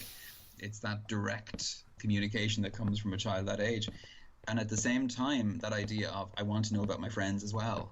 If I'm going, I want them all to go with me. But the honesty with which it wasn't, they don't present themselves as, perfect saints or people to be listened to or anything else. Immediately they're saying effort has to be put in. And as we'll see as it goes along, the apparition, isn't all sweetness and light. There's a very serious note to what's being said. Lucia then asks about 2 girls from her town who had recently died, and she said, "Is Maria das Neves in heaven?" The lady answers, "Yes," and she said, "And Amelia?" And the lady answered, "She will be in purgatory till the end of the world." So the lady makes a request then. She said, "Are you willing to offer yourselves to God and bear all the suffering he wishes to send you as an act of reparation for the sins by which he is offended and of supplication for the conversion of sinners?" Lucia answers and says, "Yes, we are willing." The lady says, "Then you will have much to suffer, but the grace of God will be your comfort." As she says this, she opens her hands, and even more intense light shines on the children, and they said they felt that this light penetrated their souls. The children knelt and prayed, "O most Holy Trinity, I adore you. My God, I love you in the most blessed sacrament." After a few moments, the lady speaks again. She says, "Say the beads each day to obtain peace for the world and the end of the war." She turned slowly, rose and glided towards the east. They said she was surrounded by a vivid light that seemed to open a path for her in the sky. She disappeared in the distance. So, from the beginning, Lucia said we should keep this a secret. And she warned her little cousins not to say a word about it. But Jacinta, as soon as she got home, told her mother that they had seen Our Lady. She was Jacinta was very clear from the beginning who she believed it to be. Lucia and Francesco, Francesco could only go by what the girls reported to him, because he saw everything but didn't hear anything in the voice. He could see Mary speaking, and he could hear the replies of the sisters, of the girls, but he couldn't hear the apparition. He was perfectly happy to do what Lucia had said in terms of keeping it secret, and I think he kind of realized that if it was said, there might be trouble. Jacinta, being very impetuous and still at that stage, immediately identified the apparition as Our Lady. Important to note too that, and Lucia describes this in some of her notes on it, how important and how much it was impressed upon them not to lie.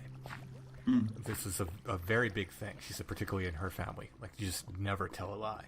You just do not lie. Yeah. And there comes a moment later, much later, where Lucia is accused of having received money from somebody, and she is adamant that she didn't. And they were different days, but she speaks of her mother, taking up the broom handle and giving her clothes a good dusting, is the way she puts it.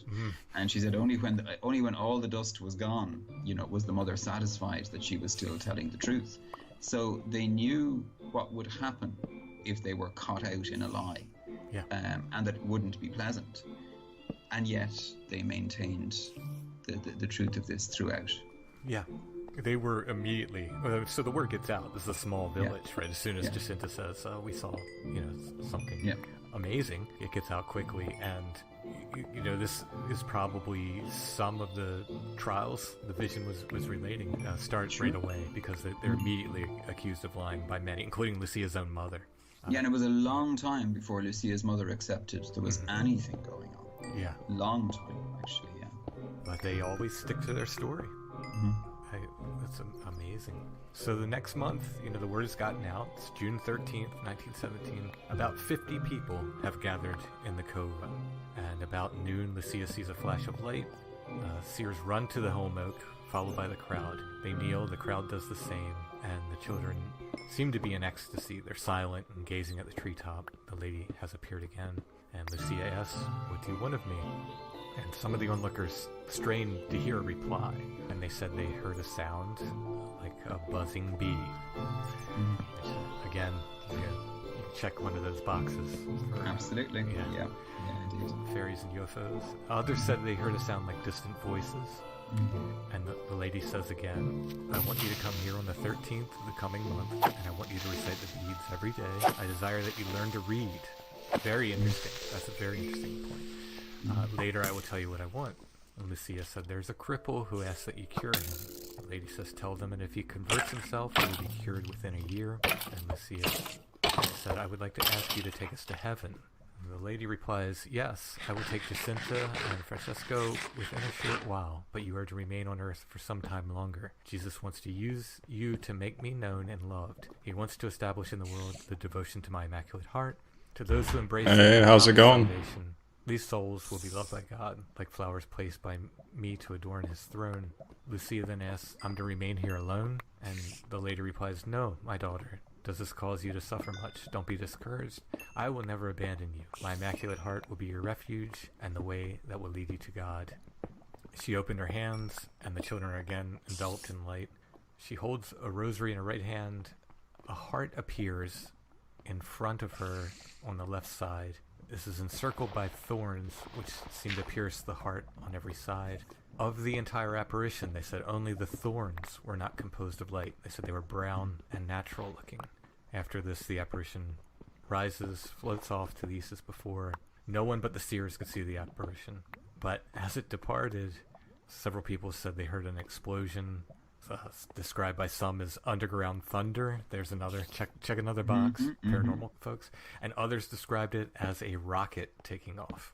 So the onlookers saw a smoke-like white cloud rise from the tree and depart to the east. So they were seeing things. The other people were seeing things. They just weren't seeing what the seers were seeing. Yes, absolutely. And I think what's interesting around this is the second time that the children are enveloped by this particular light. Again, within the mystical tradition, there's this idea that we speak of three distinct stages of spiritual life. The first is purgative, which is about literally the purification of the self, the conversion of the ego, moving from a kind of a selfish way of life to a generous way of life. And the vast majority of human beings, that's the stage we're at. We're working on ourselves as best we can. The second stage is called the illuminative. And when purgation has finished, the illuminative is this idea that the soul is penetrated by divine light in such a way that it now has total knowledge of itself and of God. And this may manifest in various charisms like clairaudience, clairvoyance, etc., these kind of ideas. Also sort of at times telepathy, or the knowing of secrets or knowledge that they would not otherwise know, the infused knowledge that I meant before. But one of the elements of that illumination is a strengthening of the will, so the human will begins to rest more fully and completely within the divine will. And that, to my mind, is what we're seeing here, that these young people, as young as they are being in some way strengthened or infused with light, so as to be able to carry these messages forward and be able to live according to the wishes of the visions for them. The other element I think that's really interesting around it is this idea of the people leaning in to try and hear what's being said. This is not a nice crowd standing respectfully off at a distance. The children were often jostled. They could find themselves being surrounded. People were waving hands in front of their faces. There are reports, certainly from other apparitions as well as these, of people actually actively pinching or hurting, or even shining lights in eyes and doing all of these kinds of things. Sticking them with pins. Exactly, yeah. So this was not a pleasant experience of people standing around respectfully and sort of children getting kind of a buzz out of being famous or celebrities. It was quite a frightening experience for them in terms of the people, except in the moment of the apparition. And then, as you mentioned, what's also interesting is the fact that many people see and hear different things depending on who they are and where they are. Everything from the rocket taking off to the underground thunder noises. And again, these all seem to be elements that we find in any kind of major numinous event.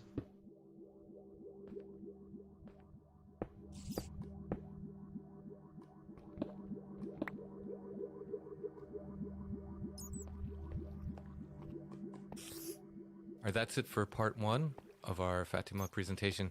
Come back next week for part 2, where we'll get into even more. All right, Allison. It's that time of year.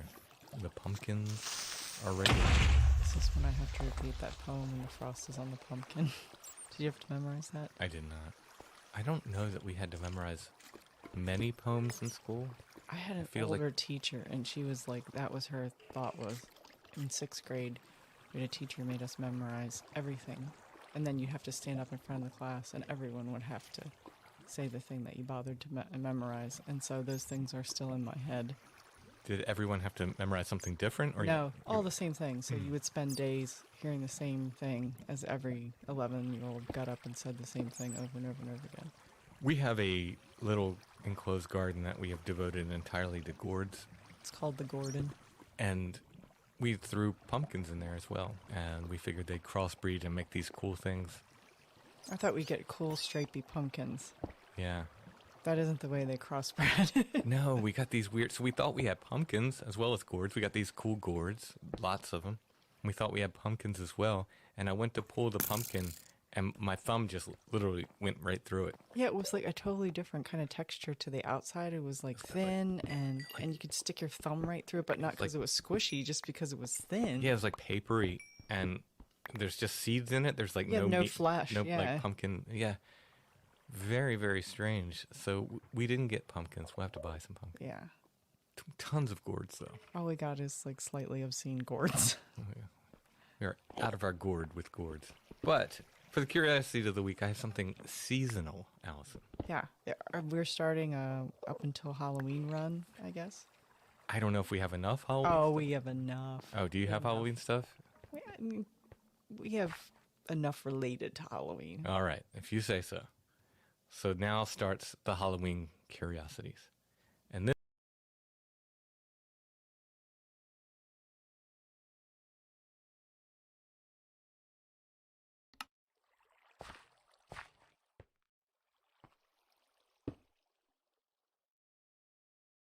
You see me type in game.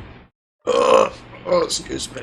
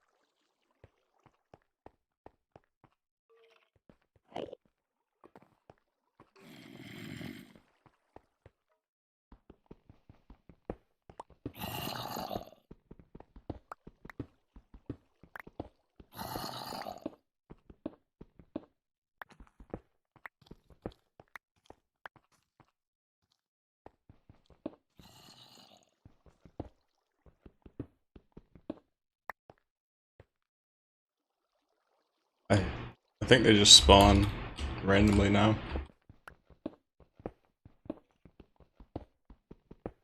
Usually these fucking poison spider ones though.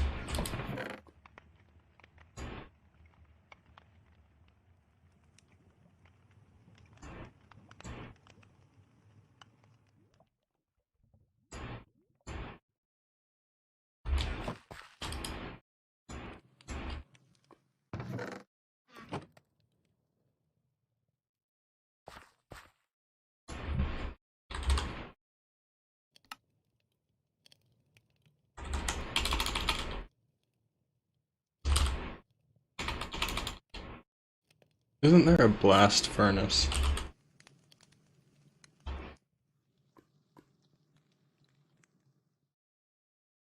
Yep.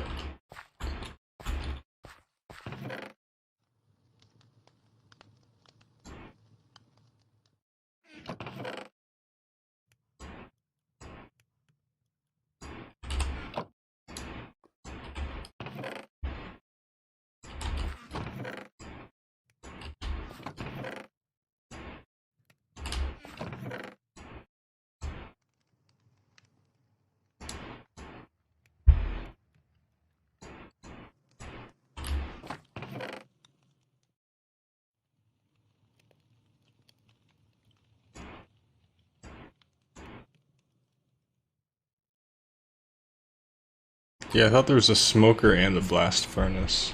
I don't know if I'm on too early of a version or if it's just on Bedrock.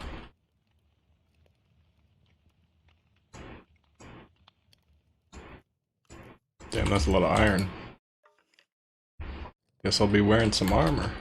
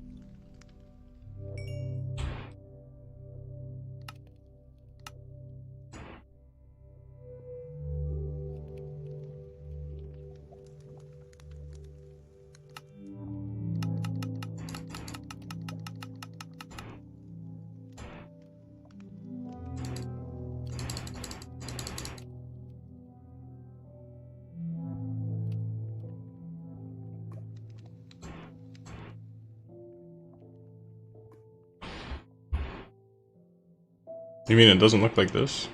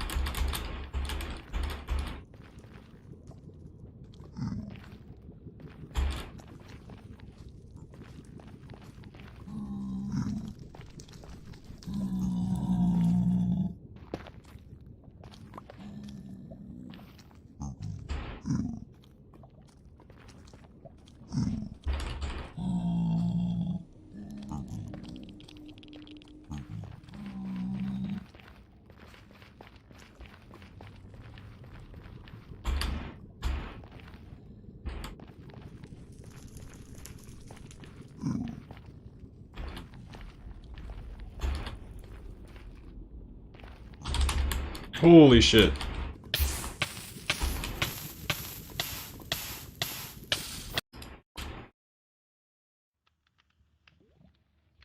Jesus.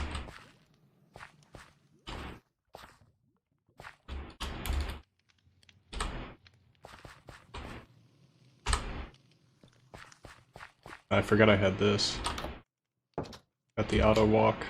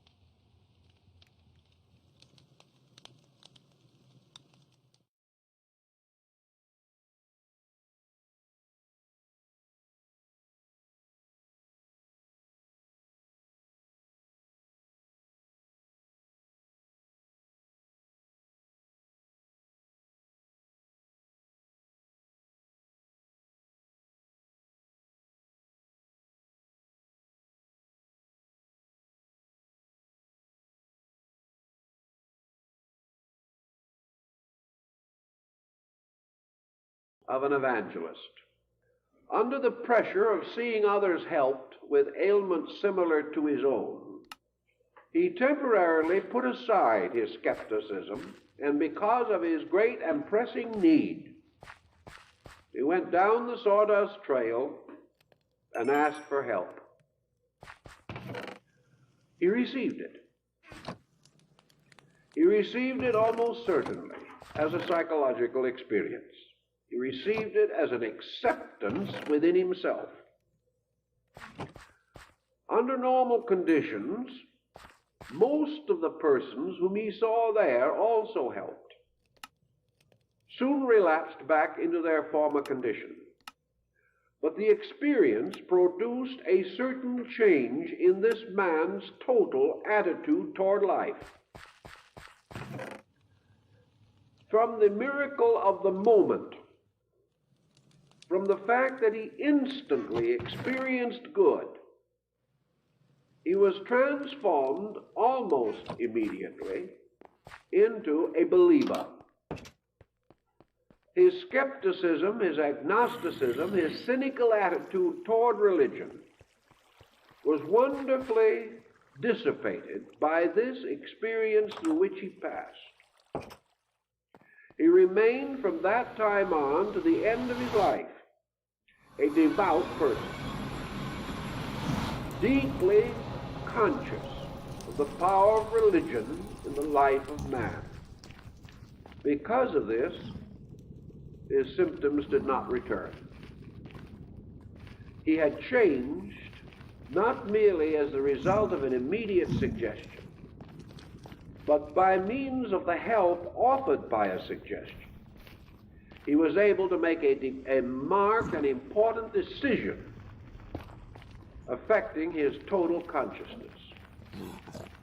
Under such conditions, the suggestion was the bridge which led him to a far more complete recovery. Such is the same problem at Lourdes or Saint-Anne-de-Beaupré or any of the great healing shrines of the Christian and non-Christian worlds. For in both spheres, spiritual healing is by no means an unusual phenomenon. Thus we have in suggestion a present help, and it takes on many of the aspects of ordinary medication. It is an optimistic physician indeed who affirms that his treatment cures the disease. Usually he is content if he can bring the body into a better state or a better condition to assert its own rules of health over the ailment. If, therefore, the physician can be an honest secretary of nature, if he can assist nature, he is content. Suggestion can also assist nature, but not if in its substance or essence it is contrary to nature. Suggestion then goes on into many fields of relative importance from a psychological standpoint, but we must cope with a number of these fields as we proceed to try to understand them better. A suggestion made by a person whom we do not respect will seldom have much influence. We must have some openness, and there are two ways in which openness comes. One, by respecting the source of the information, and the other is respecting the information itself. The power of Adolf Hitler to sway the German people was not, I think, because Germany universally respected or admired the man. Certainly that would have been practically impossible, particularly for a country which had achieved the intellectual scientific level which Germany had attained. But Adolf Hitler was saying things that a great many Germans wanted to believe. And perhaps they did not want to believe them as excessively as he said them. But they certainly did realize or did accept that the things that he said conformed with their own feelings on a great many subjects. Let's take a homely example.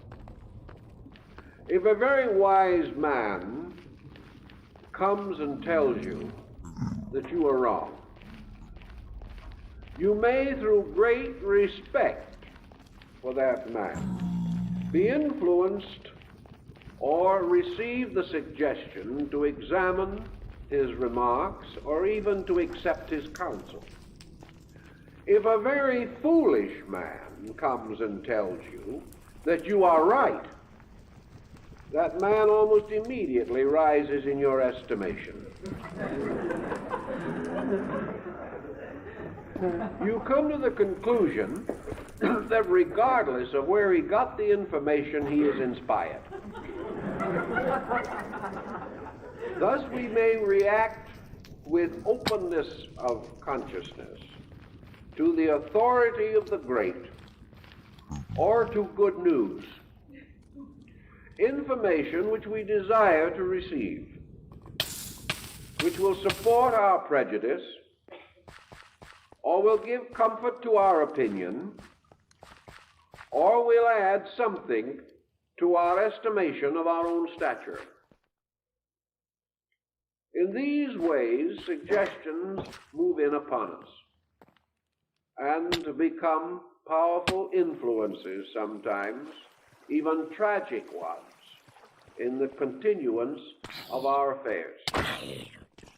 History and experience tells us, however, that it is not common for us to find a person sufficiently, completely noble, completely acceptable, that we will remain indefinitely uncritical to his advice or to his recommendations. After a time, we become inevitably aware of the humanity in our fellow man. We observe that he does things which we do not approve of. We observe that he is not always successful. And we begin to suspect that we are under glamour, that this person's advice may not be as good as at first we believed it to be. And as our faith in the person is diminished, the usefulness of the faith in our lives crumbles and falls. From a very ancient time, therefore, powerful advice, suitable to change the course of life, to change the history of nations,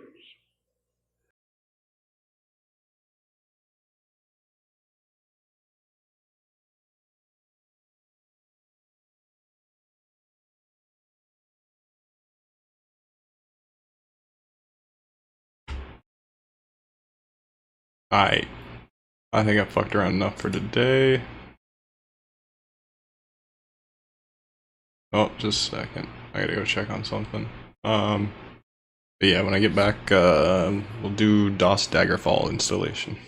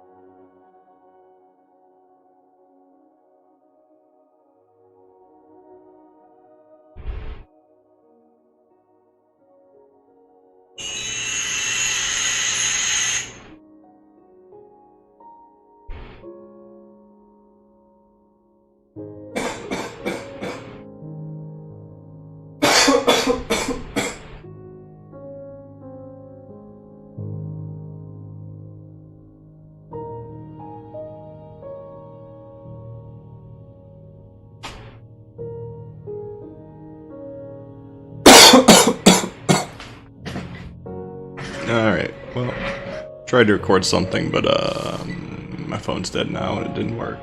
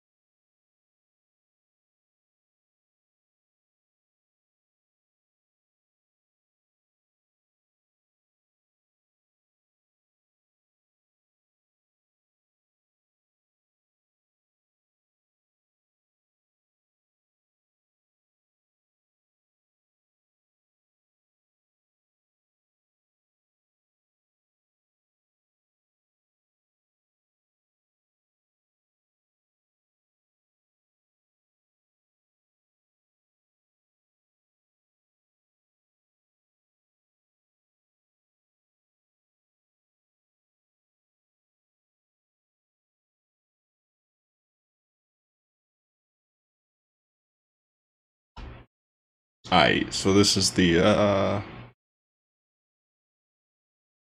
Daggerfall setup from the UESP.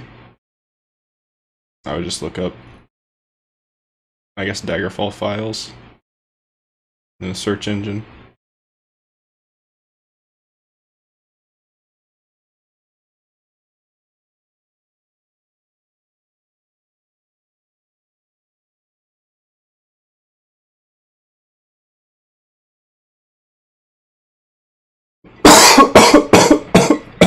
Excuse me.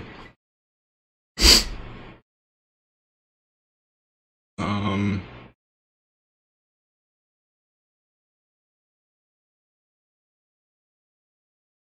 want my desktop.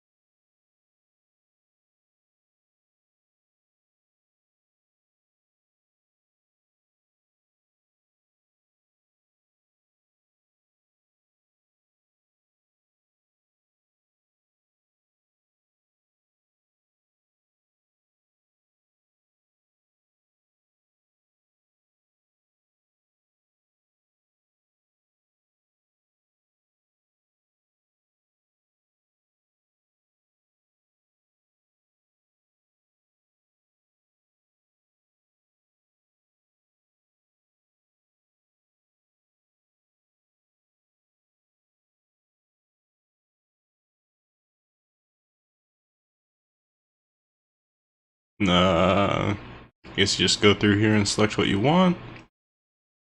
I imagine fixed quests is a good idea. Quest bug fixes.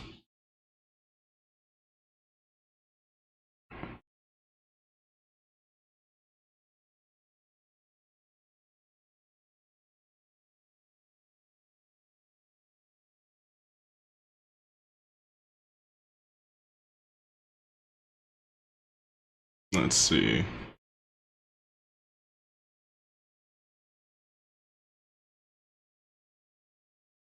I want the faction.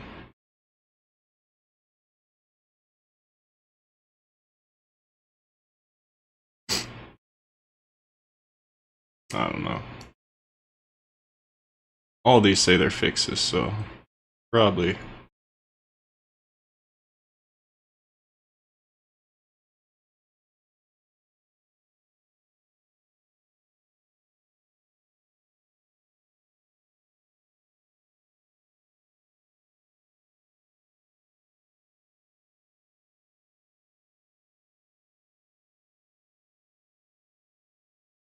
Yeah, it looks like all the unofficial fixes are probably worth getting. I'm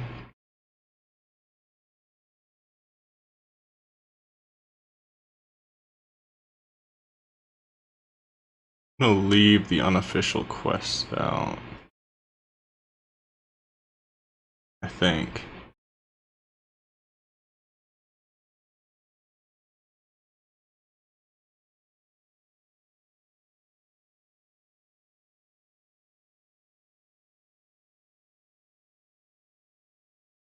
I'll include the guild quest. I don't know if there are guild quests already, but might as well throw these in here.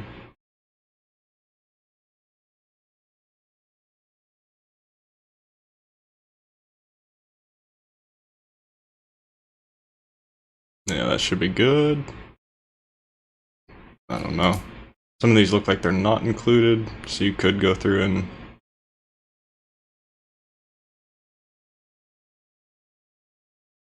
Okay, these are old patches. So I guess what we got's probably most of what we need.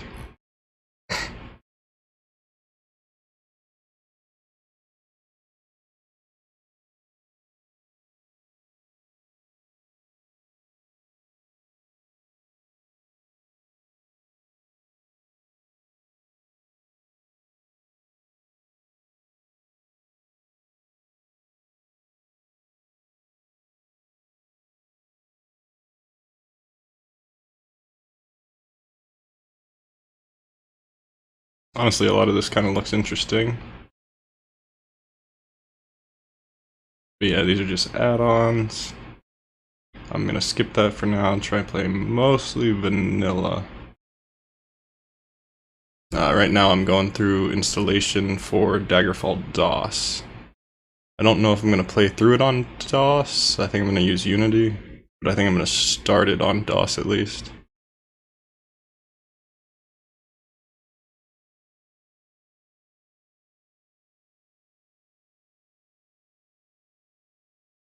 These might come in handy later if I fuck up my save or something, but it should be fine for now.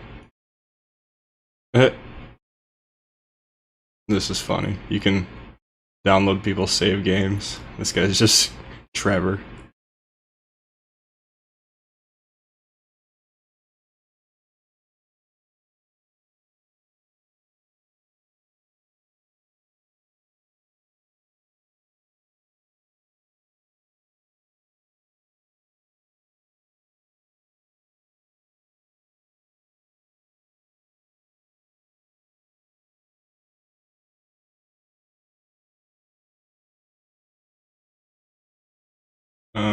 We got game utilities. I bet some of these are handy, but I'm gonna skip it for now. Editors and viewers. I'm probably gonna skip most all of this stuff, yeah.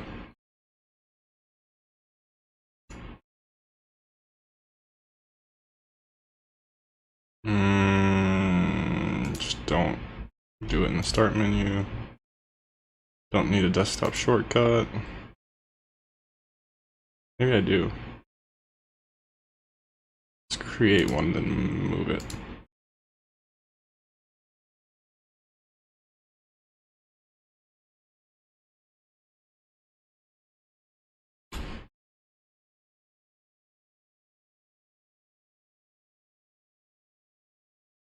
Damn, son.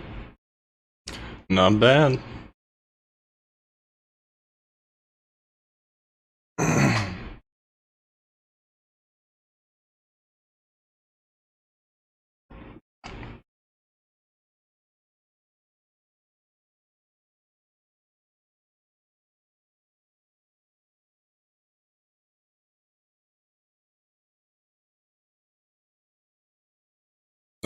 I would do an install video on Daggerfall Unity, but seeing as it comes with the GOG there is a GOG version that includes Daggerfall Unity and a bunch of other add-ons that I installed, so I would recommend just using that, honestly.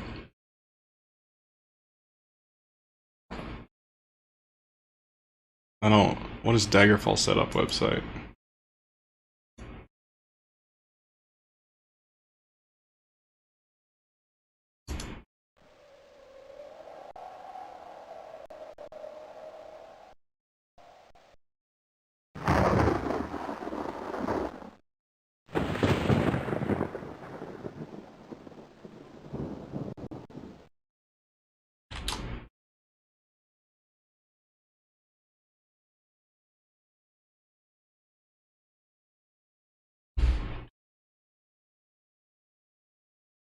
Alright, so that's at least running that well.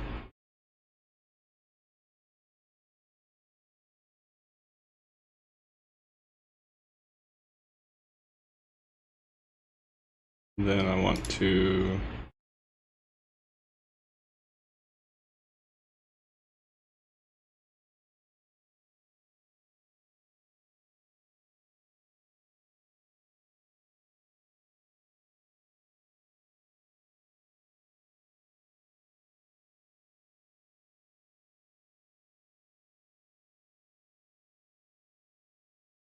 well, it said it made a desktop shortcut.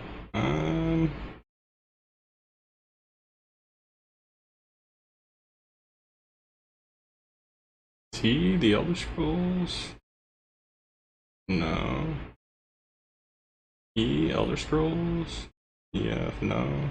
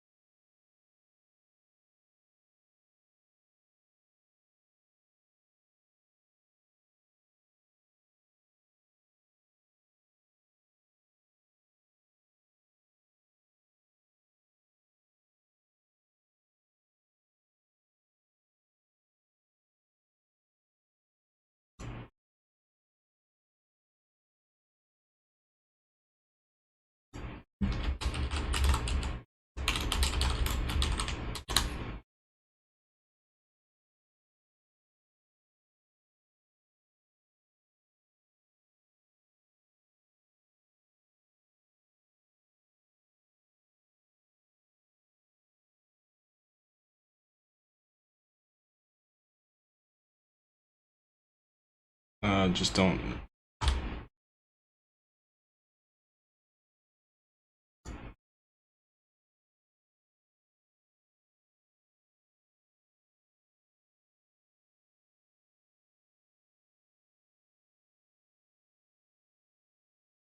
I don't know what it's doing with the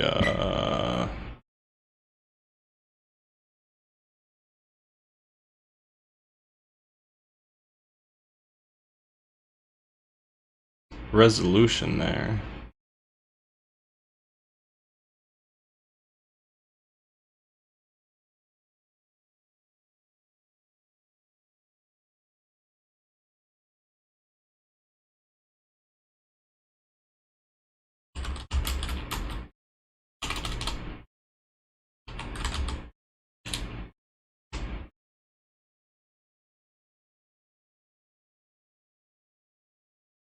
I don't know. That worked for me with Arena, so I'm gonna add that there. I think that should be about everything.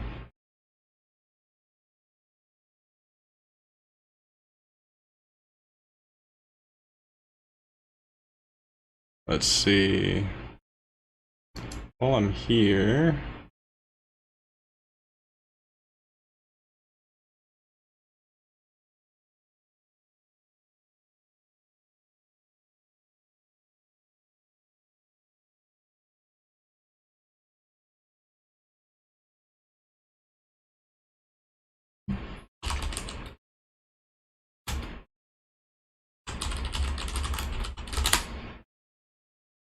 see if we can get Battle Spy running too.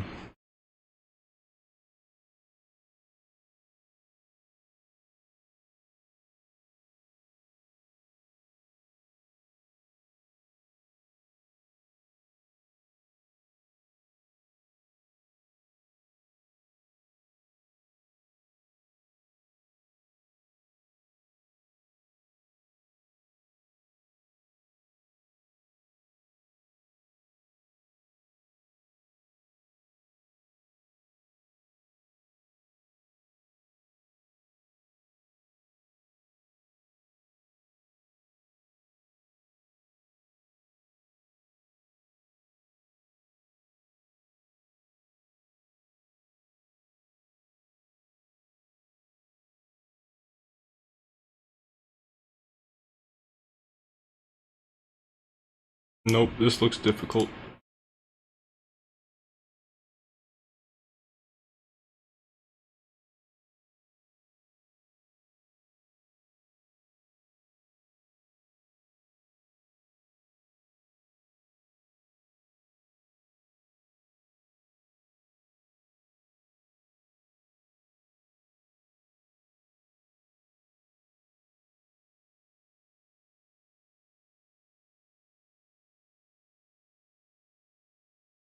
Alright.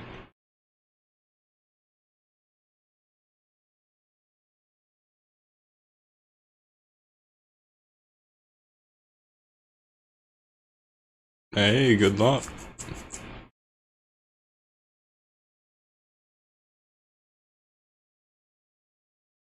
Yeah, no big deal. Seeds would probably be easier anyways.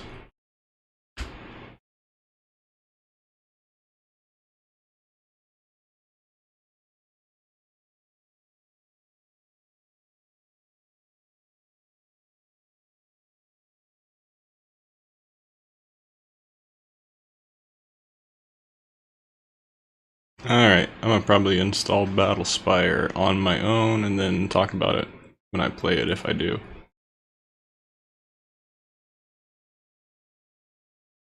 A little too complex to mess with right now.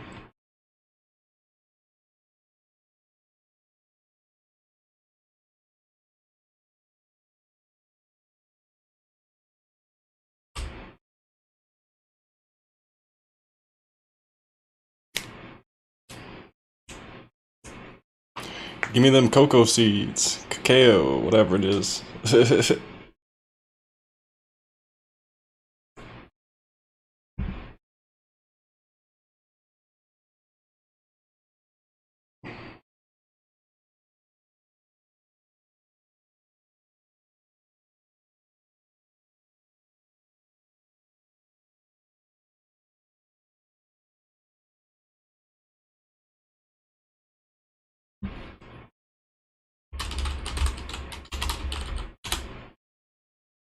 This bookmarks bar is so disorganized.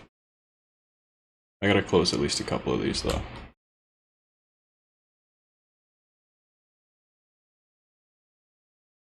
Put in the right place, alright.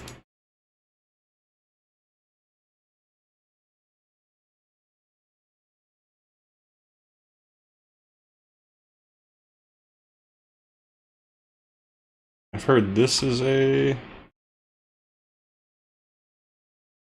Is this the right one? Okay, no, I've heard this is a good video for getting Daggerfall running. Does it work? Wasn't just taken down, was it? Alright, no. Yeah, we got this. I think I'm about to call it quits on the stream. A little burnt out after playing Minecraft for 5 hours. I should have played Splinter Cell, but having trouble having the interest to do that. Helps a lot when the games are like stealth games aren't that exciting, so it's hard to start those in the morning and actually be interested all day. But alright, sounds good. I'll hit you up.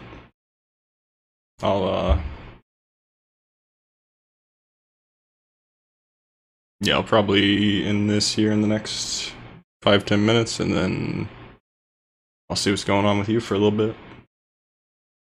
Let's see what else we got here.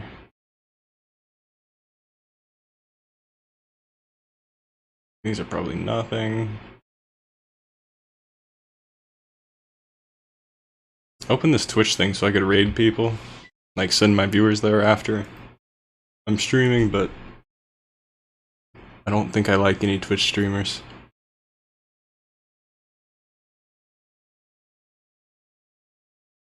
I need to find smaller creators I can try and raid or whatever. Alright, this is just Battlespire download stuff. I don't think I even got there yet. Oh, they're coming out with apparently improved graphics Portal. I might try and play that if I can run it. I probably can't run it. But yeah, they're using the NVIDIA Remix, which is a new thing to somehow improve games quality or something. I don't know.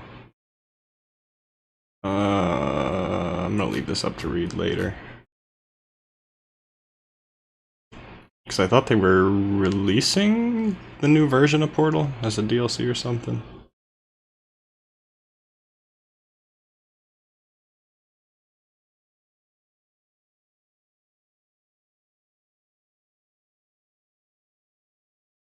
I might leave that open for now. Been thinking about putting a bot in at least one of the chats, but I don't know. Alright, that should be everything. Voxel Doom looks cool too. I want to fuck with that. Where was that at? Voxel Doom. Then we finish this, so I can close this.